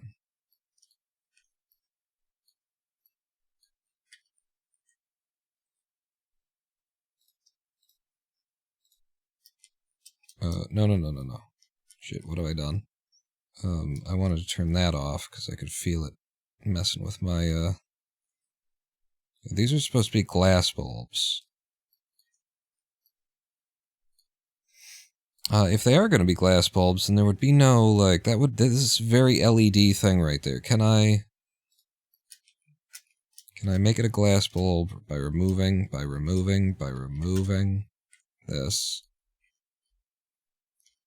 And then just,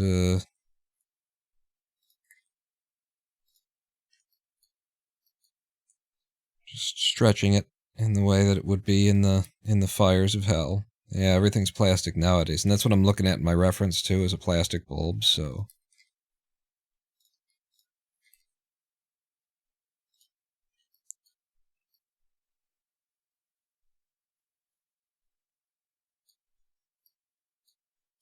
That works. I I feel like old school.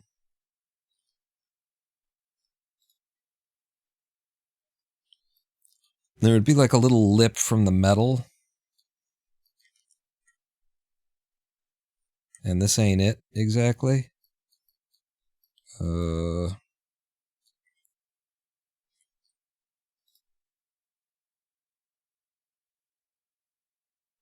do like that. And then you are going to need to be a sharp. And then this comes out a bit. And up.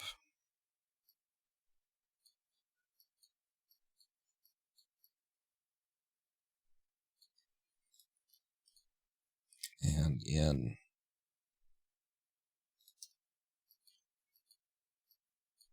That's a lot closer to a glass bulb.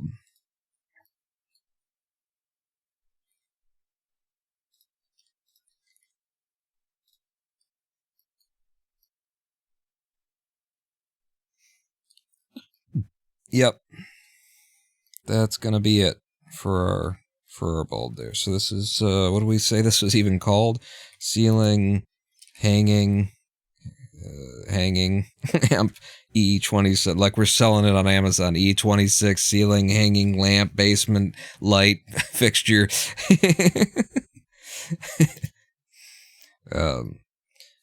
There is one more, like, semi-critical touch, though, to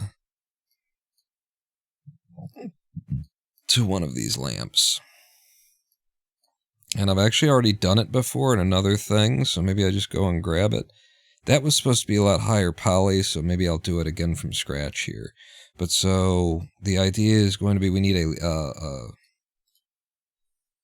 a pull string for it. So I'm going to put that pull string, let's say, here. Okay? And the way we're going to do this is I'm going to make an icosphere, because icospheres have fewer polys, of subdivisions 1. It is going to be very small. That might do it, actually. 0.1 could be the thing. And then I will just push it up a little bit. We'll shade smooth, because it's so small, we're just, planning to not see pretty much anything about it. And one thing that I did last time, though, on my icosphere, I might have ended up using a UV sphere just so I could get what I wanted out of it. Can I do a...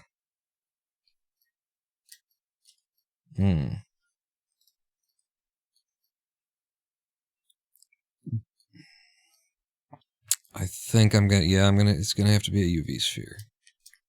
So, mesh, UV sphere, 0.1, number of faces, incredibly few. So segments, 6. 6 is fine, right? Do a little hex. And then 6 and 6, probably even 6 and 4. 6 and 4 looks good.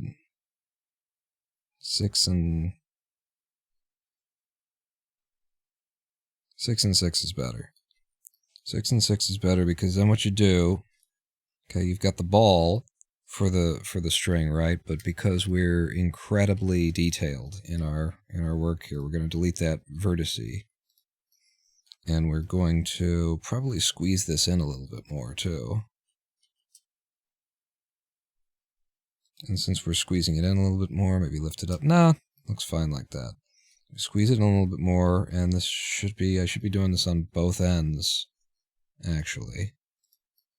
So, undo deleting of that, we'll do it all at once. We'll do it all at once, pull you up. So, number 1, both of the vertices go away. 2, both of you scale in, only on the X and the Y. And then we open these up too. So, scale on the Z.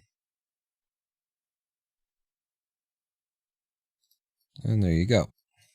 And now you shade smooth. You might want to mark those as sharp. I just always do the mark sharp and the edge crease for some reason. In fact, I might want to try these too. It's just not looking right, so I'll keep going until I find what I'm looking for. There you go. And now you've got your bulb. Put it in there. Add an array modifier. Give it its power on the Z. And then like this. And we find out that it's they're a bit too fat, is the thing. Which is no problem, right? Because we can just scale them down. And honestly, I might just reach in here and I might scale the whole thing on the Z a little bit. So I'm stretching it out, but right before it becomes visible that I've stretched that sphere. And it gets us more distance per guy. And then we can even, continue to scale them down if we feel like that's what needs to happen here. Yeah. And give me, I don't know, 36 of them. Because, then there's supposed to be an attachment and then you put more of them on, is how that's supposed to go. But when's the last time anybody actually did? No. In a basement, a lot of times it's just left right here. In fact, I think that was right at about 36. We'll try 38. It's left right about here. And now if we really wanted to get detailed, we could put a bell on the end of that, but I don't. So I'm not going to. I don't think that that's a problem. I think we've nailed that. And so now I'll take you, and I will parent you to this guy, who already has a good name, and you clearly go in the stuff category there. We bring our environment back. And apparently, my scaling might have been off, because it didn't seem like that was the right scale of a light bulb. But so then let's go ahead and yank you up here somewhere. Maybe I'll just look at it from this side. Yeah, I feel like there's a comparison of what's the size of a light bulb to what's the size of a microphone, and I think the whole thing has to be something like that.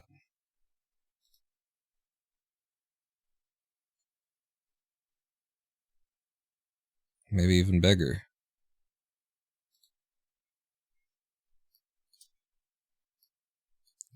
And we can do it, properly too, but so scale Z -1, flips it upside down, bring it up here, and then to the height of the ceiling, and what are the odds that we even are able to see this in my shot? I can compose my shot again in a way that would do it. We should also have a little box for it to hang from, where the wiring would be. So I might do that because I think it will be quick, and then I'm going to find out just how wrong I am. But do like this, and we'll say cursor to selected, and then probably do this as a circle that's actually only got 6 sides. So we get a hexagon. Are those things hexagons? I feel like they are. I feel like they're boxes, but they've got, the ceiling boxes. God damn it, I've got to look, don't I? I'm going to pull up a reference for another thing. And what are they? They're wiring, junction box, ceiling, image. And it should be the metal ones. Yeah, this is what I'm thinking of. In fact, here, that's a good shot. It's very small.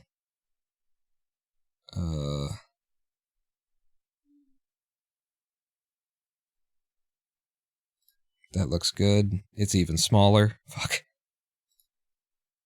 even smaller. And then it's once you've clicked on something that's small to start, then it starts recommending things that are even smaller. Fuck it. I don't need to open image in new tab over here, drag it in,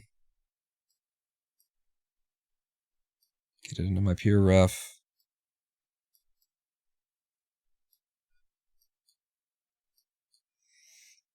Zoom in on it, and yeah, it's a square, but it's got the rounded corners, so actually, we can just do this with a cube, and a solidify modifier, and a couple of bevels, and that'll be close enough for government work.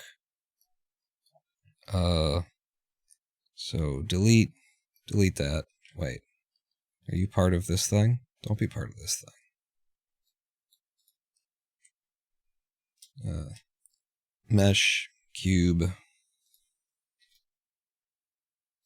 I'll make it whatever size it needs to be to cover this. This is 4 inches. Actually, now I can make the box to the correct size.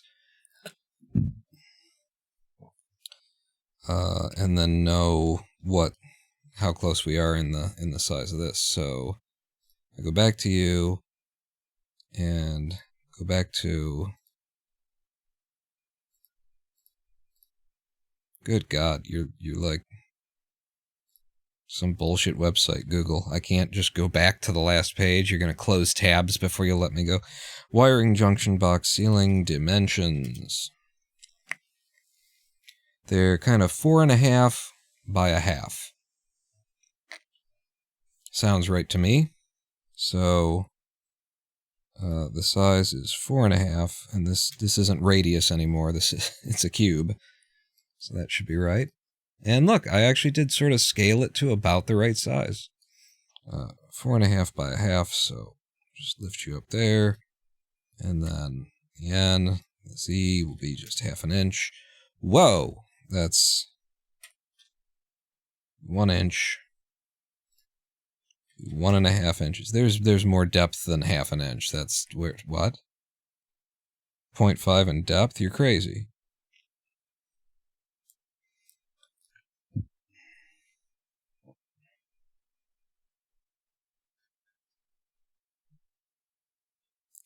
Whatever. 3 inch? I could believe that sooner. 2 inches. 3 inches. 3 inches it looks too deep to me. I mean, that could be real. But we're at 4.5 instead of 4.3. We'll go 2.5 there. Bring you up to here. You're mounted to the ceiling. You know, this isn't going to be seen much, is the thing here. I'll do like that. I'll grab these edges, and then we'll bevel them. And I'm just looking to my reference now. That looks plausible right there. And yeah, it's still that's too deep.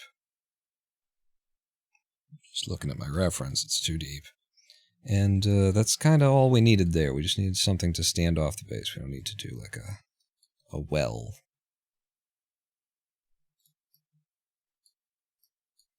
Well-modeled thing.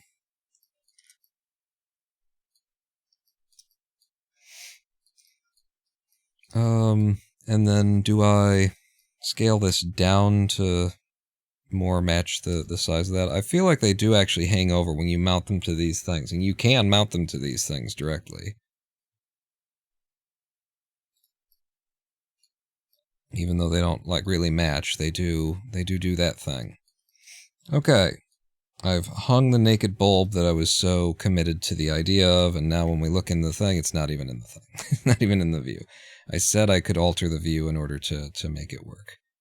Where would it have to be in order to be in the view? And we could put it like directly over the drum kit there. I will give that a try. Directly over the drum kit there, pretty much right next to that bulb. And then I don't have to change the camera, at least not yet. I'm going to parent you to this. Actually, I'm going to parent that to you, because you're the important thing. And then, yeah, I just grab the bulb and move it where I want. And where I want is somewhere over there.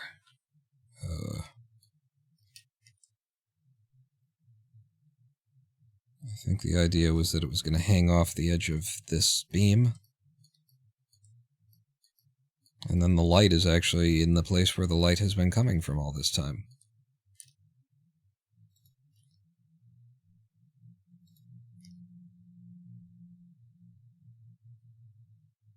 And now we just need to model the 12-2 Romex electric cable that would be running to that box, and the staples that would be holding the Romex to the board there, and we'll be halfway done.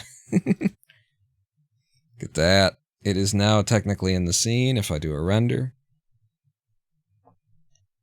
Just keeps getting more and more complicated. Yeah, except the light will be coming from you instead of behind you. Can I even see the wire that hangs? Yeah, but I think we could rotate it so that the wire is standing on its own.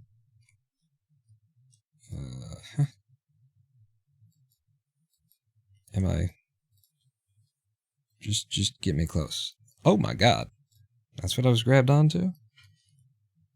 No, not G.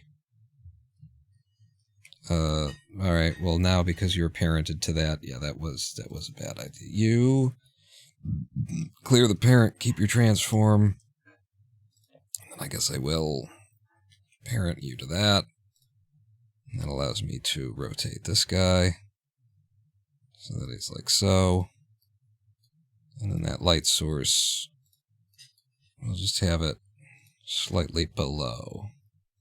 For now, we're not doing lighting, really, right this second. We should be doing lighting right now, but I got distracted in making a fucking bulb. So here we are. It probably doesn't even look like it's the right... It's probably not the right scale, and it doesn't look like it's the right scale, everything else. There you go. Render it. Yeah. I mean, now it looks like an LED bulb, because it's not an emission yet, but it will be an emission. And at this point, I think I have to move on to materials. We got to move on to texturing and materials, and that also means that we take another live stream break. The last 2 hours of this thing, we're going to color this whole deal in, give everything a texture, everything is going to look beautiful, and then we can consider if there's like a final wave of modeling that needs to be done. But we've hit the point where materialing is definitely, we can do it now. We can do it. And maybe the walls are a little bare. Listen, there are more changes that can be made. Will they though? Fuck no. I mean, yeah. All right, let's save, and let's go ahead and save incremental as well. And I'll hit Alt-2 and then Control-Z because that does something in OBS. We're going to have ourselves another 7-minute break. I'm going to play some music. I'm going to roll some ads so we won't get any ads.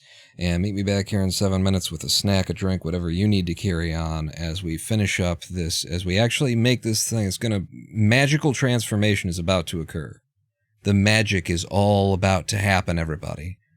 You know, I got into my little detail, I got over distracted and hyper. I would like to say I wouldn't do that, but for some reason on a live stream it kind of changes. Like, and it's even a worse place to do that on the live stream, because who the hell is going to sit around and watch somebody move a vertex a little bit and then a little bit and then a little bit for half an hour and then go, I don't like it, and delete it. Like, that's... It's not good to doing your workflow generally. Come on the live stream, and I do it even worse than I usually do it. Welcome to a Ronin Pawn live stream. You'll be back here in 7 minutes. Don't go anywhere. Pawn not out.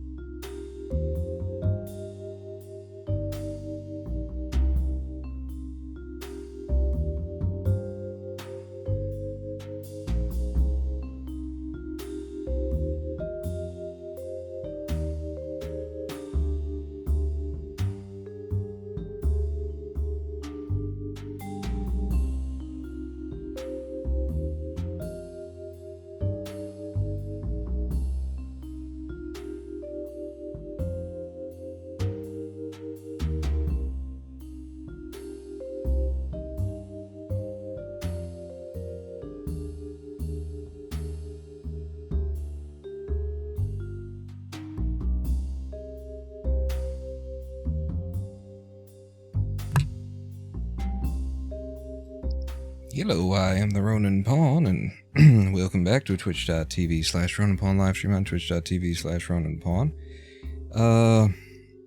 This sidebar here is just not supposed to have chat anymore, damn it. I didn't realize that was under there. Unless you go full screen, you can't really see all of the things. And then we're here, and then this is how it's supposed to be. Look at the beautiful sunset over the Detroit River. And a train! And a train, and a Detroit River sunset, and a train. And Canada, and a train. And some birds, and a train. We're blendering today. See? Can't you? Why can't you see? What's wrong with you? Open your eyes. Open your eyes. We're working on my my scene here for this week's Game Dev TV Blender Ultimate Artist 8-week course. This is week 3, and this is what I've come up with for week 3. It's supposed to be an interior scene, and this is my shot composition so far. Currently, we have no textures on anything yet except for a couch because I had made it in the past. But we've just finished making a light bulb. And that's about it. No, and we redid this today, and there was a bunch of touch-ups. You don't know how much crap I've crossed off my list of to-dos today. It's actually quite significant, but then I got into some really futzy little, modeling there, and kind of got myself good and stuck in, didn't I? So where's my list? I'm going to go ahead and edit my list now. And cross off that we did... Damn it. We did the pole string light with a naked bulb. That has been done. In fact, here's the list of the things we did today. We modeled a pole string light with a naked bulb. We figured out... We made some acoustic panels for wall dressing. We did the cymbal stand. Complete remake on the cymbal stand. We brought our monitor cable forward so that it's now visible. We fixed a light leak in the wall. We added a significant number of faces to the drum shells so that they're no longer, polygonal. We brought in a human male for scale, and found out that my mic stand was set for a almost 7-foot tall individual, and those are the main of the things that we've done today. And now we're going to move on to texturing, applying materials.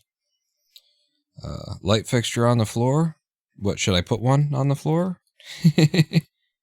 just step over, trip over it. I didn't leave one on the floor, did I? Doesn't appear to be that I did, unless you could see it in the render. Sometimes there are things that show up in the render that aren't visible in the. There is a light fixture on the floor.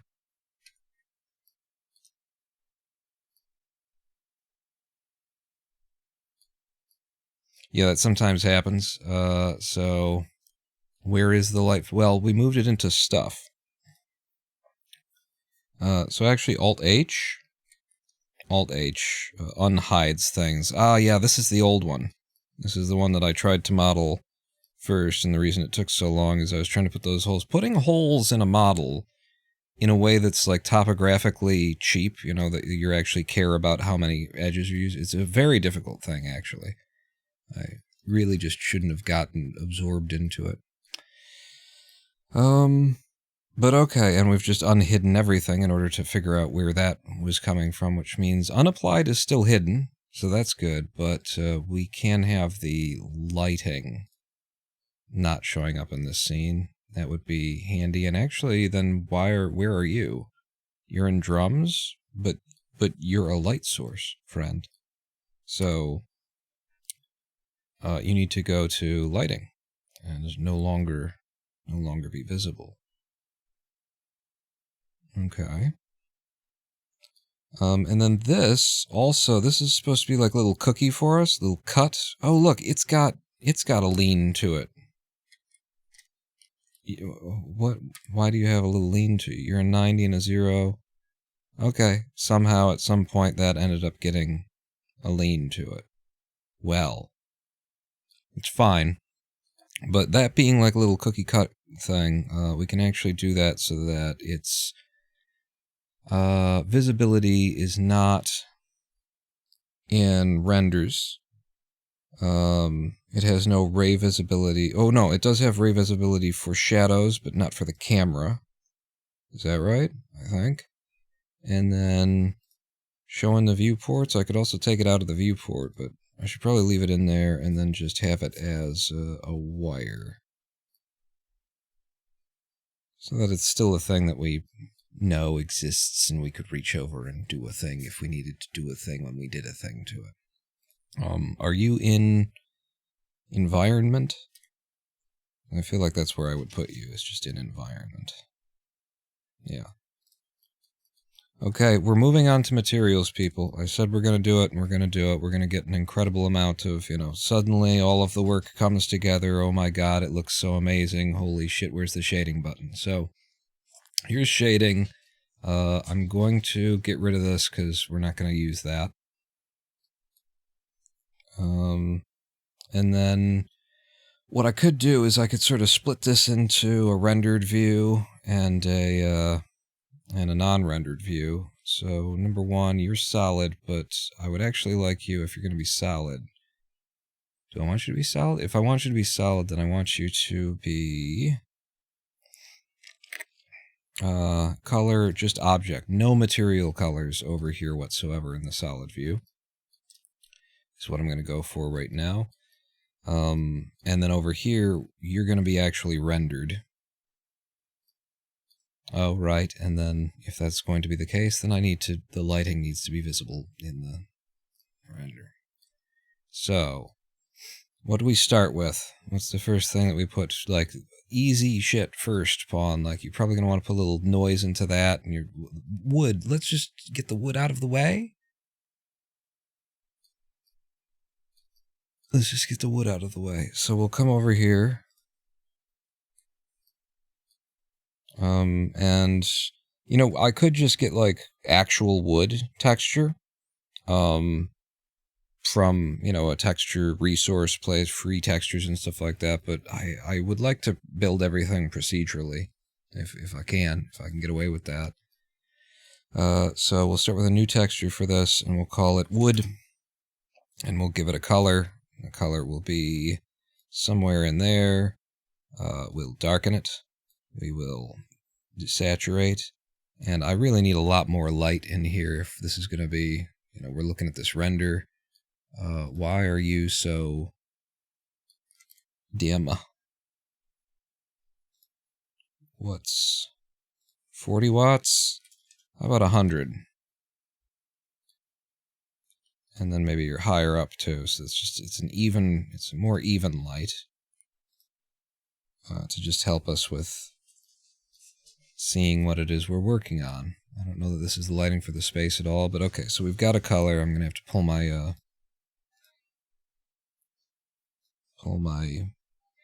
glasses up and mess around with the hue and whatnot, find yourself... Actually, there's no need to even be messing with this, is there? Well... See, now, this would be the part that would actually have a bit of a sheen to it. And it might... Yeah, this one would want a coat. So I'm gonna... Yeah, see that? There's a coat on it. And then I add some roughness to the coat. How much, though? Maybe like that, because this has had some lacquer applied to it, so this is actually going to be like shiny wood. And we'll see. We'll see about that. But in order to do a nice wood grain, how do we do this? How do we do this? We can have, start with like a Voronoi, like noise is kind of a thing, right? So, give me Voronoi. And then If we pull out some of this, I'll be able to have more effect on it.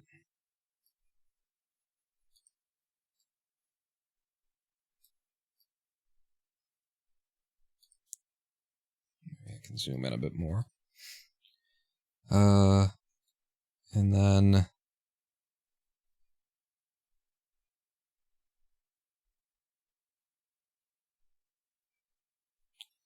so that's one way to go about it.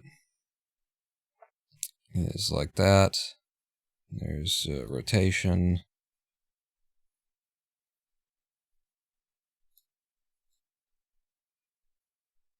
I'm just looking for a place where it looks nice, I guess. Scale though on the Z might need to change. See, that's the problem with doing it. In fact, the X and the Y should stay that, and then the Z is where, like, I need to have separate control or something. So both of you, nope, both of you, and then drag. No?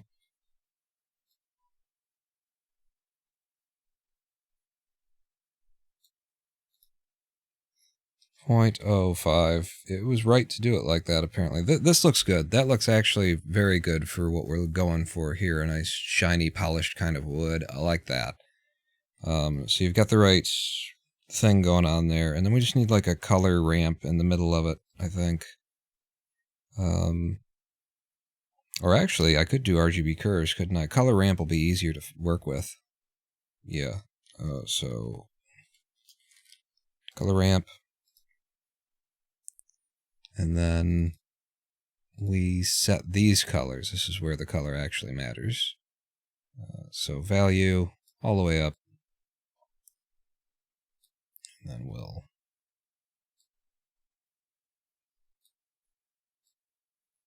figure out. So is this the light or the dark? I think this is the dark end of things.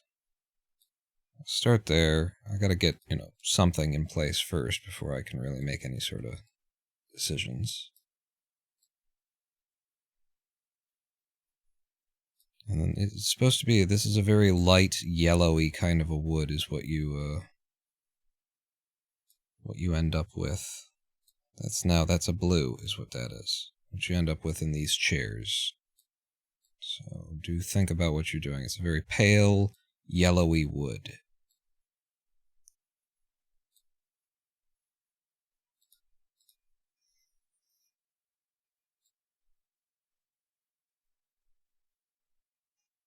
Yeah, that's actually getting there.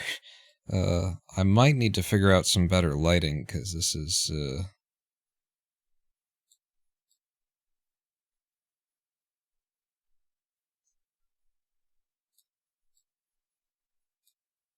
it's being very affected by the lighting.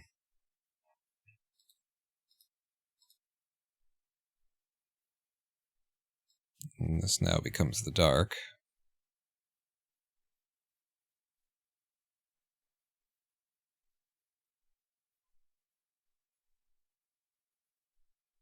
I feel like this is sort of the color. Just need, like, sharper lines between it. Man, Evie, though. Fucking come on, girl. Is it because of the... Nope. It's just Evie. Yeah, that color is totally not quite right.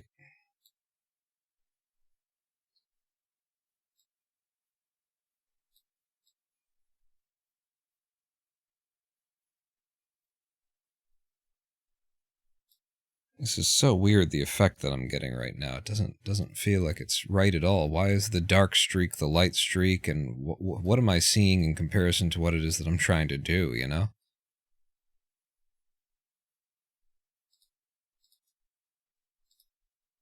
Nasty looking shit. Yeah, why are you the dark? That's weird, kid. Alright, this is subtle. Might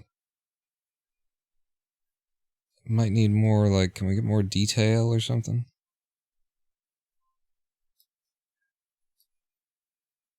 when I move it, it actually looks better than when it settles down, which is crazy because that's just not how that's supposed to be. How about 0.1 on the Y? How about 0.2 on the Y? Let me get some more streaking going on. Whatever, it's fine. And now I need some other kind of a wood down here. So we will start out by bringing in the shiny wood for you. However, like there's something that I could do here where we could control more the orientation of the strands based on like the normals of the object or something like that. If I put the normals into the vector here, does that accomplish anything? Like, I can't really tell.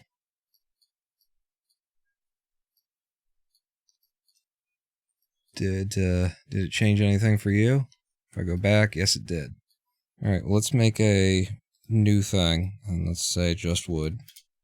And then this wood would not have shiny. And I really can't be asked to mess with it yet.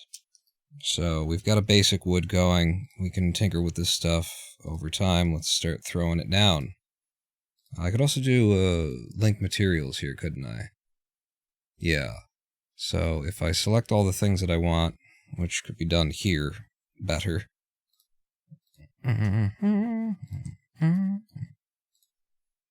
the last one is selected. It's that object, and then we link materials. Now you all use that material, and hey baby. Alright, anything else that's wood? Yes, but it's a very dark wood. Well, let's do all the woods then. While we're doing wood, let's do wood. Okay. Go up here. And we'll set this to non-shiny wood. And we'll get a new one. And we'll call this old wood. It's the rafters. It's the beam of the house. And I'm going to start by simply darkening it.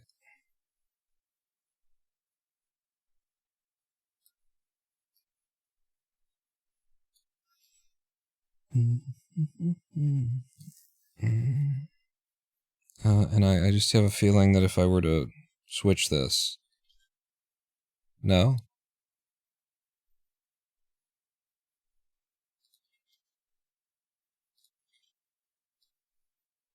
Aha. Do like that. I guess that's because of the stretch on the wood or something like that. It's fine, we just need to start throwing down some colors, and when we come back, we make it look good.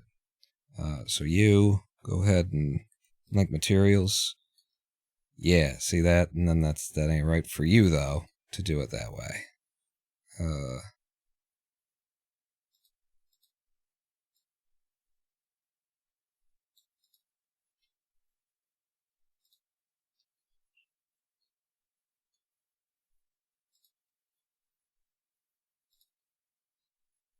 Yeah, I'm typing numbers. I'm trying to make it work. 0.25, and the rest of you. That just gives it a little bit of texture. It's fine. It's fine, and we're moving on. However, I think the roughness of you, being an old wood, should be very, very high. And in fact, this wood should have a higher roughness because it's not supposed to be as shiny as the top wood. And then you can continue to sheen and shine and all of the things because you're supposed to be a polished sort of a wood. Oh my god, just having some color in the space looks so much nicer, doesn't it? Yeah, I might just stretch that out since this is the one that matters. What else? Metal would be a good thing too. You know, there's a lot of metal in the scene. I have to pull up my references.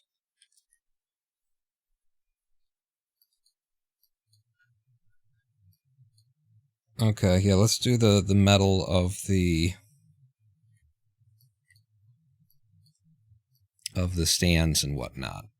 So, new guy, shiny metal.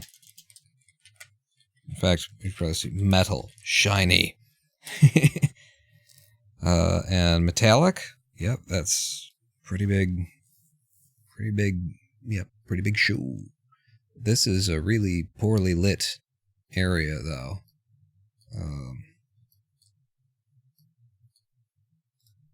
I'll just grab another one, push it down here.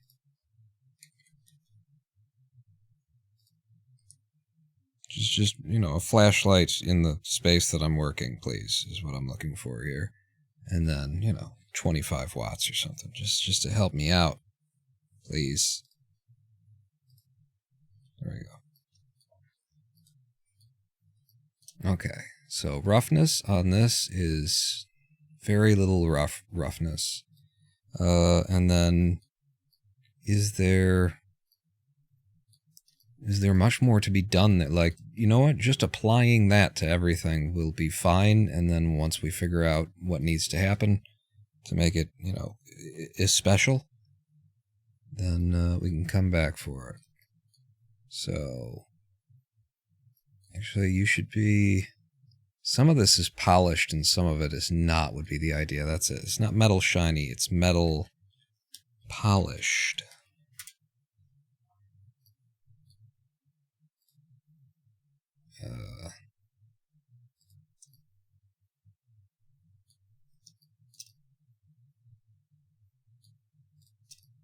Let's get hold of all this metal stuff. There will be some faces that we'll have to handle separately.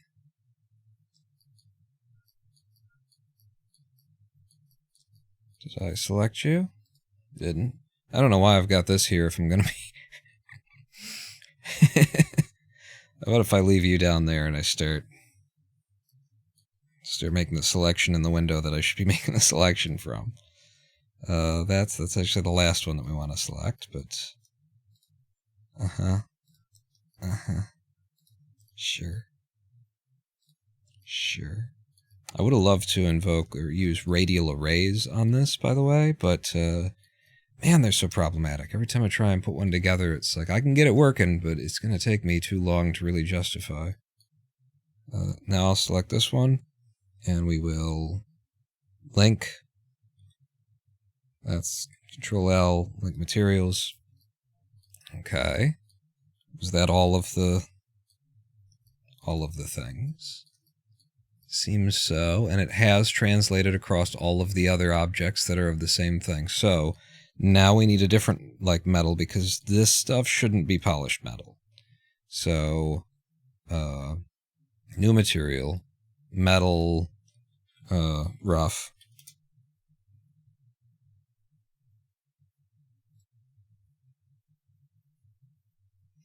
You know, not too rough, not like destroyed yourself rough, but it's rough. You know, these guys are not polished. You're supposed to be selecting, you'd leave the view down here, pawn, and then you're supposed to be selecting over here. So go ahead and, like, yep, zoom in on that. Things that make you go, Things that make you go, Things make you go, And there's some items in here that we're going to subselect too. But that's a good start, and then we'll just select you and link materials. Good. Now I've got some things that are polished and some things that aren't. And now I'm going to get in here and I'm going to do some sub-selection stuff. So we're going to need another slot for some of these materials. For you, another slot, and I'm going to need 2 more slots, in fact. Yeah. And I'm going to do the assignment first, because it's how I usually do it anyway. Select you, and then I think if I just Control+, this is a feature that I haven't been using. but Control++. And that'll select all of those faces without selecting the washer.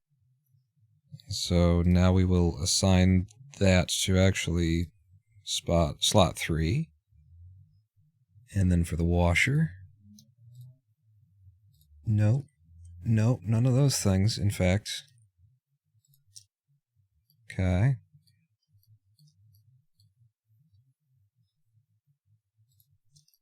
Right. And then fucking balls. There we go.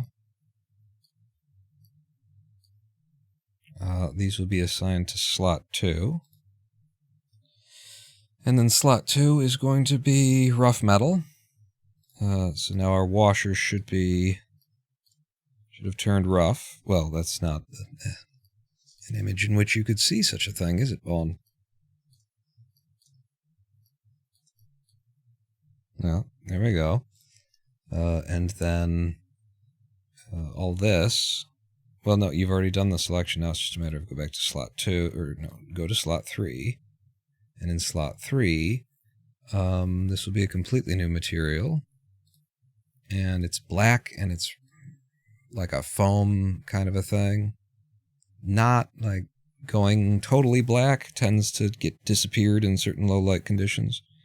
Especially with all of the roughness I'm going to give this, because it's foam, you know, it doesn't, there's no shine to it. Is there anything else that got sort of caught up in there? Something that we need to alter?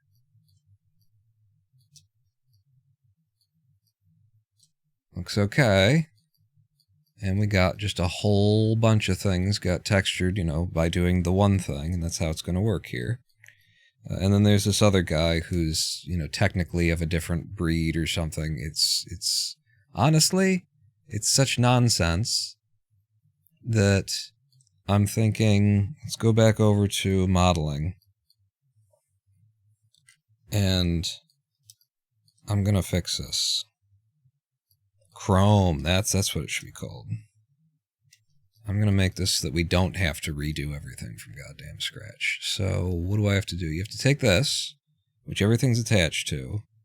You got to like clear the parent, keep the transform. This guy's got to clear its parent and keep its transform as well. And then all this can be deleted, right?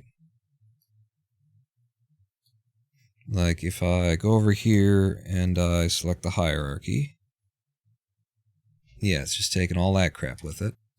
I delete you. Well, actually, set my cursor to there, and then I delete you. And then I grab you, select the hierarchy, this mode, deselect all those objects, give me a linked copy, keep it on this ZX axis, from the top down, X-ray mode,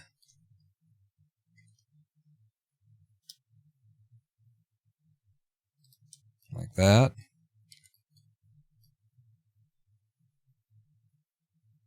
Looks perfect, and then we just got to spin the big wheel. Sorry, RZ, not GZ.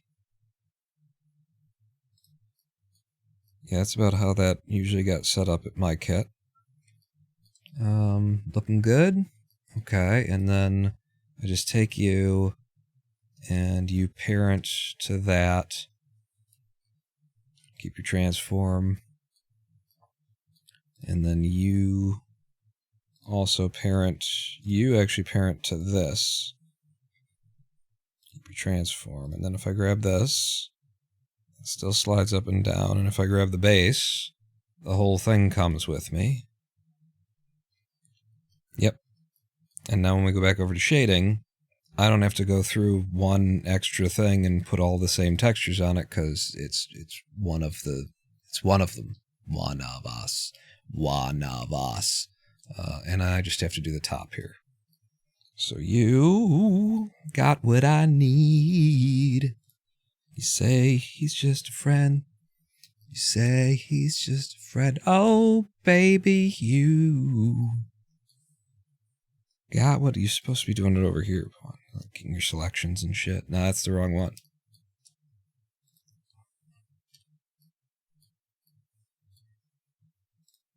Really? Is that how I did that? Okay.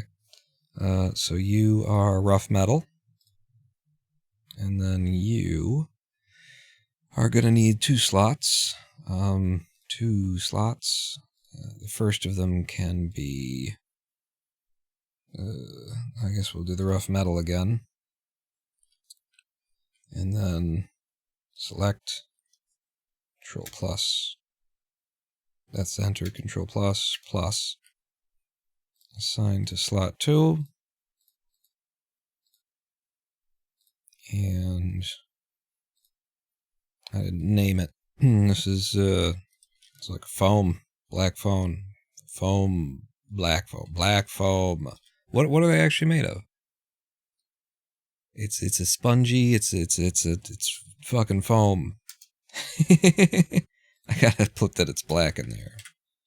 Foam black.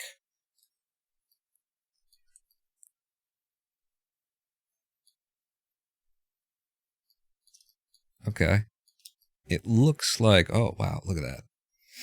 Okay, and let's figure out what the hell, how do we do the symbols, you know? I'm gonna get a reference up of some symbols. I've got a really beautiful symbol in here. And we'll want to put like some normal texturing with some like streaking, some sort of record-like streaking on this eventually. But come out to here, and let's start with polished metal.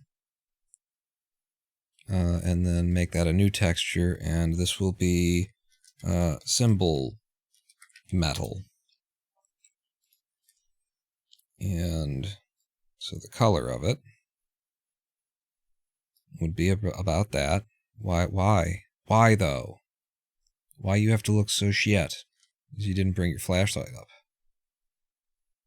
I just brought my flashlight up, it still looks shit. Are you not receiving light for some reason? What the fuck is going on here, huh? Okay, that is true. What just happened? You, and then into the back.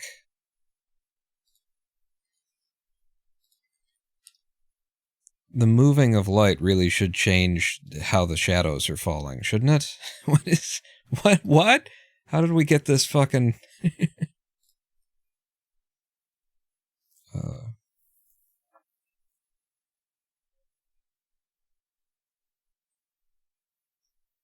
Alright, well apparently I just needed some more roughness to be able to see what the fuck's going on here.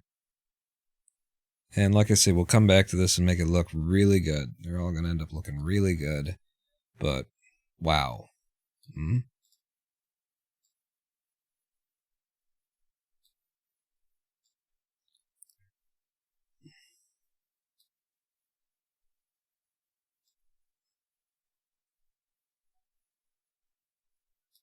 Yeah, more toward the oranges is the one that I'm looking at. Oh, that looks so good.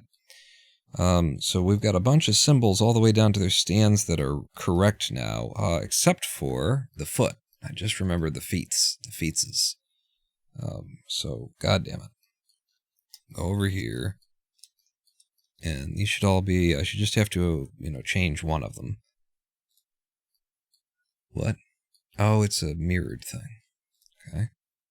Got you, and then if I control plus, did that get everything? Not everything. Hey, what if you went and fucked yourself? Have you considered?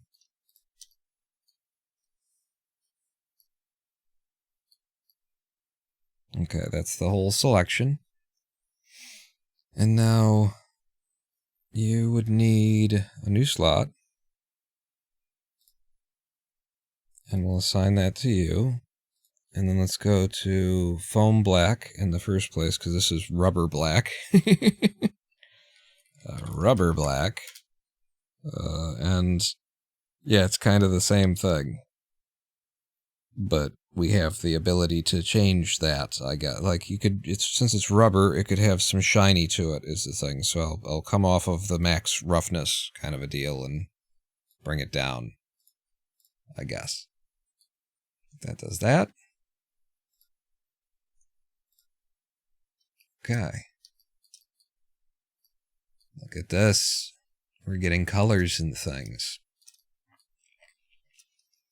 Let's continue with the metal of the drum rims, because we should just have to do a couple of them, and then they'll all suddenly be done. So, give me a drum rim, but, you know, over here. What? Oh, I see. It's because you're still in there. Thanks. Thank you. Love it. Which means we kind of gotta start thinking about the color of the drum rim, too. Polished metal. And then we're going to reach in, and we're going to grab all these guys. Actually, the heads of these screws are sometimes actually, they are polished. Yeah. So I'm going to just have that in there be assigned to a second thing, which is actually going to be the rough metal. The heads can be polished, and kind of everything else in there is good as well. Maybe this is rough metal.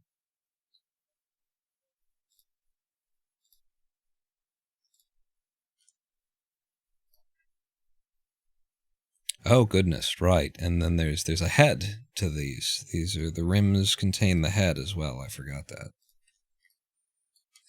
So you guys need a third one, sign, and then this will be a new, it'll be drum head.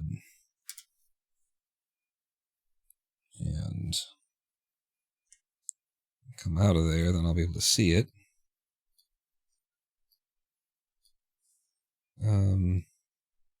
There should be very little roughness to the drum head. Should be quite reflective. Well, it depends which head it is, actually.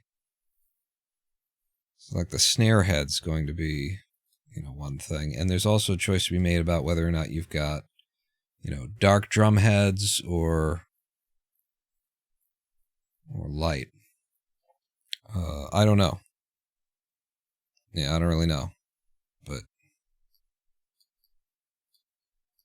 what does it look like? Because it should be everywhere right now. Okay. Sorry, I think I just punched you in the head again.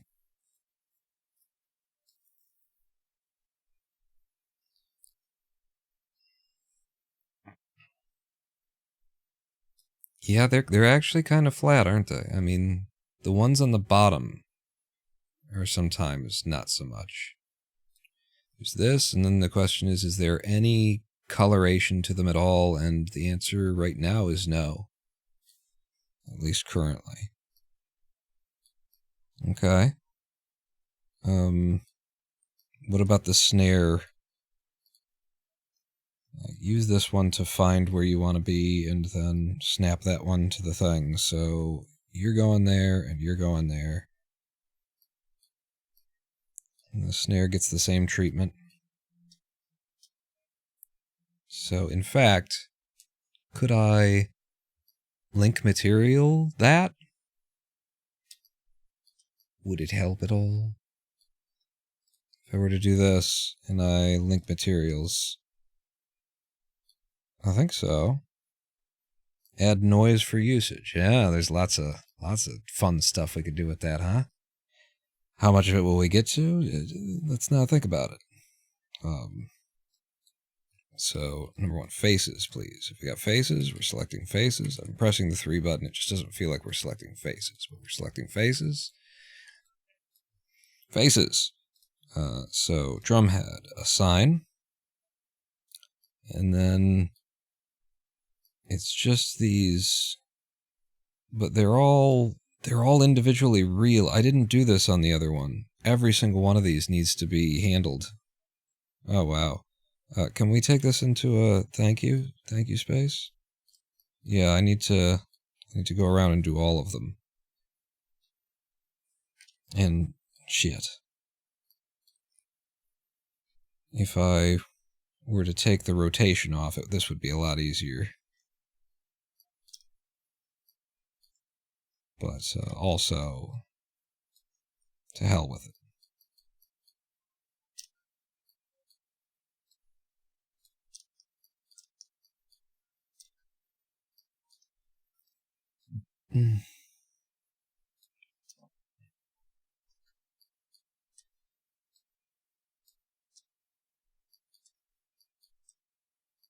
No!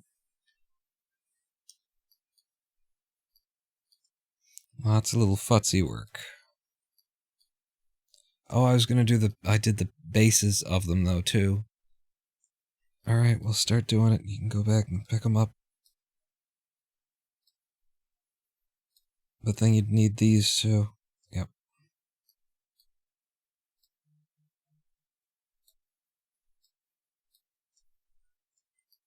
Okay.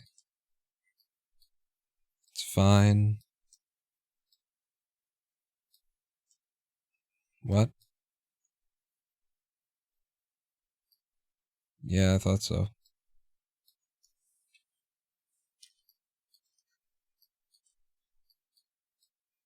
The little touches that no one will ever appreciate at all.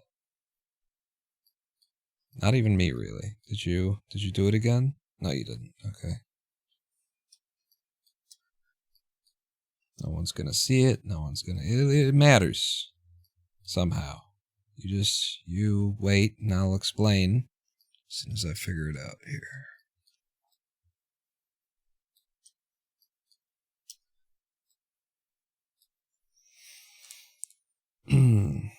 Alright, now we assign that to metal rough. Not the top. That's fine. I get you. You're supposed to be drumhead. Okay. Drop them. Good. And that'll be top and bottom. Except for there are some strands of... Okay. 7. And then... I see. Give me this one.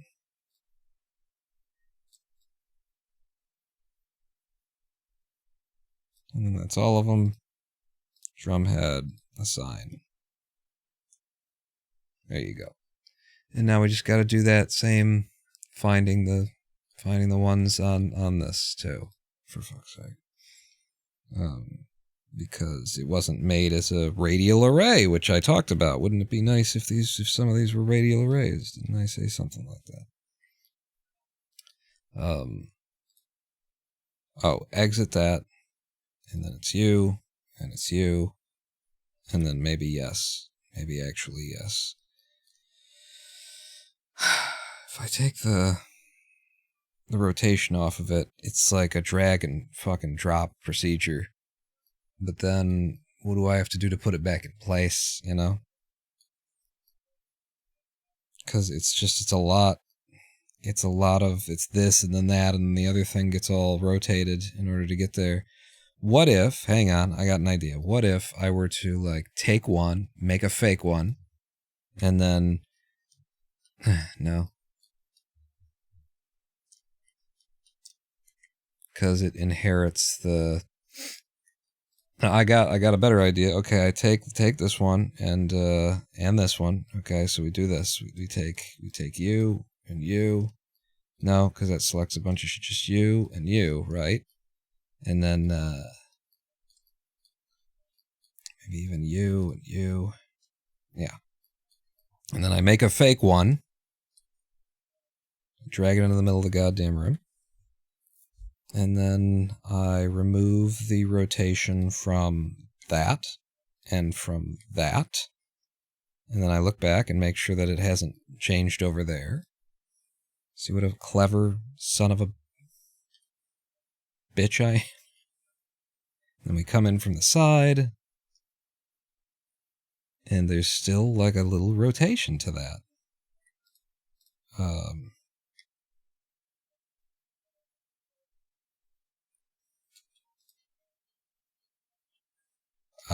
It actually got worse after I cleared the rotation. What? Yeah, there's a little bit of rotation. That's if I Alt R on you. I don't know. But I can flatten it out by eye since this is a duplicate and doesn't matter. And then I do like this. And honestly, that's the wrong one. It's this one. Yeah, maybe we work in a big space, huh?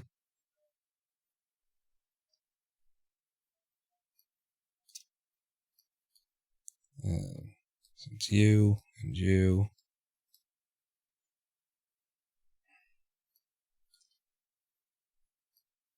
Yeah, it didn't help all the work that I tried to do on the rotation because somehow it's still got extra little rotations to it. So.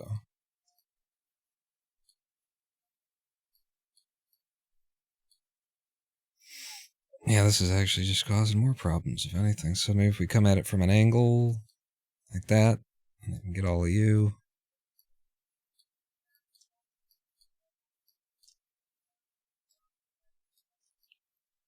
All them. How did I have the one and not the other? Jew.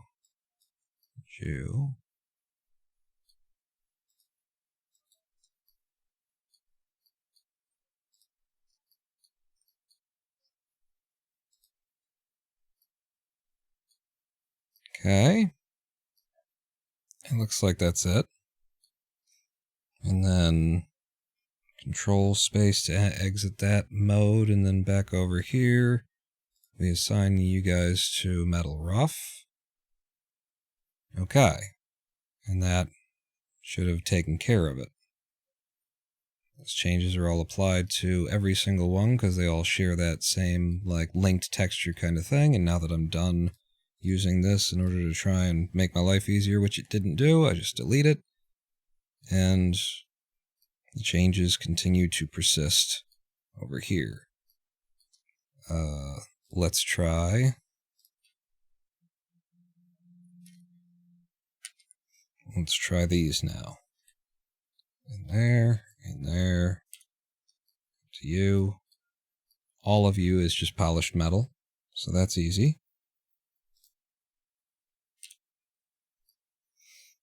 I think all of this is going to be polished metal too, which is nice and easy. And you. Polished metal. Lovely. Anything else that's big and obvious? Oh, I missed these, huh? So you are symbol metal. Oh, yeah, and it applies to both of you. That's right. And you're good as well. Okay. Wow, that is really coming together, huh?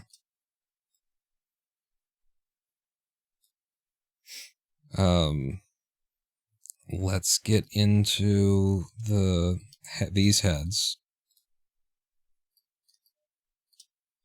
You can see all the detailing work that I've done in all the different places here. That's a little bit ain't right that the screw isn't really grabbing anything. Needs to be a head put in there. Well, it's you know, work for later, I guess. So we start with you as go ahead and like link the material to one of those.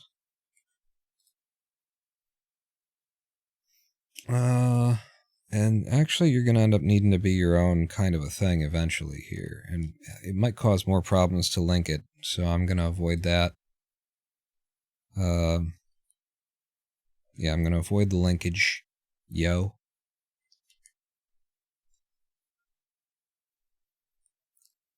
Yeah, that's right. So we'll start out by assigning you with polished metal. Wait. Actually, this will be just like black. Usually the outside rim for any drum kit is I mean, it can be colored anyway, but it's frequently black. Yeah. There is some metal in there, but the bulk of it should be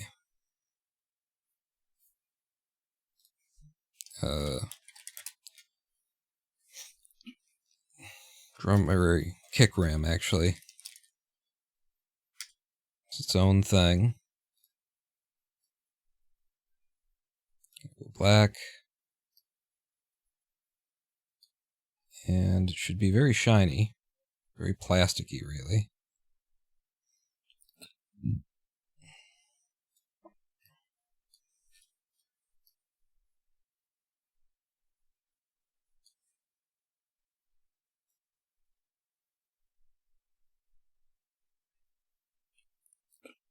Yeah, that seems about right there. And then you're also going to have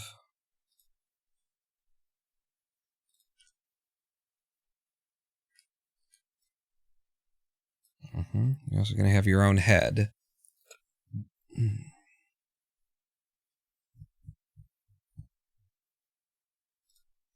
I just realized there might be a difference between the front and the back head on this. So that's slightly disturbing. Recognize that. You know what? Don't do that. Instead, like, can we just use drum head for now? And then maybe I start with the drum head. A sign, by the way. And then I break it off and I call it kick head. And I think for now, I don't know, like, should it be a shiny front head pawn logo? I think I'll go with, like, for now, a classic pearl, just, you know, white. Just, it's still just the kick head, basically. And then it's all stuff that we can come back to and will. Why you know? Yeah. That's what I was expecting when I pressed W. Okay, and then there's all the metal, though. So, and again, it's this it's fine, because this is straight up and down, unless it isn't, because there's little subtle adjustments that I've made. So, let's go into this mode. Let's go into... Right, you are at a 45-degree angle. So that doesn't help me any. I exit, and we do that thing again, where I just make a copy, and drag it into the middle of the room, and then I go into this mode on you. What are your rotations? 22.5. Z of 0. Shoot, you won't be at a... I thought it was going to be at a dead 45, but it's not. Okay, no, we just do that thing again, and maybe it works this time. I grab both of you, I make a linked duplicate, drag it into the middle of the room, we clear the rotation, and hello. Isolation mode. Thank you. This one might actually work for, like, getting the rough metals. So, gotta be in this mode. Except for that the rough metal bits, I need to actually see some of them in a non-orthographic mode to know what the hell I'm looking at here. Can I?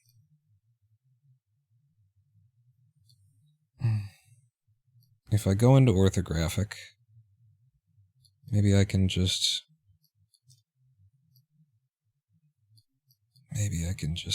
something. Maybe I should just give it up on the idea of this actually working out the way that I want it to. See how they're at an angle, even?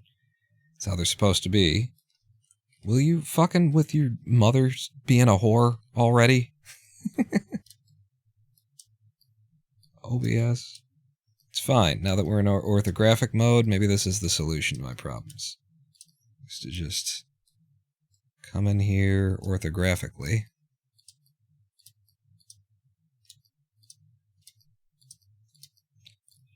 It doesn't seem like it's the solution to my or anyone's problems.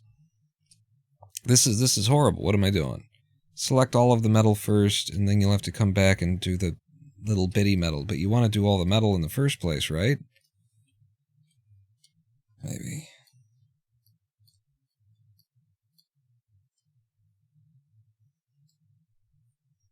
Yeah, we gotta do it like this. We gotta just paint it all in and then take out the bad stuff. Problematic. I feel like I might have missed some now that I know what it is that I have to hit. Like, I gotta hit that, I gotta along the edges.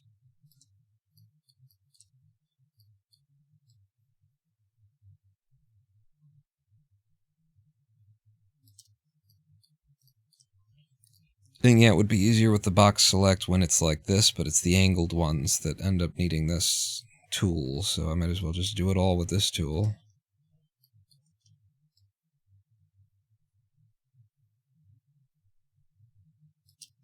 Oh, maybe the box select will work for all of them.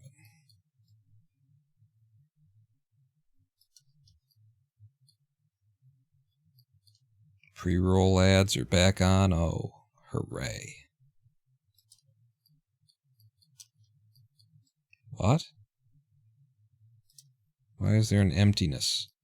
What happened there? One of them didn't get selected.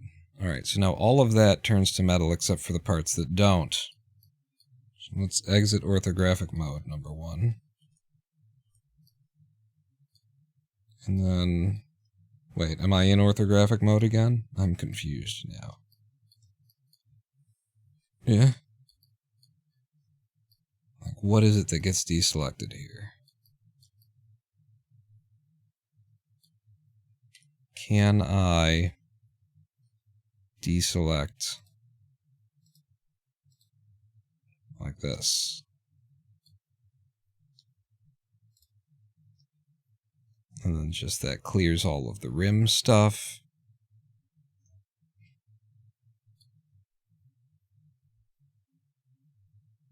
And then do the same thing down here, and it'll clear all the rim stuff, so you select it and deselect it. And here. And here. No. No. No. Don't select all of the things that I... No.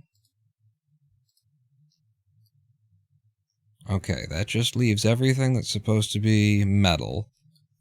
And it's mostly polished metal. So, new guy, assign you, and metal polished, and boom, it's all polished metal again. Frames per second. Did I... Sorry, we were running. The animation was running, that's why. It was doing that the whole time. I hit shift space sometimes when I mean the other. And so now, I do have the question of whether or not it's possible to deselect all the things that I don't want, even though it wasn't really possible to just select all of the things that I wanted. So, holding control. Okay. You know what? I need more... Yeah, I need to be able to see more of this. I'm trying to get the tops, but without catching that other thing. There we go, got that. And then... all of this. Oh, that was relatively easy. Yes, that looks like it's exactly what I want selected, nothing else, and that all turns to rough metal. So slot 4, assign rough metal. Okay. Holy shit, look how good that looks already. My god, like, I'm not looking over here. I'm working so hard to try and get the goddamn selections I need, and then step back and have a look. It's like, oh my god. Get rid of that. No longer in the room. Z. Okay. So we need to pick a color for our drum kit. Could also cut a hole in the front there, but then it's got to be different front and back there. So that's wow! Look at it! Look at it! It's so fucking real. It's realer than your mom. I don't know why everything is your mom, but I didn't decide on that. It was a cultural thing. There was a meeting called. I was invited. I did contribute to the decision, but still, leave me alone. So, new texture. Actually, not a new texture. We start with the kick shell. Well, we start with the kick rim, right? And then we're going to say drum shells is what the... Wait, did I not make it? I don't think I made a dupe. I need a new one. And then drum shells. And now here is where we can choose, like, color. So bring that up. And honestly, I'm going to assign this to everything first. And then when we change it, we'll be seeing it all change all at once. We're supposed to be doing this over here, pawn. Are those all the drum shells? Yes. Over here, Control L, link materials. Oh my god. Oh my god. Oh my god, oh my god, oh my god, oh my god, oh my god, oh my god. Stop having anything selected. In fact, in this mode, turn off, like, all of the things. Yeah, there we go. Now, oh my god, oh my god, oh my... That's actually, I think I went there because that's sort of the color of my first drum kit. Was this, was actually my only drum kit. I never had a second drum kit. I had this cheap-ass drum kit, even when we were... You know, I added pieces to it and stuff. And even when we were, like, really taken off as an act, I was still had this crappy-ass drum kit. It's just because you're taking off and getting gigs and whatnot doesn't mean that you got any money. You know, you got to be... In the music business, you got to be... totally famous, or else you're not making any money at all. Alright, so I kind of like the blue. But it could go in any direction, really. Roughness? Do I need to change the roughness at all? Yeah, I think it's somewhere around here. It's more a middling roughness. Just so that we get more color and less of it gets lost in the mix. Wow. Gorgeous. Gorgeous. And this is blue as well back here. I can't tell because there's no fucking light in the corner. Yeah, it's all $300 set of drums. Yeah, I reserve the right to change the color of literally everything. Don't get committed or married to any of what we're seeing right here, but damn. That's the drum kit textured. Like, I think we can change all of the colors and everything, but I think that's every piece is now... Oh, I love that.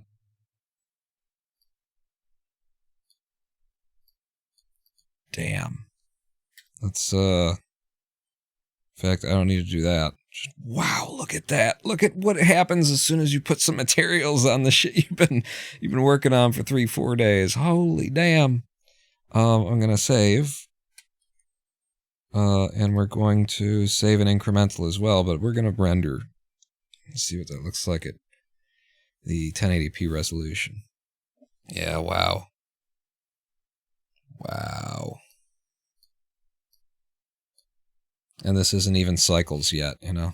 You get cycles out and take that for a spin. This maybe needs to have less roughness to it. Yeah, I would say that the drum shells need less roughness. And probably the cymbals, too. Cymbals and drum shells need less roughness, so... Need to be sharper. Need to be shinier. There might even need to be like some subsurface scattering or something on the cymbals and whatnot. But yeah, there you go. Do another little render here. Already. already looks a bunch better just by doing that, yep. And we'll continue tweaking over time with that, but we've got a million other things that need to be textured, right? Why aren't any of the beams that we can see don't have any color? We did the beams, though. I guess we, Are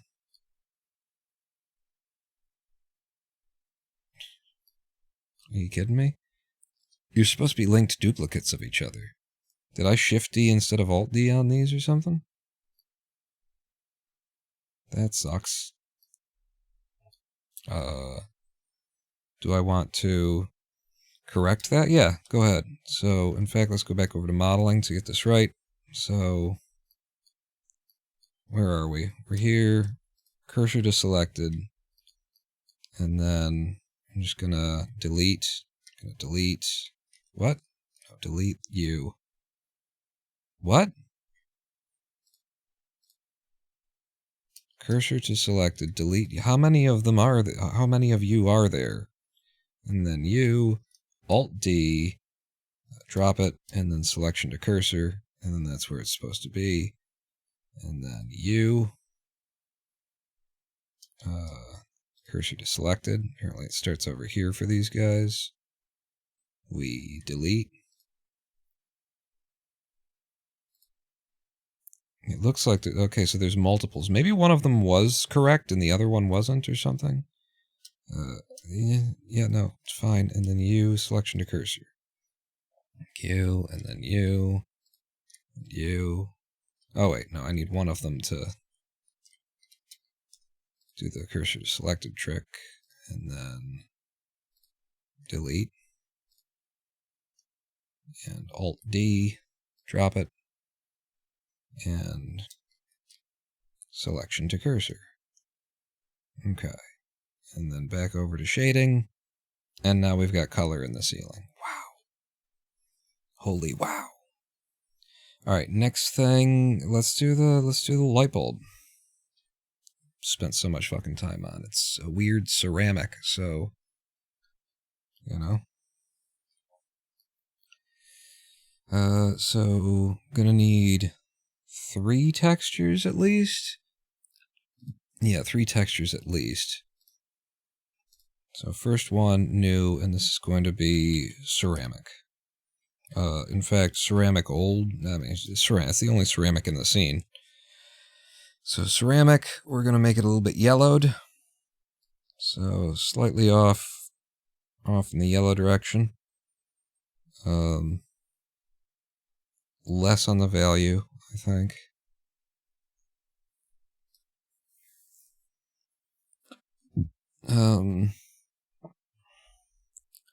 I think I'm going to go ahead and separate these out immediately.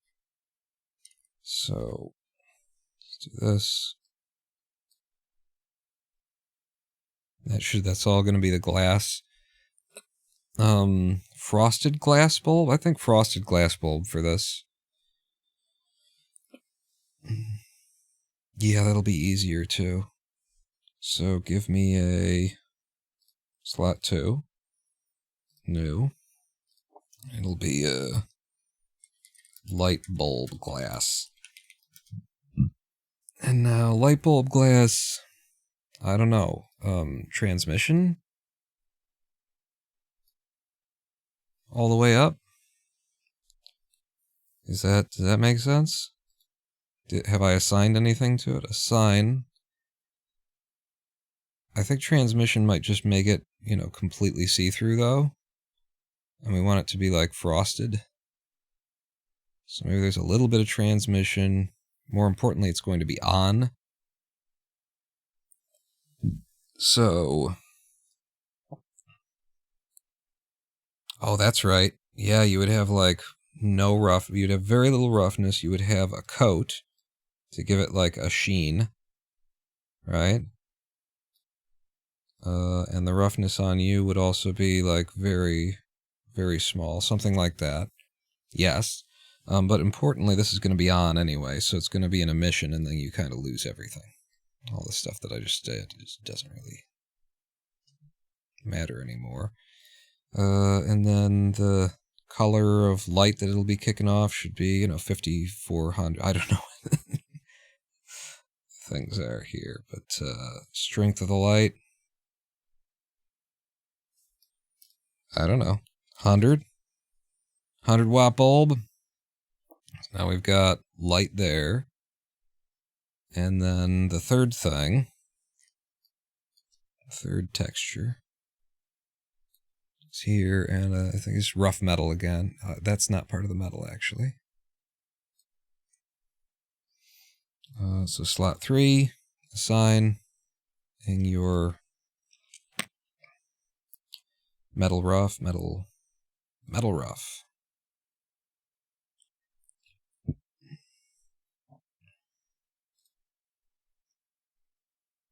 I mean, that's pretty much it, I would say. The ceramic might be able to be futzed with a little bit more. Like, what's the roughness here? Yeah, you want it to shine. And it's another thing that should have a coat. And I don't think no subsurface necessarily. It's not that kind of ceramic. But yeah, there you go, baby. There you go. Okay, and then out of that, and select the dangly bits. And the dangly bits are just rough metal. I mean, they might be polished. Depends on what we feel.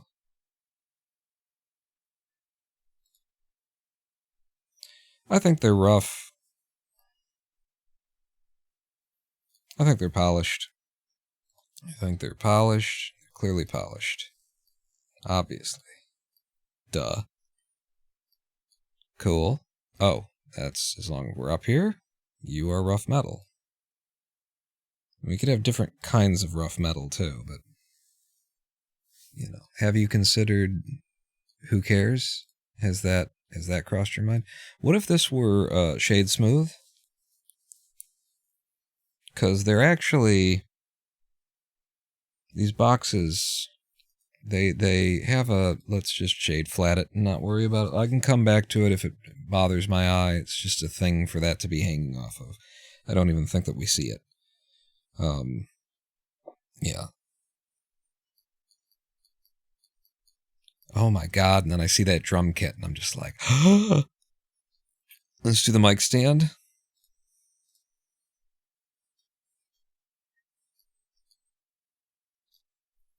All of that is just polished metal.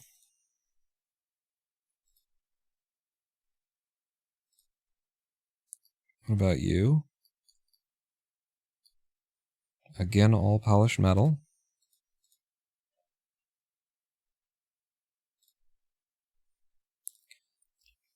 And then this should be like a matte plastic, like a black plastic. Maybe I'll zoom in. Oh my god. Oh my god.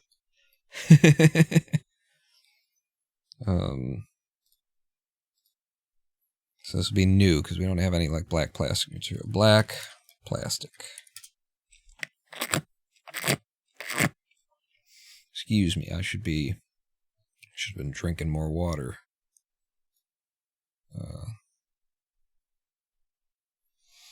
There's some roughness to it. I'm looking for, yeah, we want that kind of sheen.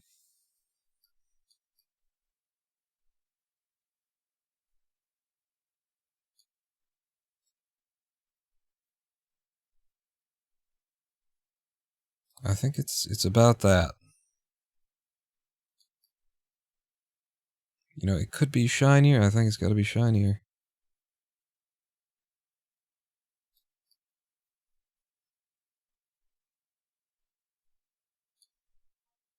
It's like there's a place here between realism and looking good. I'm trying to find it, and I think this is it. This is the spot. Non-metallic, black plastic. Can I go any darker on the or any lighter on the color, rather? That's about it in this lighting. which could end up being a completely different thing. Actually, too, I'm pretty sure that this is supposed to be plastic here. Yeah. So give me you. And then all of those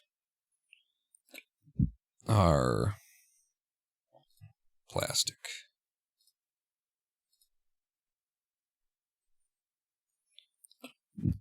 Yeah. Including that. Yep. There's even like a little screw thing that pops out there too, but I didn't model that. I'm not going to. Okay. Let me pull up the Shure 57 microphone that I modeled this after, PG 57. So this is a different kind of black plastic. So this is like shiny black plastic, but the PG 57 is like a matte plastic. So I'm going to say plastic shiny black. And then PG 57 can start with plastic shiny black.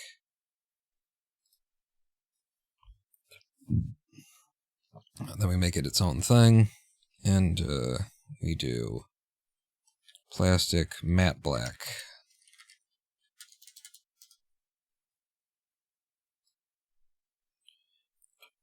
Let me bring up the roughness quite a bit.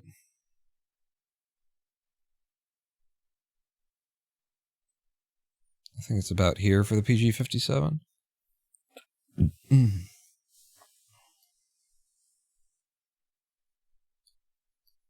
That's actually interesting. What's this little extra lip that I've gotten here on the thing?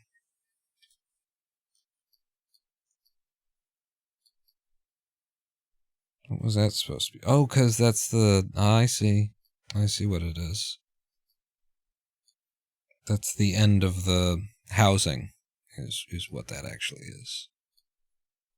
Okay. So this... I feel like this needs to actually slide up a little bit more. That right there is a silver, matte silver plastic. So, new material.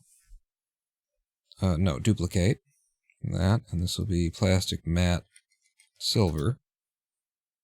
There might be a little bit more shininess to this, so it might not be considered matte. You'd be able to see it. Oh, I haven't assigned.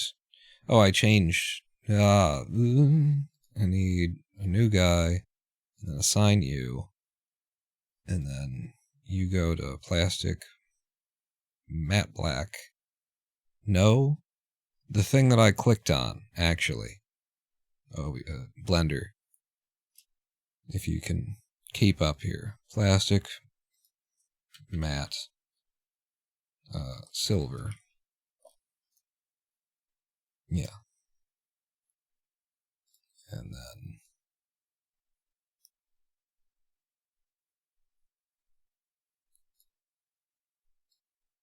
needs a little bit more shine.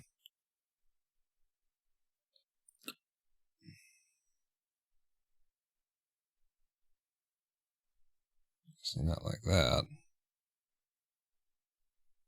It's just got a bit of a sparkle to it, actually, this, you know, it would need a... Maybe it's actually just, this is, like, usually things are metallic or they aren't. Like, it's supposed to be a 100% thing. But, artistically speaking, like a plastic that looks like, maybe it is just metallic. In order to get this sheen, it's just got a high roughness.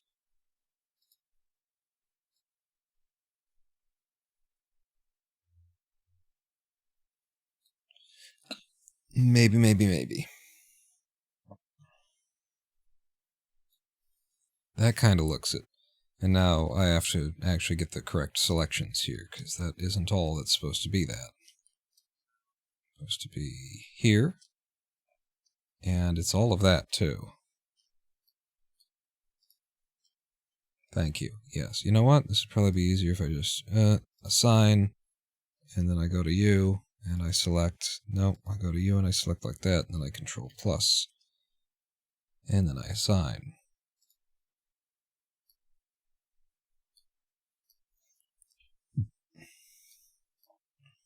That kind of looks like it.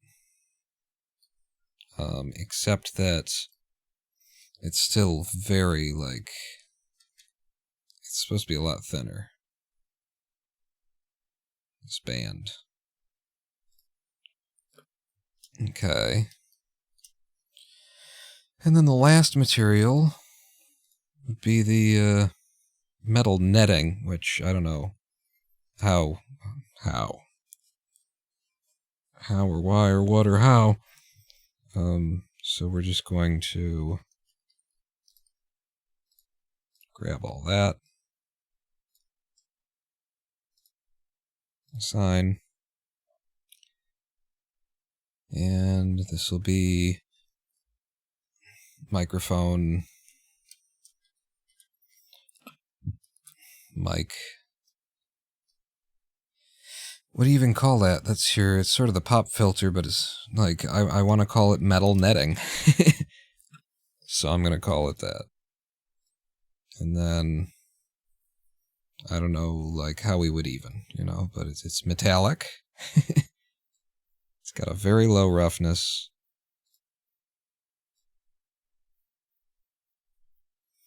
Screen, thank you, yes. Mic screen. And that would have to be like a, I don't know what you'd have to do to get that. Until we can get that, probably the best way to handle it is just to make it like dark so that it gets kind of lost. And maybe increase the roughness on it. Yeah, actually just full roughness, no metal, and then it just looks like a pop screen. Make it darker. That's going to be how that is for now. Because otherwise, how am I supposed to do with that, right? How long have we been here? Because I feel like I need another live stream break. We're going to keep going because I need to get this stuff done, but we've been here another 2 hours and I need another live stream break. So feast your eyes, people, on... I'm just going to like move it in like that, and I'm going to do that. Feast your eyes, bitches. That is a thing of beauty. We're going to save. We're going to save incremental, and we're going to go to a live stream break. So that I can catch my breath and stuff and whatever else it is. And why the fuck did this oh, it's probably Alt-2? Brings chat back? Chat something? You guys you're tricky, aren't you? We're going to a live stream break. Meet me back here in 7 minutes. Don't go anywhere. Pawn. Not out.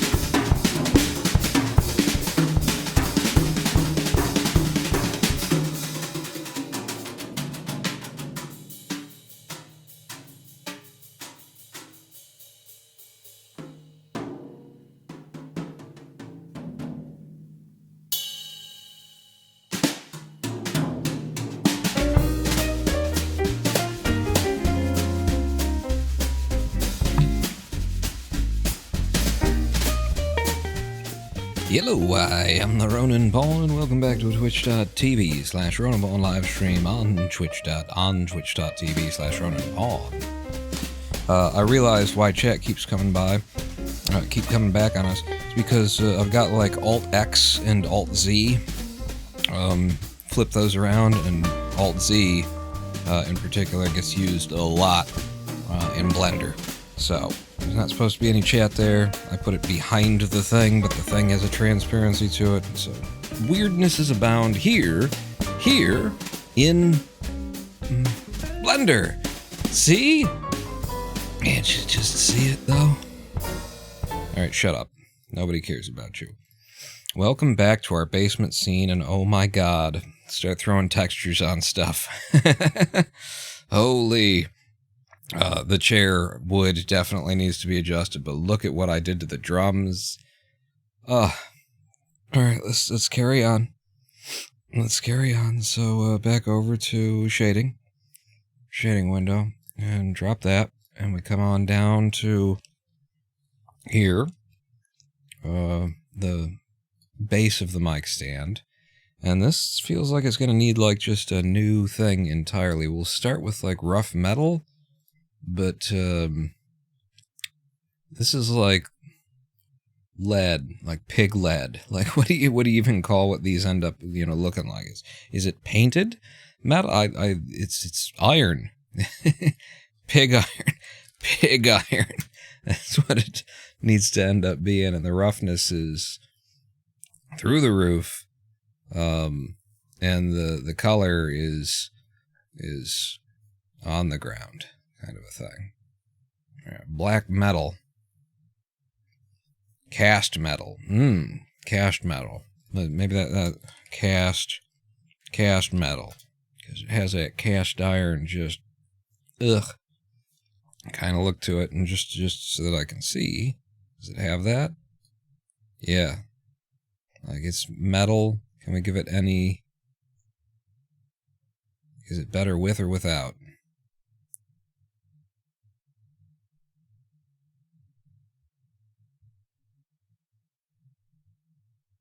I think it's right around in here. I think it's like there. That's it. Okay.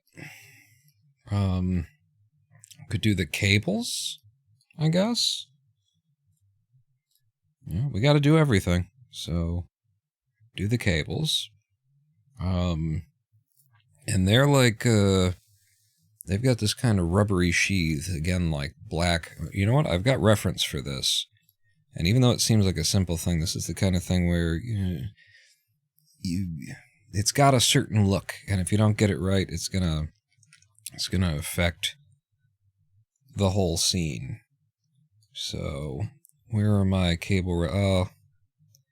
Actually, my cable references are all of like nouveau things where they're all wrapped in a fabric that twists around it and creates... No. Regular old, everyday, ordinary guitar cables. We're gonna look that up. We're gonna do. So, guitar cable. Okay. And then images. And yeah, we're looking for...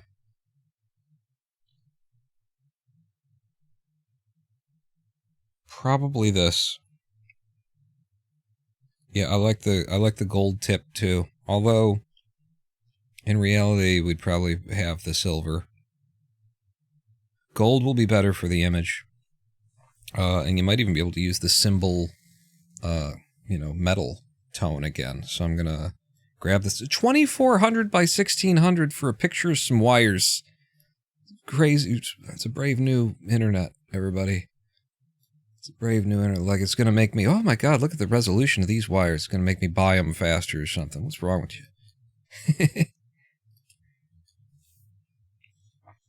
Alright, so I'm going to get my eyes on these cables. And we're going to select one, and I feel like I need to... I should be looking at the one that, like, crosses over itself. Yeah, over here.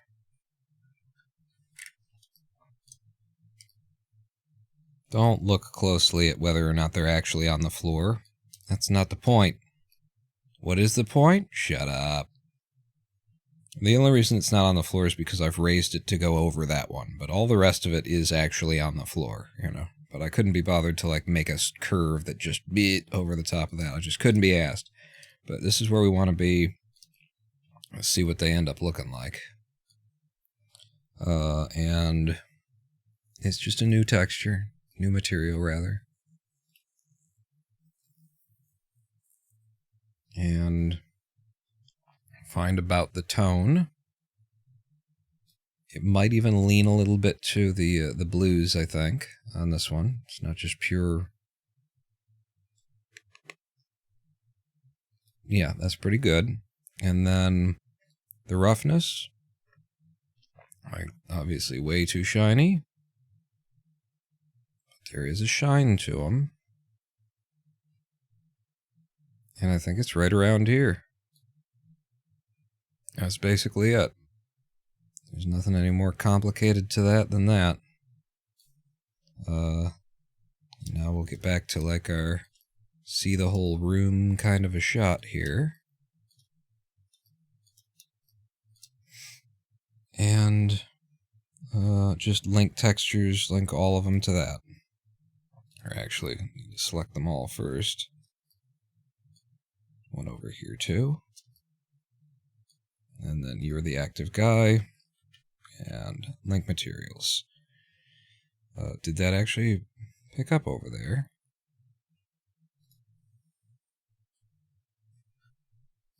Yes, it's just quite far away. So it's kind of hard to tell. Alright.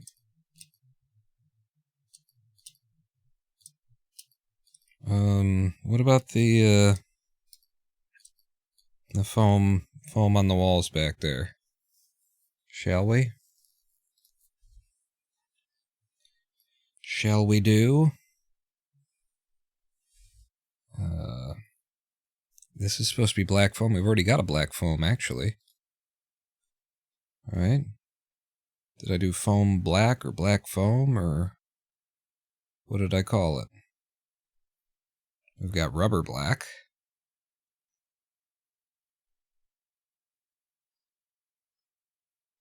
I see we've just got material. Well, that actually works. What? Oh, material is the, that's the guitar cables. Guitar cable. Yeah. But that actually kind of works. But I've got for the drums, there was a foam. There was a... And if we don't find it, then I've done a thing. I've done a bad thing. I might have changed it to rubber black or something. Let's go find out what happened here.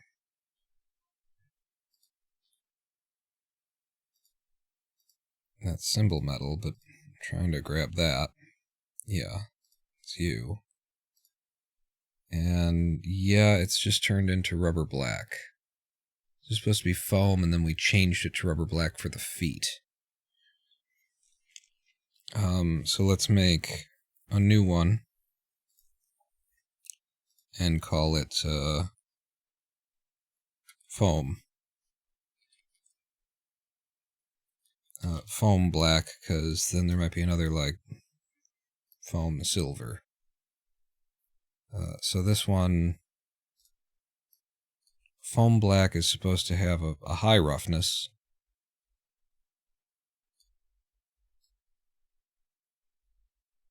Very high roughness, like a 0.8. And then the one that was down on the footers is rubber black, and it has that somewhat more of a shine to it. Yes, this is how it was supposed to be, and I apparently didn't make a copy of that. So now that I've made a copy of that, let's go to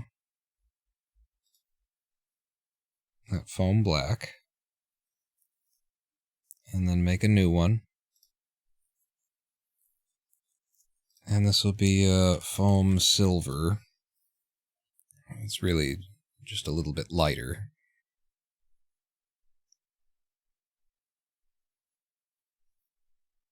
And I do think that it also wants to lean ever so slightly toward the blues. Take that saturation out. And then this would be something that you could give like a bit of a sparkle to. But yeah, it has exactly the same roughness as the other foam. That's good. That's good. If we're going to even keep those. We don't know that we're going to leave those on the wall necessarily. Oh, with the cables though, we worked on the cables for a second, and then I stopped paying attention. Let's go to you.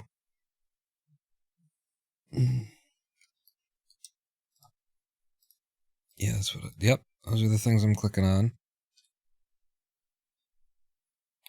In fact, that's the worst one to do. Let's do this one over here, where I've actually made an effort to make it visible, to leave it visible.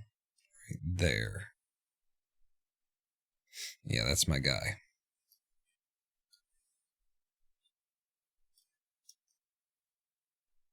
Okay, so first off, it would be guitar cable. And then we'll have another slot for the metal, which would be all that.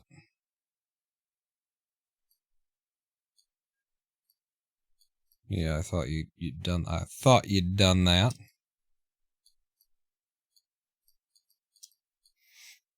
Okay, so assign.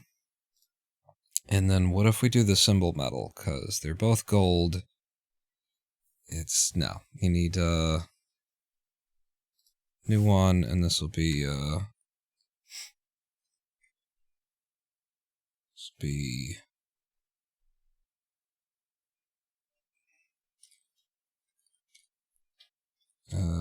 guitar cable metal. Just so that the tone is fine, the color is fine, but the roughness needs to come up. Say about there.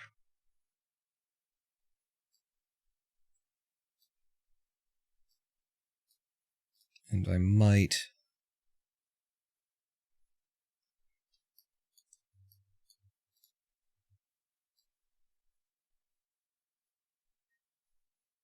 pull some saturation out, makes it look more realistic.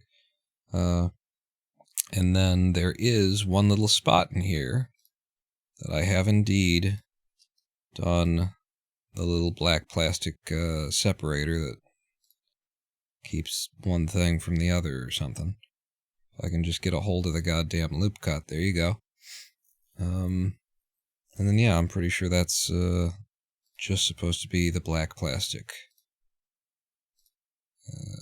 Wait, did I assign? Assign. And then we've got plastic black somewhere here. Plastic shiny black? Plastic matte black. Really plastic matte black. Look at the fucking detail on this guy. Huh? Look at him. Look at how much he's put into this, you can't even see the damn thing. Now that should have affected all of them. And I've got several around here, so let's just make sure that, yep, that one too. I am clicking on it and then pressing the period key, and I don't know which, oh, because I'm in this mode? Yeah. Alright. They're around the place, and they've been done. Guitar stands?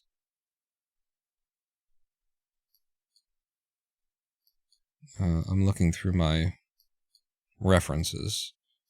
Guitar stands are, you know, black painted metal. And there's some foam in there, so this will be curious. Let's go to you. And you join us, please.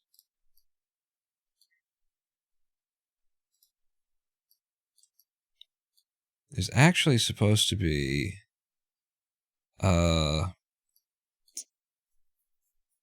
like a knob on this, too, that I didn't put in. Well, you know, que sera. Like, maybe we'll make one. Let's get it textured first.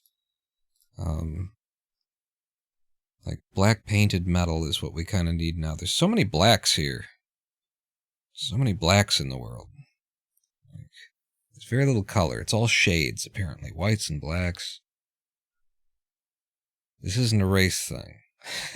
I'm just surprised at how many of these things I'm texturing, and I need just a subtly different version of black. And I'm just making sure that I don't already have it, so black painted metal is kind of what we need here. New. It's metal. It's black. Nothing's completely black, but this is a black that doesn't really have any other tone to it or anything. And then, let me see if I can't find an angle where I get like a shine or a sheen or a sheeny shine. Turn the roughness way down. I can maybe find a place where the light bounces off of it so I can get an idea. Oh. Okay. Okay. So there you go. And then the roughness is about there, I think. That seems a little too shiny. But it also works, so I'm going with that for now anyway. And all of that is just that black.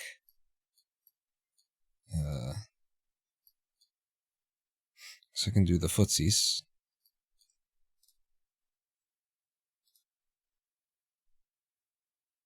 Did I name that material? I didn't. Name it now. Do we do like metal black? Black metal, rock on. So that's like that, and then over here, please. Get you. And then if I do this, and I do Control Plus, and again, and that gets me the footer. Add in a new slot, and drop in. We should have a rubber black. And then a sign. There you go. And now, you and you and you. Link materials. Good. And then this guy is like foam except for the end, I guess. So over to you. So foam black. And then, yeah, this was, see how many faces this thing has because I didn't do it.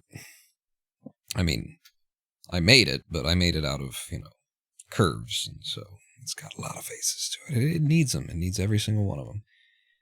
And so you are a new slot, and we assign, and this will be the black metal, the metal black. Yep. Cool. Wow, the little touches. It means everything. Or at least it means something to someone, somewhere. You were also metal black. Boy, I don't love how jank that looks, huh? That's not exactly my best work. Let's head over to modeling. Zoom in on this. Because I can make this a little rounder, can't I? I mean, actually, I could just throw a subsurface modifier on there. If I go here, and then render down to 1. It's just, if you do this, and then you go into like wireframe mode, and then you come out of there, then you can see how many divisions it's added if I take the optimal display off or something.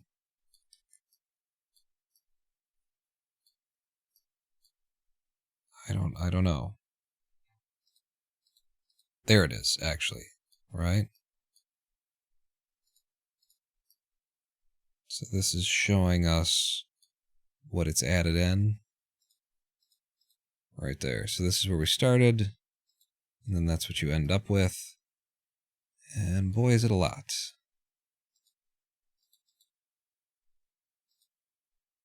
It's fine. It works. It works and it's fine. And it's fine and it works. And it gets her done. And then you just need to not have this. So E -1. What? Shift E -1. What? What are you doing? Huh? Shift E.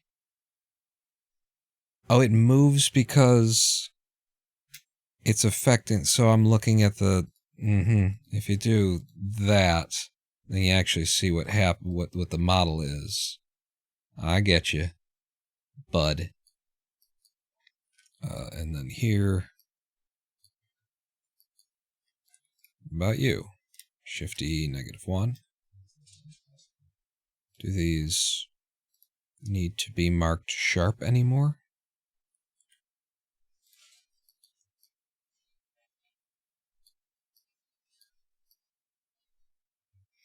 It looks pretty okay.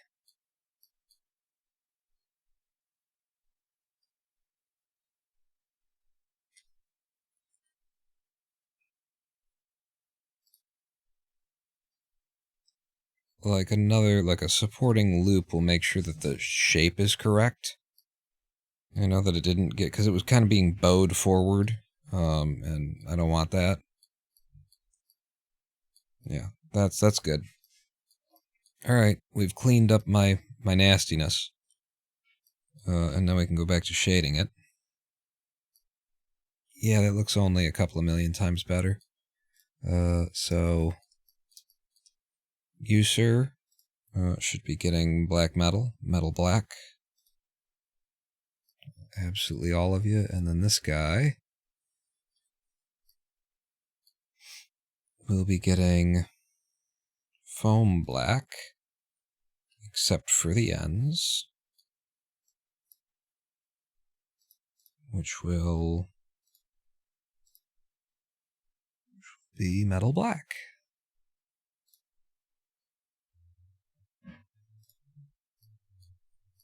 And there you go. The guitar stands are done, and because we did one, we did both. God damn, I stand back, and I have a look, and holy shit, you know, just a little bit of a holy shit, right? I think these are a little bit too silver, right there, so we can go back over to shading, and they're just slightly too bright, so take them down a little bit more. And then back over to the big shot. There's something else that's wrong. Turn the saturation down. But also, I think darker still. And then back over to the big shot. That's better. That's better.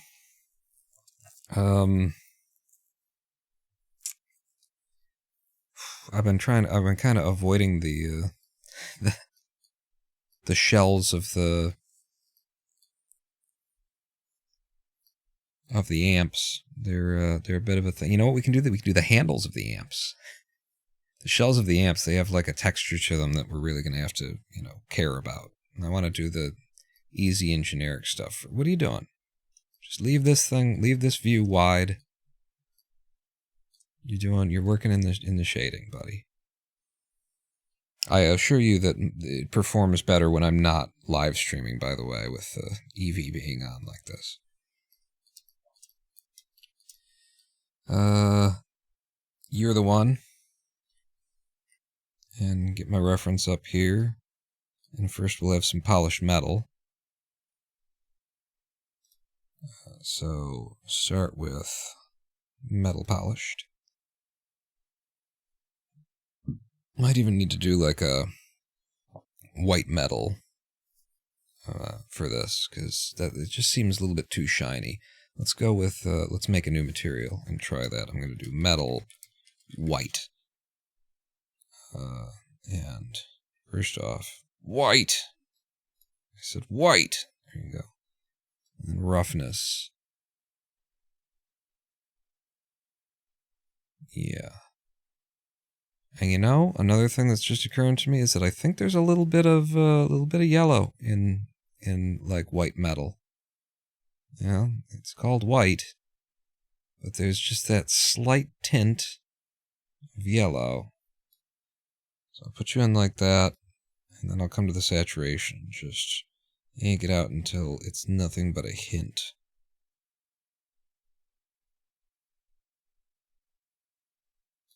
You can barely smell that there's some yellow in there. And then over here, nope, over here. Look at how simple I kept this model, huh? You're gonna be some kind of black rubber. I feel like you're gonna need your own texture as well, but let's try with add a thing, assign it. Rubber black.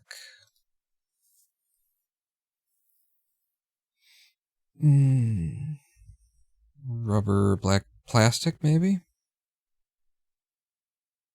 Plastic shiny. Is there any direction I can look at this to see? Oh yeah, okay.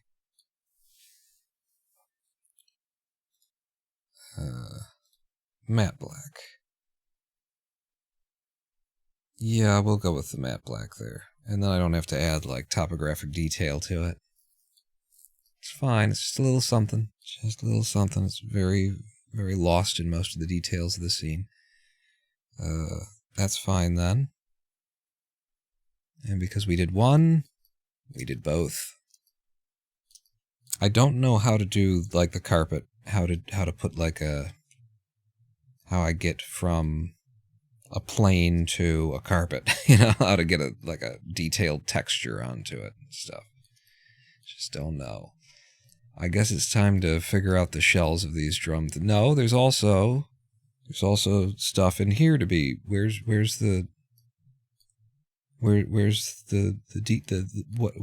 happened? It's missing all of the little details that I put in. Bass amp knobs. Who turned the knobs off? And the guitar amp knobs. This fucking program. They got too many, like, keys associated to shit that's like, maybe you want to press 7 in order to turn off the tall wood stool visibility. No. Neither I nor any human being will ever want to press 7 in order to turn off the tall wood stool visibility. What the fuck have you done? Is what I want to say. Let's grab this one, and just looking at the front here, you know, it's polished metal is what I think we got there.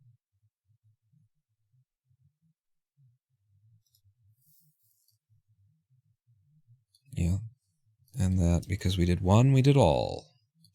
And then this little button over here is going to be some kind of black plastic. Plastic black. Matte. Yeah, nothing fancy to that.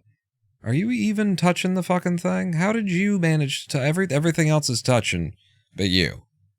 But you. How the hell did you manage it? That's what I want to know. Oh, and you don't even have a local thing so I can move you in there. That's great. You're great. We all love you. Ah. That's pretty okay. And then on the knobs, for now just black plastic, I think. Plastic, black, matte. Yes, sir. And because we did them over here, we did them over there.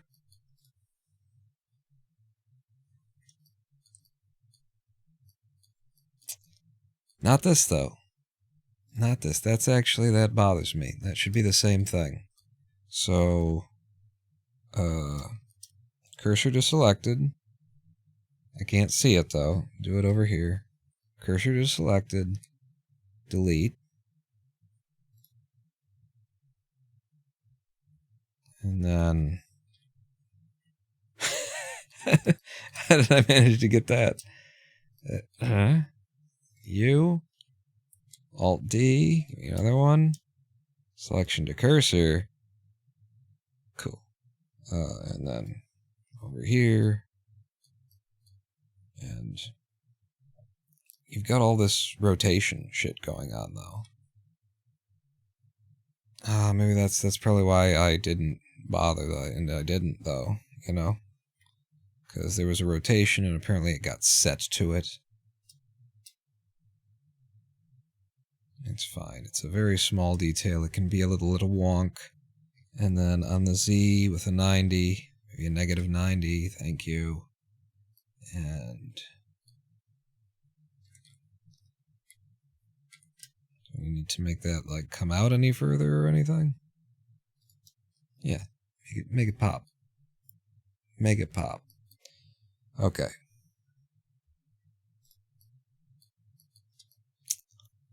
Now I guess it is down to the guitar, the amp shells. I mean, it's not down to it, but it's something. So, brand new texture, amp shell.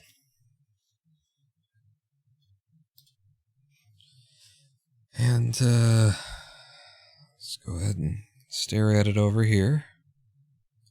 From, let's say, this angle. And I'm going to actually work on this, even though it's a bit detailed. I'm going to work on it. So it's going to be black, right? But it's going to have some blue to it. Very subtle. Pull the saturation back out, but it's going to be in there. And then from this spot, we get the roughness. And the roughness should be, it's actually pretty shiny stuff. How shiny?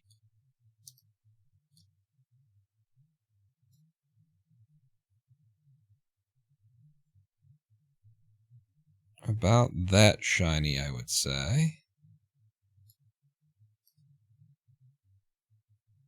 Yeah. It's the exterior that don't worry about that. Don't you worry about that. The exterior here. And then the thing is going to be, we need ourselves like a bit of a noise texture for it. And it might be a very small Voronoi kind of a thing. But what does it even plug into? I guess it could be the normal to give it texture. And so if we bring it into the normal, then we bring in a bump map in the first place. What? Separate color? How the hell did you get that? Huh? I started typing bump, and then I clicked on bump. There you go. So we get a bump deal, and then the height will be coming out of Voronoi distance, probably. And then there's a thing. Shift T. There's a when you're running this mod, you can or this plugin, you can hit a button and it'll just instantly connect like the color to the output kind of over here. But if I do this, what do we got going on here? Can I see anything? No.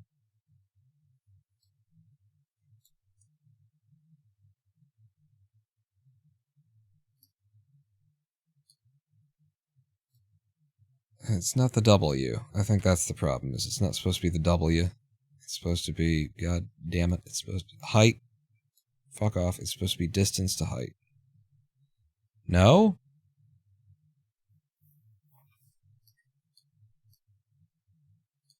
Am I crazy? Am I fucking crazy? Normal's going to the normal through a bump map, and then you get this texture coming in, like, and then if I give it a T, which we will need to eventually do, but does it need that? Holy shit. Hi! Does it need that immediately?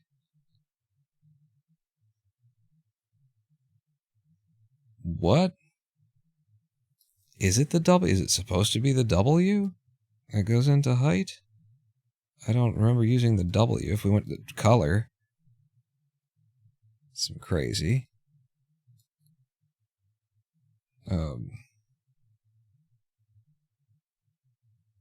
This is not what I expect to be getting from this at all. One-dimensional. Oh, well, that'll be the issue. How about some 3D fucking shit? There you go. I was so confused. Like, it's not supposed to start in fucking 1D mode.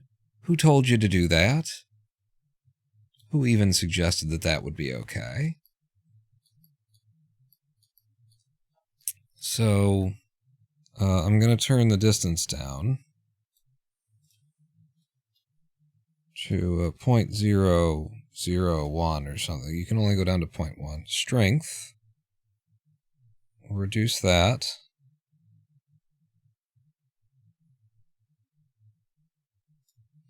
But we do want some of that, and then it's just like the scale needs to be very big to give it this this strange sort of a texture that you get on these things. Are you going to eventually 3D model a rock band for this Rock Band's basement practice space? Hell no. And hello! Hell no! Hello, Mephistopheles? It still needs to be... If I increase the detail... maximum... and then with the roughness... Ooh... with a very high roughness... we're getting somewhere. Lacunarity? You don't know from... Don't you call me names, buddy. That's now like a lot that's going on there. Let's reduce the lacunarity.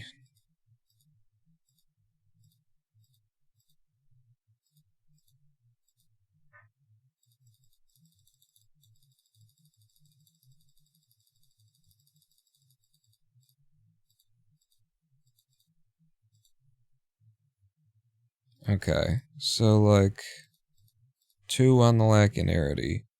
The scale can come back down a little bit. We can make these bigger. I mean, if I just go back to less detail, though, then you do higher scale. But if there's more... Ooh.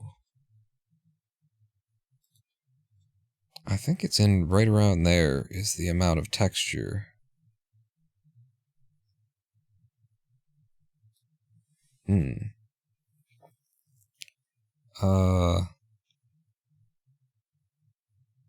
And then if I pump the object into the vector, does that do anything?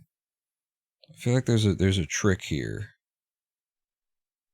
The normal's into the vector?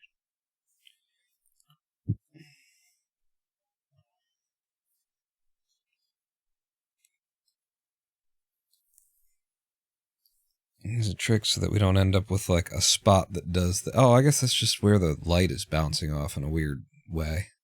So that's fine. So this is about it. But what I would want in an ideal world... The vector isn't even plugged into the fucking thing. So, object to the vector. Yeah, I didn't realize. I didn't see that. Amazing. The object to the vector didn't change a goddamn thing. Normal to the vector. The normal is just not the right thing. It's fine. Generated vector. We don't even really need this, I don't think, for this. Like, I could just delete all that and we're still fine. Because this is about what we want, but what I would like is sharper. You see how it's sort of crystalline? I would like there to be lines between it. And so my thing is, could I put like a ramp in here? But it's a color ramp is the problem. Okay. Hang on. I hate that the drag for this is in a weird-ass place, too.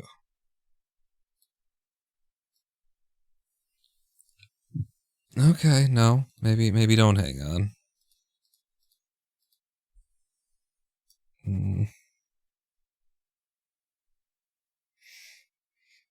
So the distance to the factor to the color to the height is kind of a weird thing, I would say. What about the alpha to the height? That ain't nothing, no. But this ramp isn't allowing me to, like, take what I had and make it work. If I bring the color in instead, same difference. Position. Now, hello. We're getting cracking. And this is kind of what I'm looking for.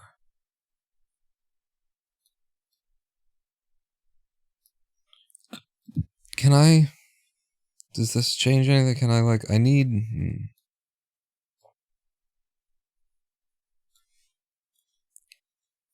I want this kind of cracking. But I would like it to have thicker lines between it, is the thing. And just so we can see what has changed, if anything. If I do color to height, it's the same shit. So what if we did like contrast through here instead? So before I was doing distance. By doing this, I'm getting this cracking effect, and that's kind of more what we want. Let's try contrast.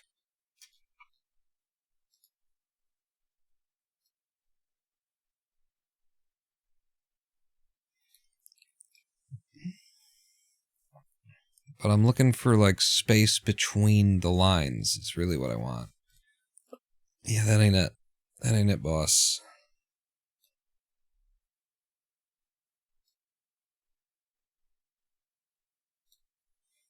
And that ain't it. That ain't changing a damn thing.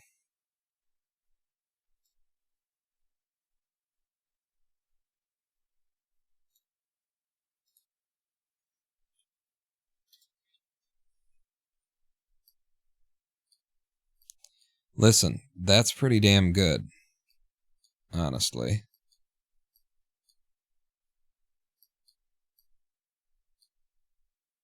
And I think I'm going to say that's good enough. Yeah. Yeah, that'll do. Certainly for now. And so now I need... This is like a matte card back here. So let's select it. And give it a different channel. And then could just black plastic might work. A matte black plastic. Not quite. But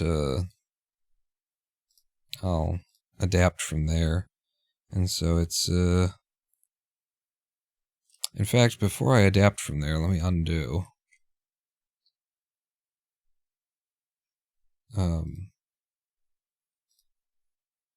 Yes. And what about the other, like, the shiny black? That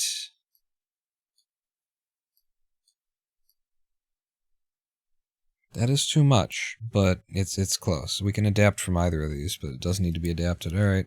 So black. I don't know what I would call this. Black. It's plastic. Black mid. I said shiny black, so mid black, because it's gonna be a little bit of both. That's too shiny. And I also feel as though there's a little bit of blue in this black. Actually, is there? touch of blue. It's leaned that direction. And then how black is it? It's pretty black. It's about here, is what I would say. And also, I've just realized, now that we're here, that's maybe still a little too shiny.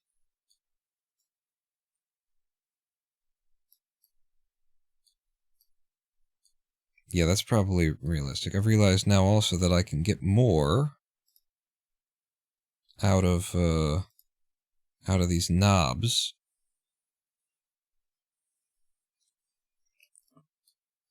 By making the ends silver.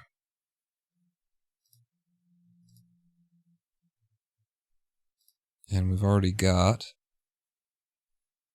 a plastic matte silver. There you go. That's what we're looking for, baby.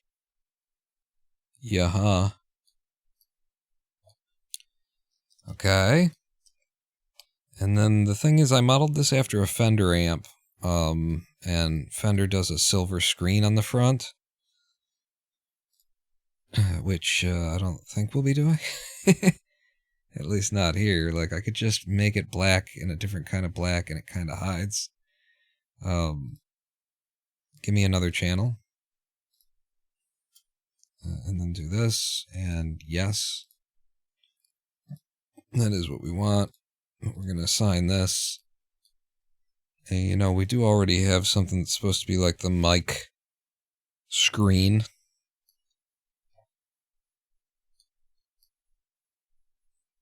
And it's kind of the same situation. So I might just go with that, at least for now, and then we come back to it and see what we can do. Yeah. So everything is the same from here to here, I think. So I'm going to link the materials. And then I just need to, you know, apply them in the correct place. So what? This is weird. This seems weird. Go over here and come on over and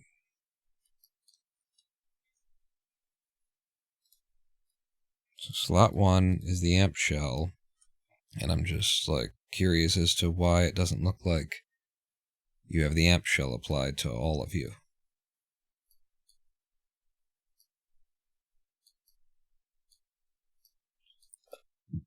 Okay, the texture is there. It's just you're not in the light the same way where I could see it. Fair enough. So this one is going to be assigned to plastic mid-black, and then down here is going to be assigned to mid-screen or mic screen. Yeah. What about that? Is the bass any different? No, it's got basically the same stuff going on. Yeah. Although the bass amp actually does have this kind of foam front instead of the Fender silver screen. Wow. Wow. Let me step back and look. Alright, this also gets the amp casing kind of a thing. So amp shell. And head over, please, for the love of God. You, and you will be assigned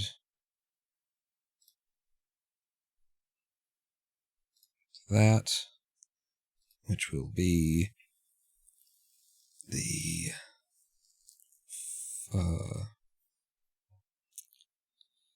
mic screen as well. I don't know about that. We'll have to adapt that if we ever start caring about what's going on here, which we really should. Yeah, that doesn't look right at all to me. What if we went with foam black? Not a lot of difference. Not a lot of difference. Well, whatever. Then there's this. These things, which I don't even know if I got a reference for this. I just kind of remembered how these go together. Can I just control plus and select? Okay, I went one too far. Select those. I remember those as being like, maybe they would be the silver again. So, add, assign, and then, what's the plastic? Matte silver.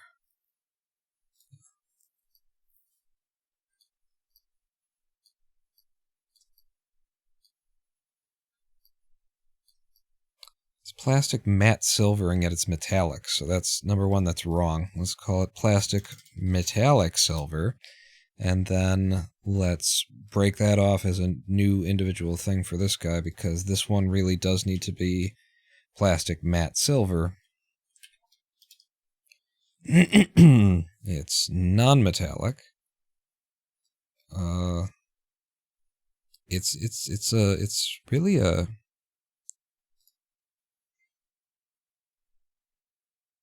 Yeah, no, that's not wrong. But again, probably a little bit of blue in it. Just a touch. It's easier to just go in and then drag the saturation out. And then I feel like they're brighter.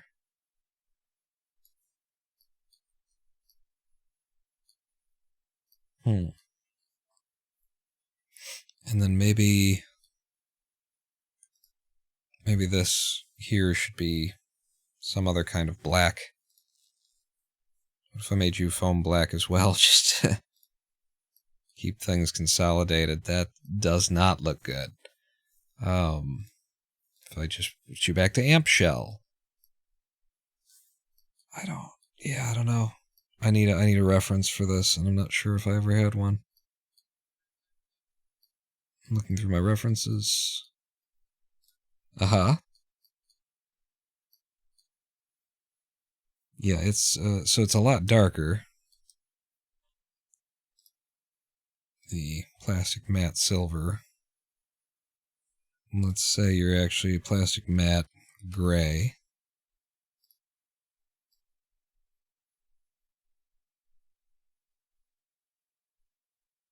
And yeah, this is way more like it, and then quite a lot less, or quite a lot more roughness. I need less shiny, I think.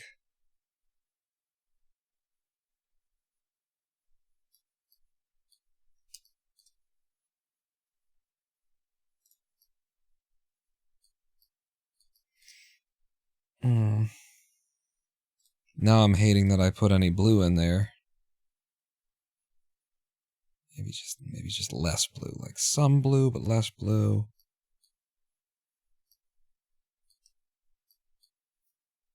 It's not bad. It's not great. It's not bad. The fronts of these are the main things that need to change. Let's get the walls and the ceiling, or the walls and the floor, and we'll have a friggin' scene here. And then I can start fixing the stuff that isn't that great, because there's some stuff here that isn't that great. If I just come out, that's the carpet.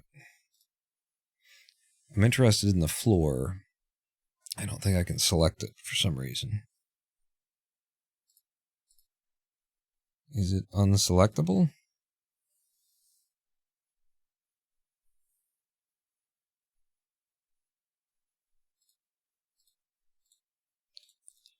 No, it's selectable. Okay. Why am I not... Is it selected? Doesn't seem like it's selected. Yeah, I'm stuck on the...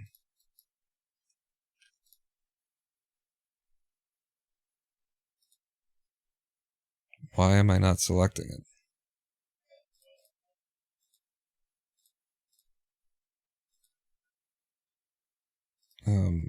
Did you take out my restriction toggle? And actually it's been... Yeah. So Blender doesn't save that? You have to turn that on every time? Just a few more years. A few more decades. Alright, so what the hell does the floor of this basement look like? I mean, it's like painted concrete is the idea.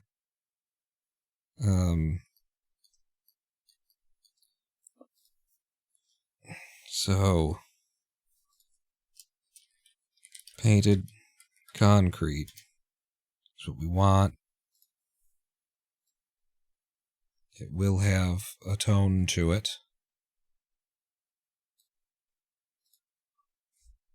What? No.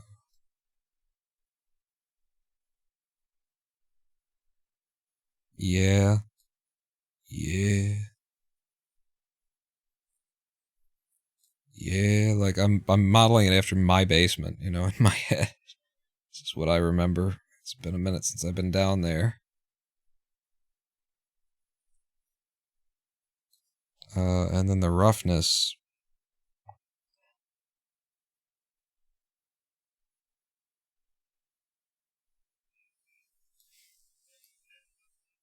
I mean, having absolutely no deformation to it or anything like that. Painted concrete. Pull even more saturation out. Maybe bring the brightness back up a little.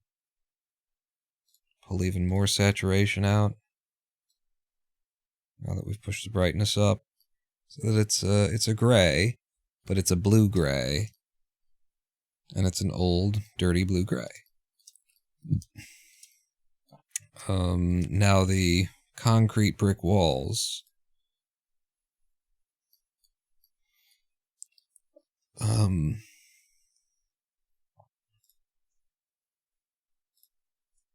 we go.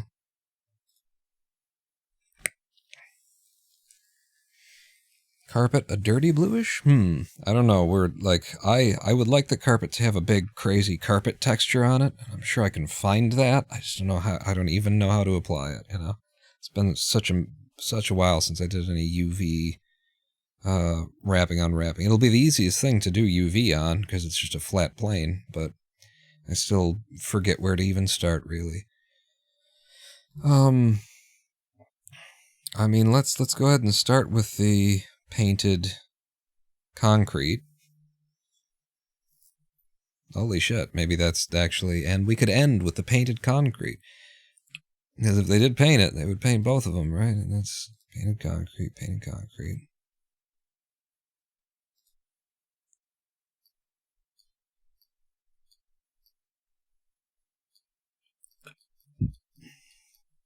Floor and wall should be a little bit different from one another. So I feel like I'm going to do this painted concrete wall. And then I will link these materials. And then your painted concrete floor. And that allows us to do some things with like textures, normaling and whatnot, because, you know, this is an incredibly flat and just sort of perfect wall. And we should be normaling and bumping and stuff. So bump, and then this time instead of a Veroni, we'll use like a regular old noise texture. And see how it came up 3D and not 1D, and yeah. Height, and then the normal's into the normal, and the strength and the distance is up, and yet I see nothing.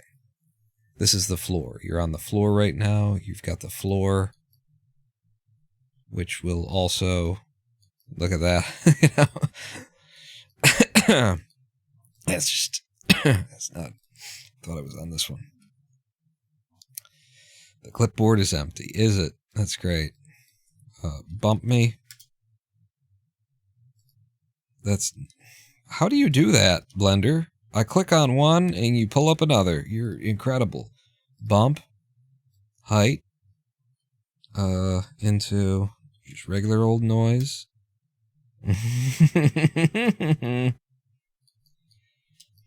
Yep. So... The fact that one's applied and one isn't, and one's apparently stretched and the other isn't. We're going to have to sort that out, so... Rotation and scale. Rotation and scale.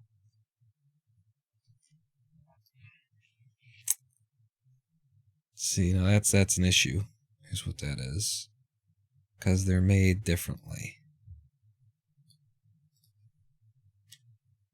See, your scales are all normal. So why does the texture do the crazy stretching across you and not across this one?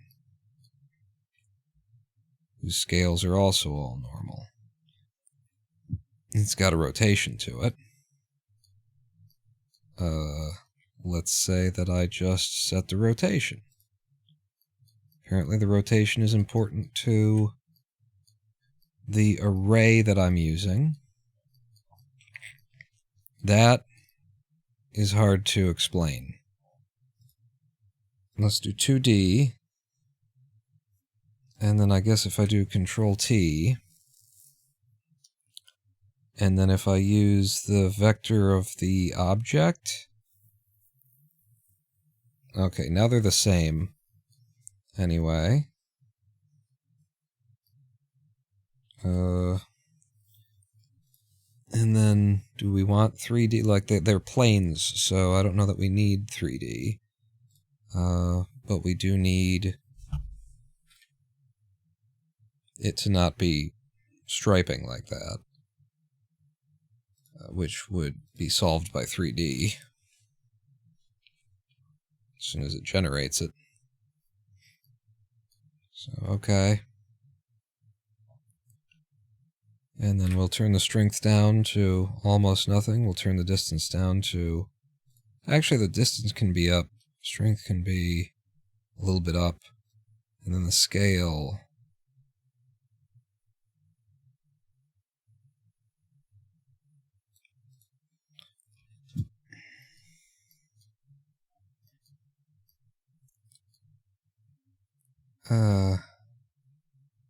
Take out the detail. Take out the lacularity. Definitely distort the shit out of it.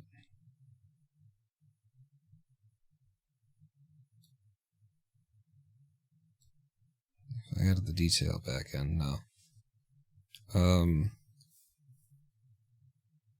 Okay. That's very liquid.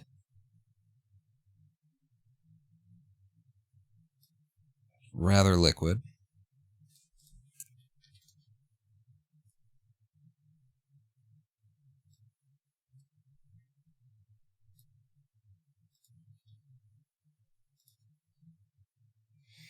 There's kind of no need for the detail.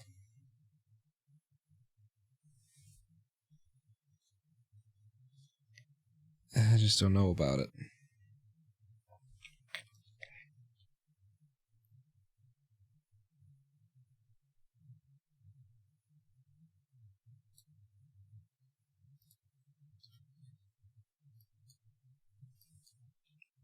Maybe it's just those little swirls in the wall.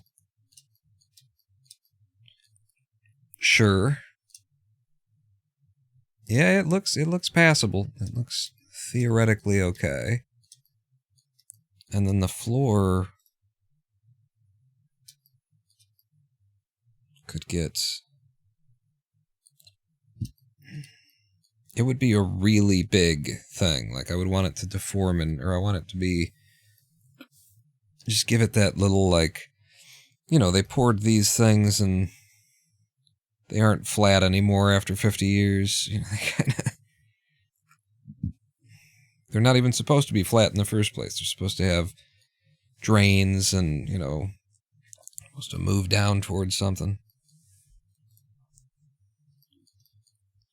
Let me try making the floor a little darker than the walls, too. Or lighter.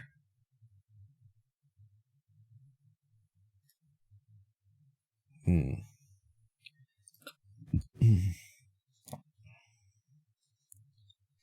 think we're going to do a color trick.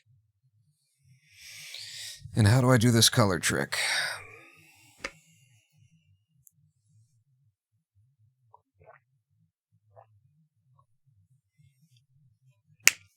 I think we do a mix.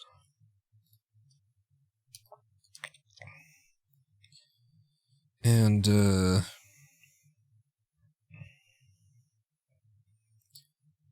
think maybe it's into the clamp factor is actually the noise.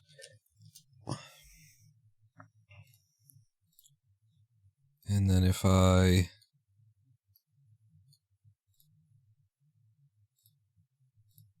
take you like that, it's already like perfect. But I need like the real blue color that we had, not like a grabbed at a random spot kind of a color.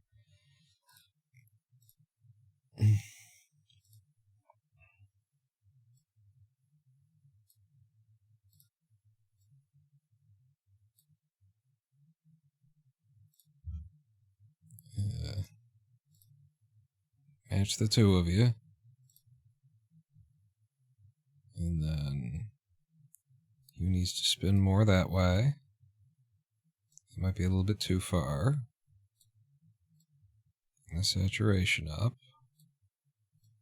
Or no, it's actually very low saturation. And then just match you. Get such a green thing going on. Pull you down.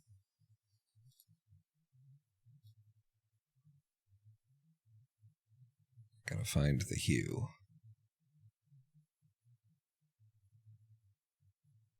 It's very close.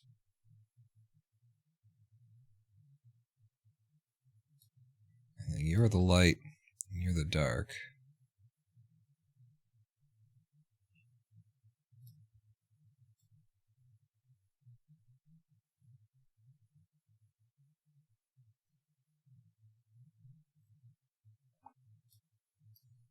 And we've just added in, like, you know, a little texturing.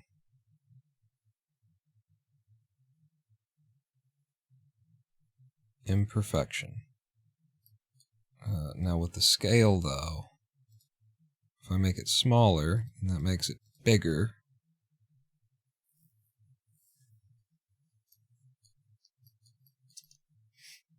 yeah, just those imperfections, I think, are helping. I'm not sure about the color, though. The color is, it's very hard to get this. Find the spot. So what I could do is I'd break you off a piece of that Kit Kat bar. If I break you off, then I can get the exact color, and then reconnect, and it's still the exact color, and then I just move one of them a little bit in order to create a, it feels like it's already there. I guess that's just shadow.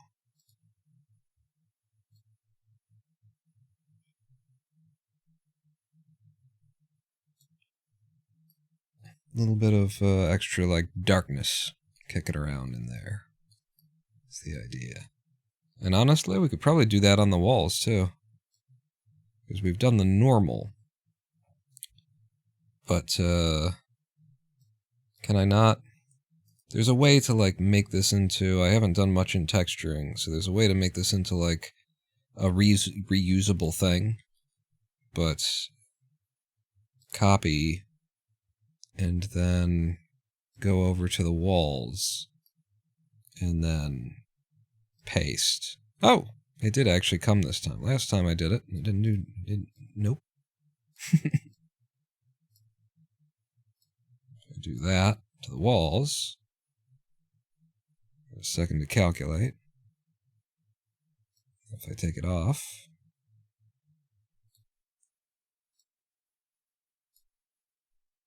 That's funny, it actually brightens it up somehow. It's quite odd.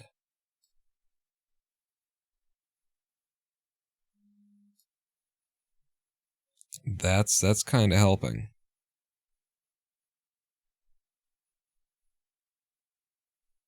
just to make it a little bit less, you know, uniform. But if I brought in some scale and then just made it like less, there's less distance between them, so it's very subtle, but there's more noise.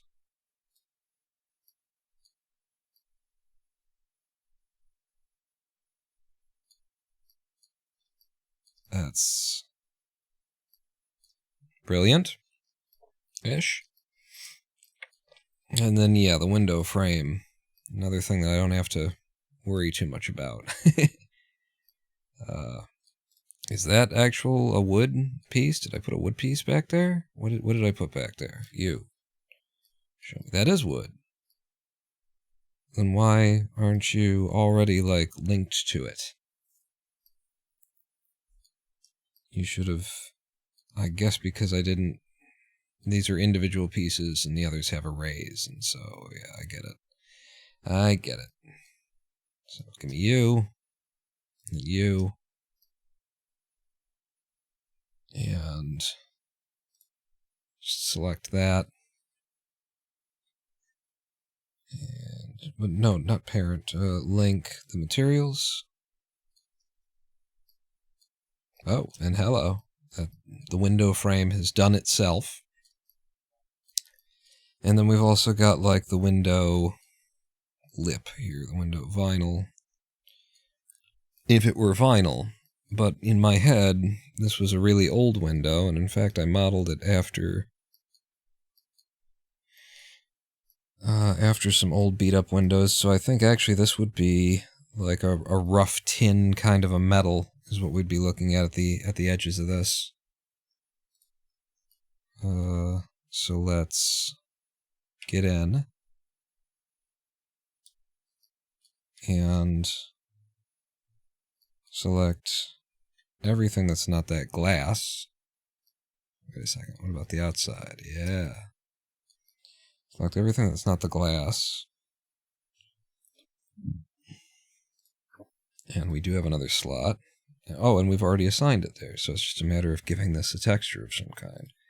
So what kind of metals have we already got? We're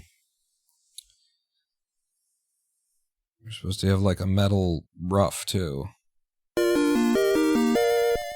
Crispy Critter, Detroit Renovation Simulator. 92 months? Did you hack Twitch?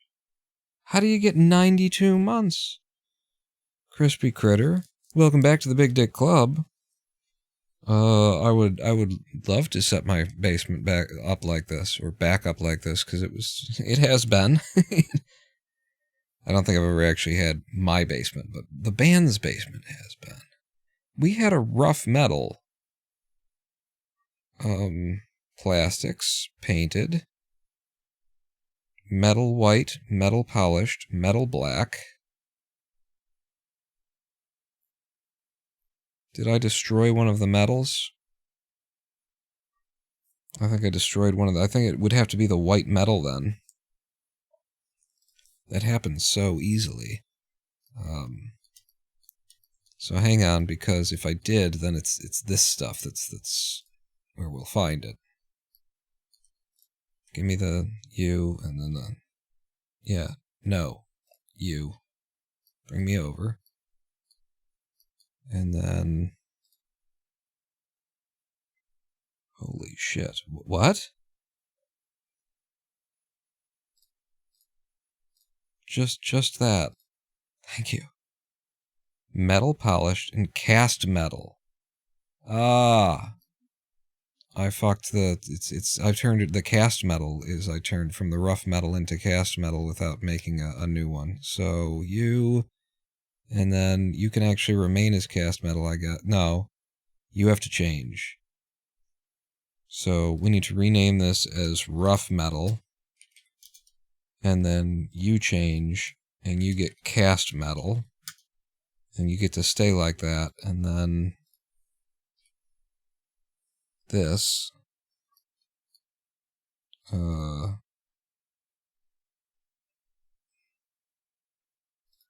rough metal exists. Am I losing my fucking mind? It said cast metal. But now rough metal exists again. If I go down here, we have rough metal. Oh my god.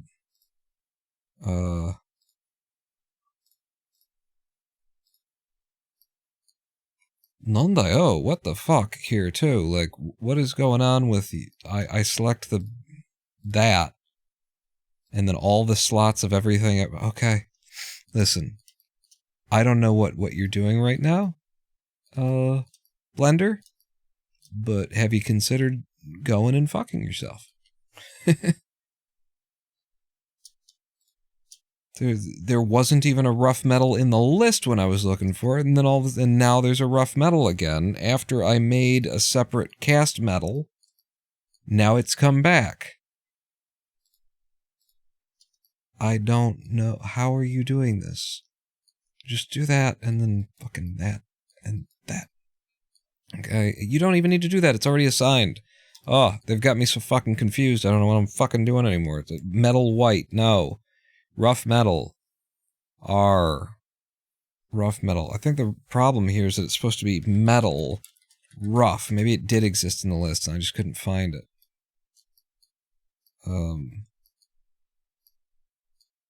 Yeah.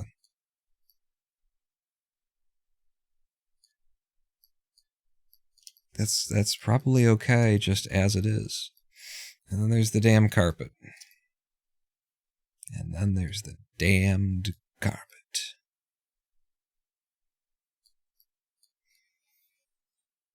There's also this guy, which should be like matte black of some kind. Maybe just foam black to eat any light kind of thing. It's fine. Alright, that's our whole scene except for this damn carpet. Which,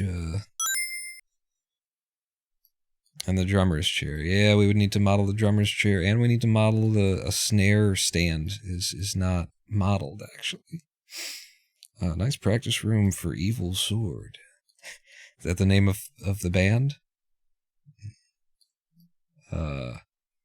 Evil Sword, actually, is that like Bruce Evil Dead? Is that like his band from Evil Dead? I'm drinking. And here's 7.5 hours, and I've not been looking forward to this carpet. Easiest thing to do is just take the carpet, new material, carpet, and then the color is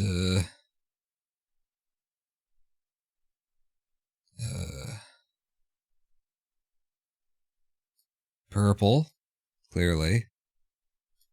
It has maximum roughness because it's just, you know, fabric. And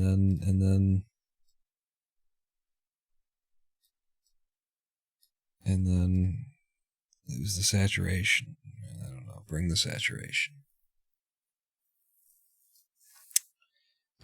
Here's an idea. Magic. This is how we fix it. This is how we solve our issue. Okay?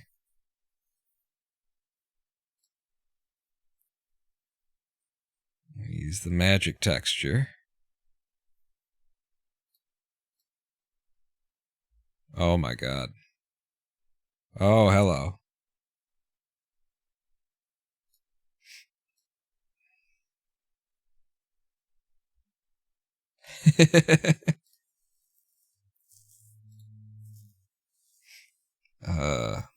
Long-haired hippie people need not apply. So we've got an interesting texture, and then what we got to do is, you know, control that in some way. So let's try just adding a HSV, hue saturation value, and then just sort of just something, right?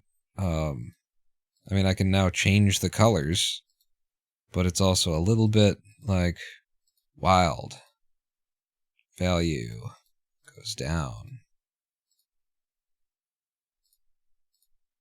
Saturation's up. Value higher.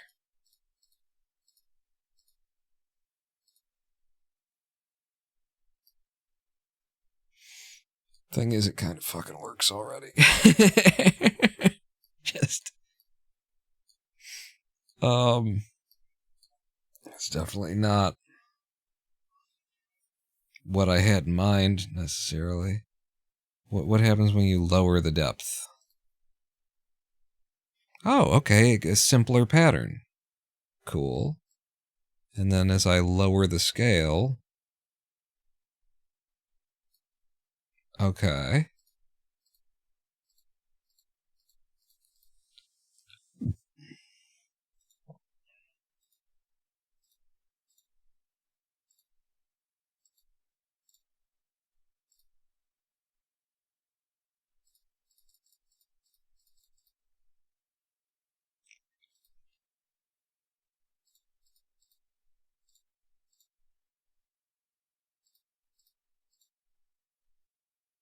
I mean, it accomplishes something, right? What does it accomplish? Who's to say, really?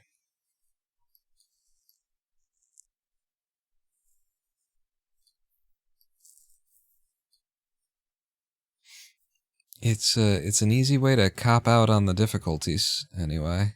Pull the saturation back a little. Maybe continue to pull the value down.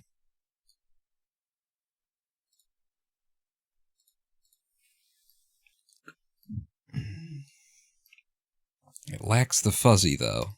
It does lack the fuzzy feel of a carpet, and also there's like crazy stretching going on. If I were to control TU, does that make any difference? Plug the object into the vector. Oh, hello. Yeah, plugging the object into the vector certainly helps.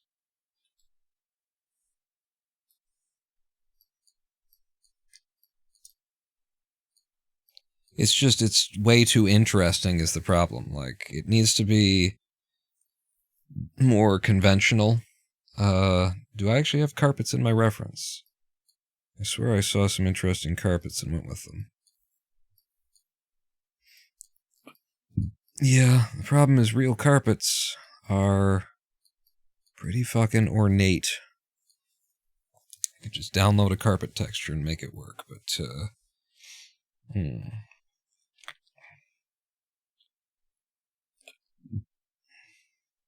Say I pulled all the saturation out.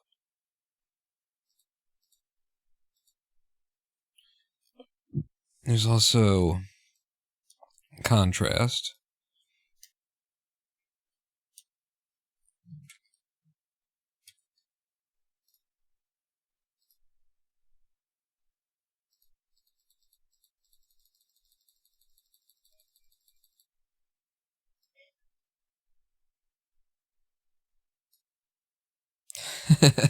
Some pretty crazy stuff you can do with this.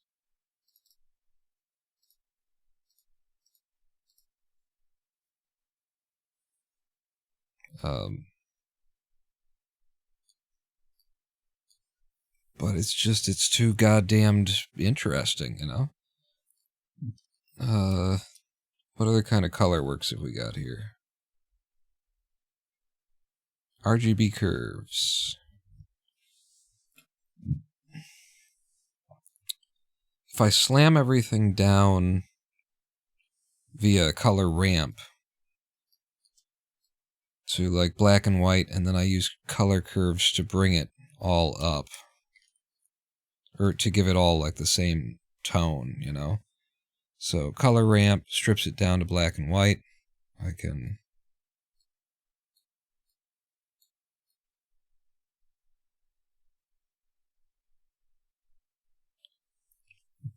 bring back those tones. I should bring the, just make the black a little bit less black.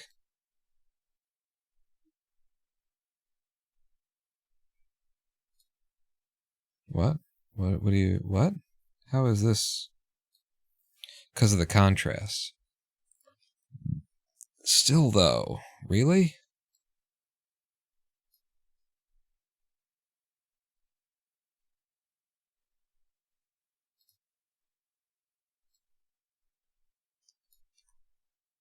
Like, the time the contrast hits here, I should be able to force it to come up, shouldn't I?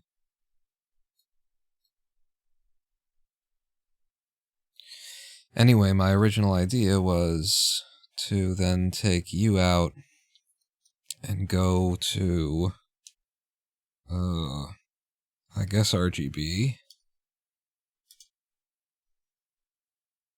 Oh, actually, there's just an RGB to black and white thing, huh?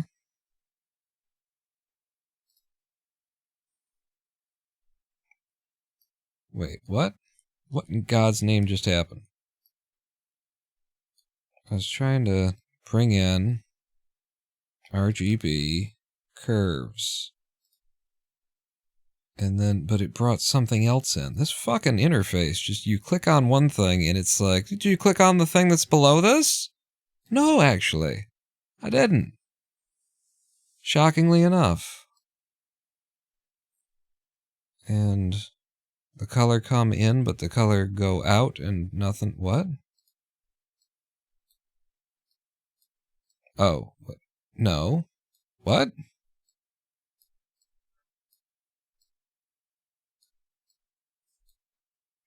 That doesn't matter now, it's just not in use. If I just pump you straight in, we get that. Oh, I see. God, this system is shit. It's bring the color in, you fuck. No? What in shitting fucking balls is fucking shit with the fuck here? The color should be coming out and then it's into the RGB curves and then I can use the RGB curves in order to assign a color to this that we have. Okay. I don't understand your node shit. Crazy ass fucking crazy people. Color to tint. Do you have a tint?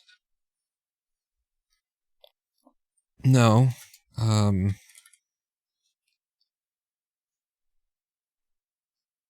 Combine color? What?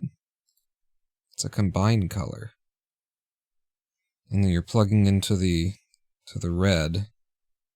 Hey. This does a thing anyway.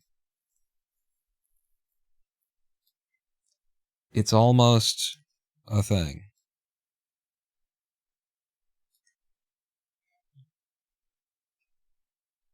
It allows me to make it a color.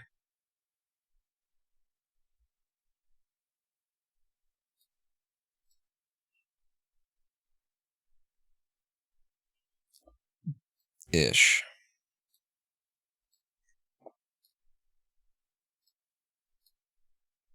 Thing is, it's just black as night, though, you know? Black as the day is long.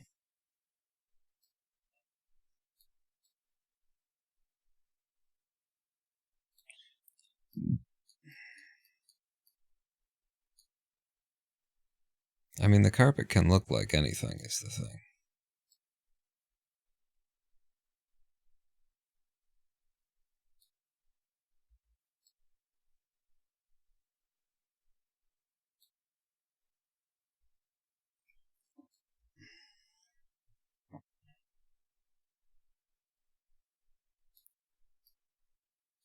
Alright, that's it, because I can't be bothered to, like, that's another project for another day, is to figure that out.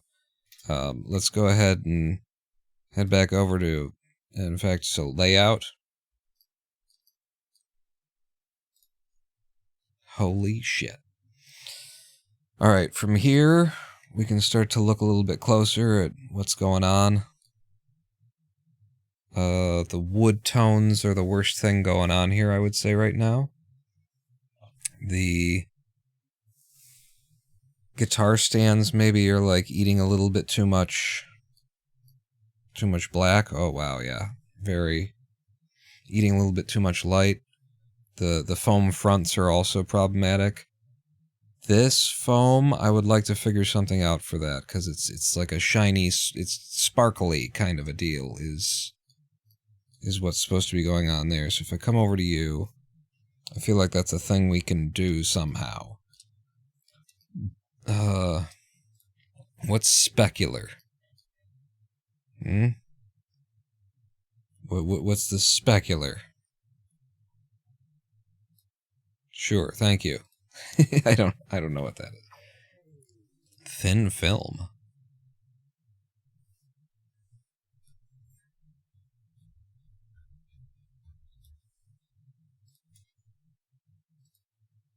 That's very interesting. 2 million becomes 2 millimeters of film. Interesting.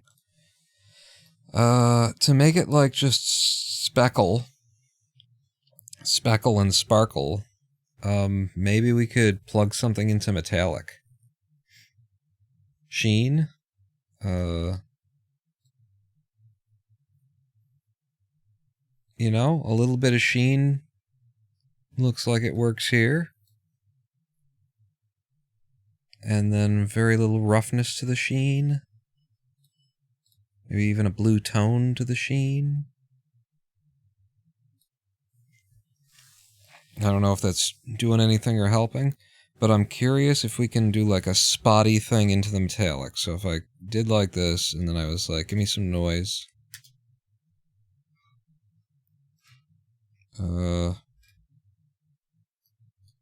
And then if we 2D it, 2D is just, no, doesn't work. 3D, and then Control T, Control T, and object into the vector.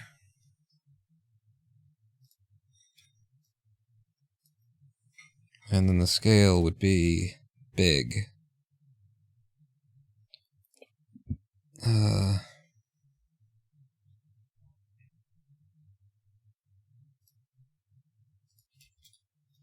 Very big.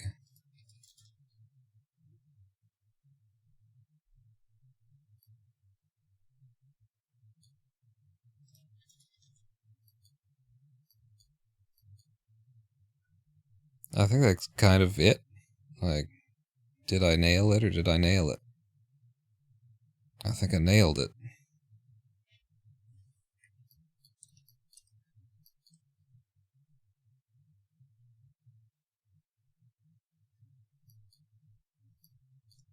Okay. It might want to be a little bit, let's go back to layout where we can see from a distance. It could be a little bit lighter. Now that it's got these things working for it, so if I were to just grab the color here and slide the value up a bit. Very, very subtly. By the way, do we have any saturation, any like blues in here? Yes, we do. Okay, good. Just a touch. And then back over to layout where we can see the scene larger. Yeah, that looks great. Those look brilliant. Love them. There's some work to be done on the metals. There's a lot of work to be done on the woods. But holy shit, have we got ourselves the beginnings of a scene. I don't know if I'm going to be able to, like, you know, do the rest of it tonight. We've been going for 8 hours. Been an 8-hour day of modeling and texturing, and, you know, we need a better carpet. That's a good placeholder. All the wood is weirdly colored. Let me see if I can't fix the wood before we call this a day, because it's just very weirdly colored.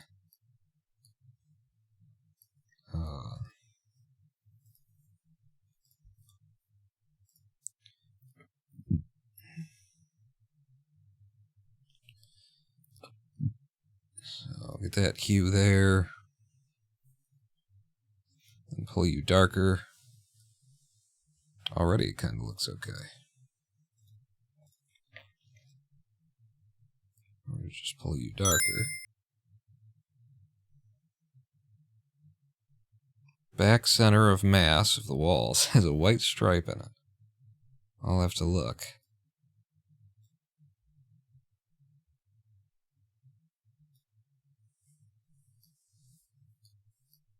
Alright, that's sort of the dark wood that I was looking for there. The back something of the walls?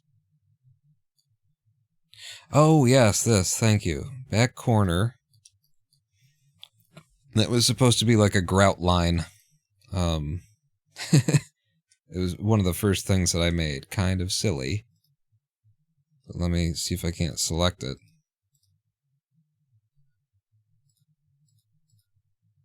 There we go. Corner mortar.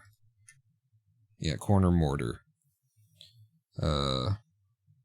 So this should just have the painted concrete wall to it. Thank you for catching that.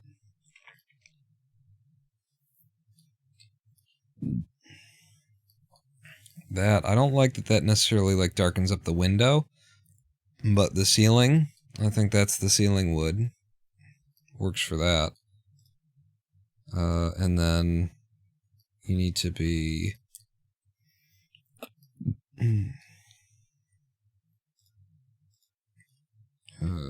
wood 2. Actually, wood, like, mid. Wait, no. I'm changing the name of the thing. Like, old wood, you should be wood old. Wood dark is what we'll call it. And then this object.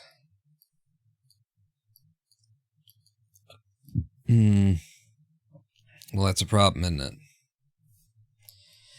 That is a problem because it's connected to other things there, and I'm running so low on energy that we're gonna leave it. We're just gonna leave it.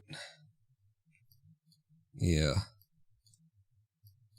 Leave it for today. We're close though. We're very close. So layout. God, I would like to fix that if I could. I'm just struggling. I need to stop.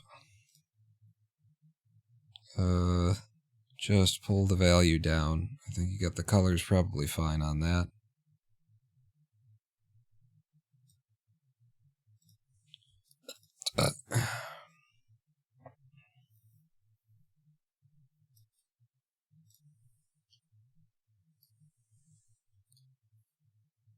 Oh, you're the shiny wood specifically, though. Fuck. It's not what I thought I was working on. I thought it was for both of them.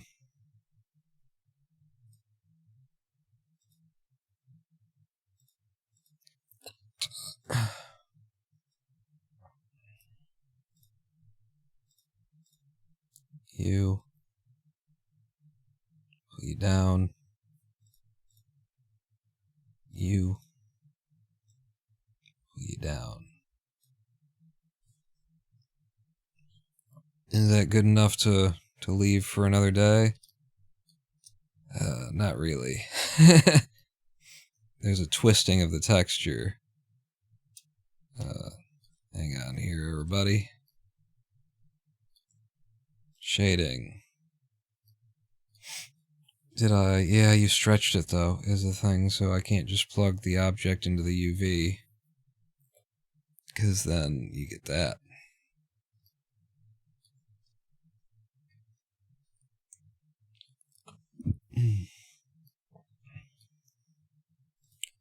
Wood, light, and no texture for that today. And then back out to layout. And it looks almost passable. To hell with it. Save. File, save incremental. And give us a render.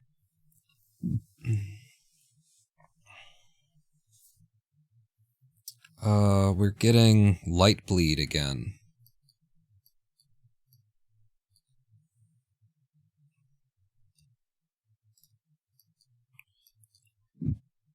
You're not blocking light anymore?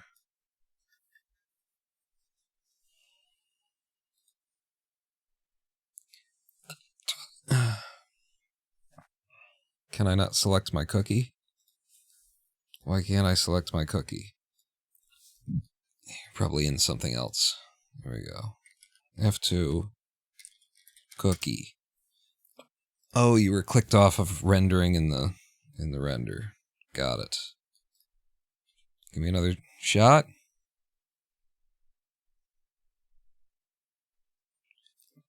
Okay, the light bleed's gone. Beautiful. Beautiful, beautiful, beautiful. Image, save as, basement Nirvana, detail, 6. And actually it's material 1 is what we're on to there. Save as image. And ladies and gentlemen, boys and girls, that's it. That is it. Oh, I haven't even thought about the lighting yet. I need one more day of work on this. Thank you so much for joining me. On this amazing fucking journey. Just so you know, like, where we started today. A little reminder. Open recent. I believe it was 18. This is where we were, and this is what the render looked like.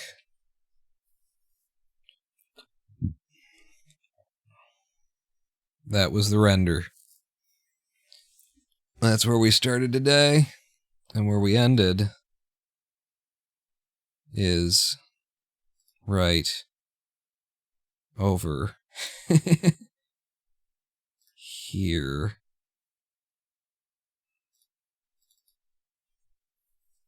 Boom. Boom. Bitches. Look at that. Look at that. Alright, I gotta go. I've stayed too long. Pushing my luck. Get me the hell out of here. Quit. Blender. I am the Ronin Pawn.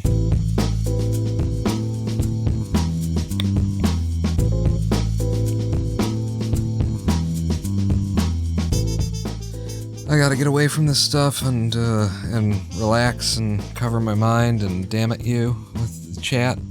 I will see you at the next live stream, which will be this Thursday, between 2 and 3 p.m. U.S. Eastern.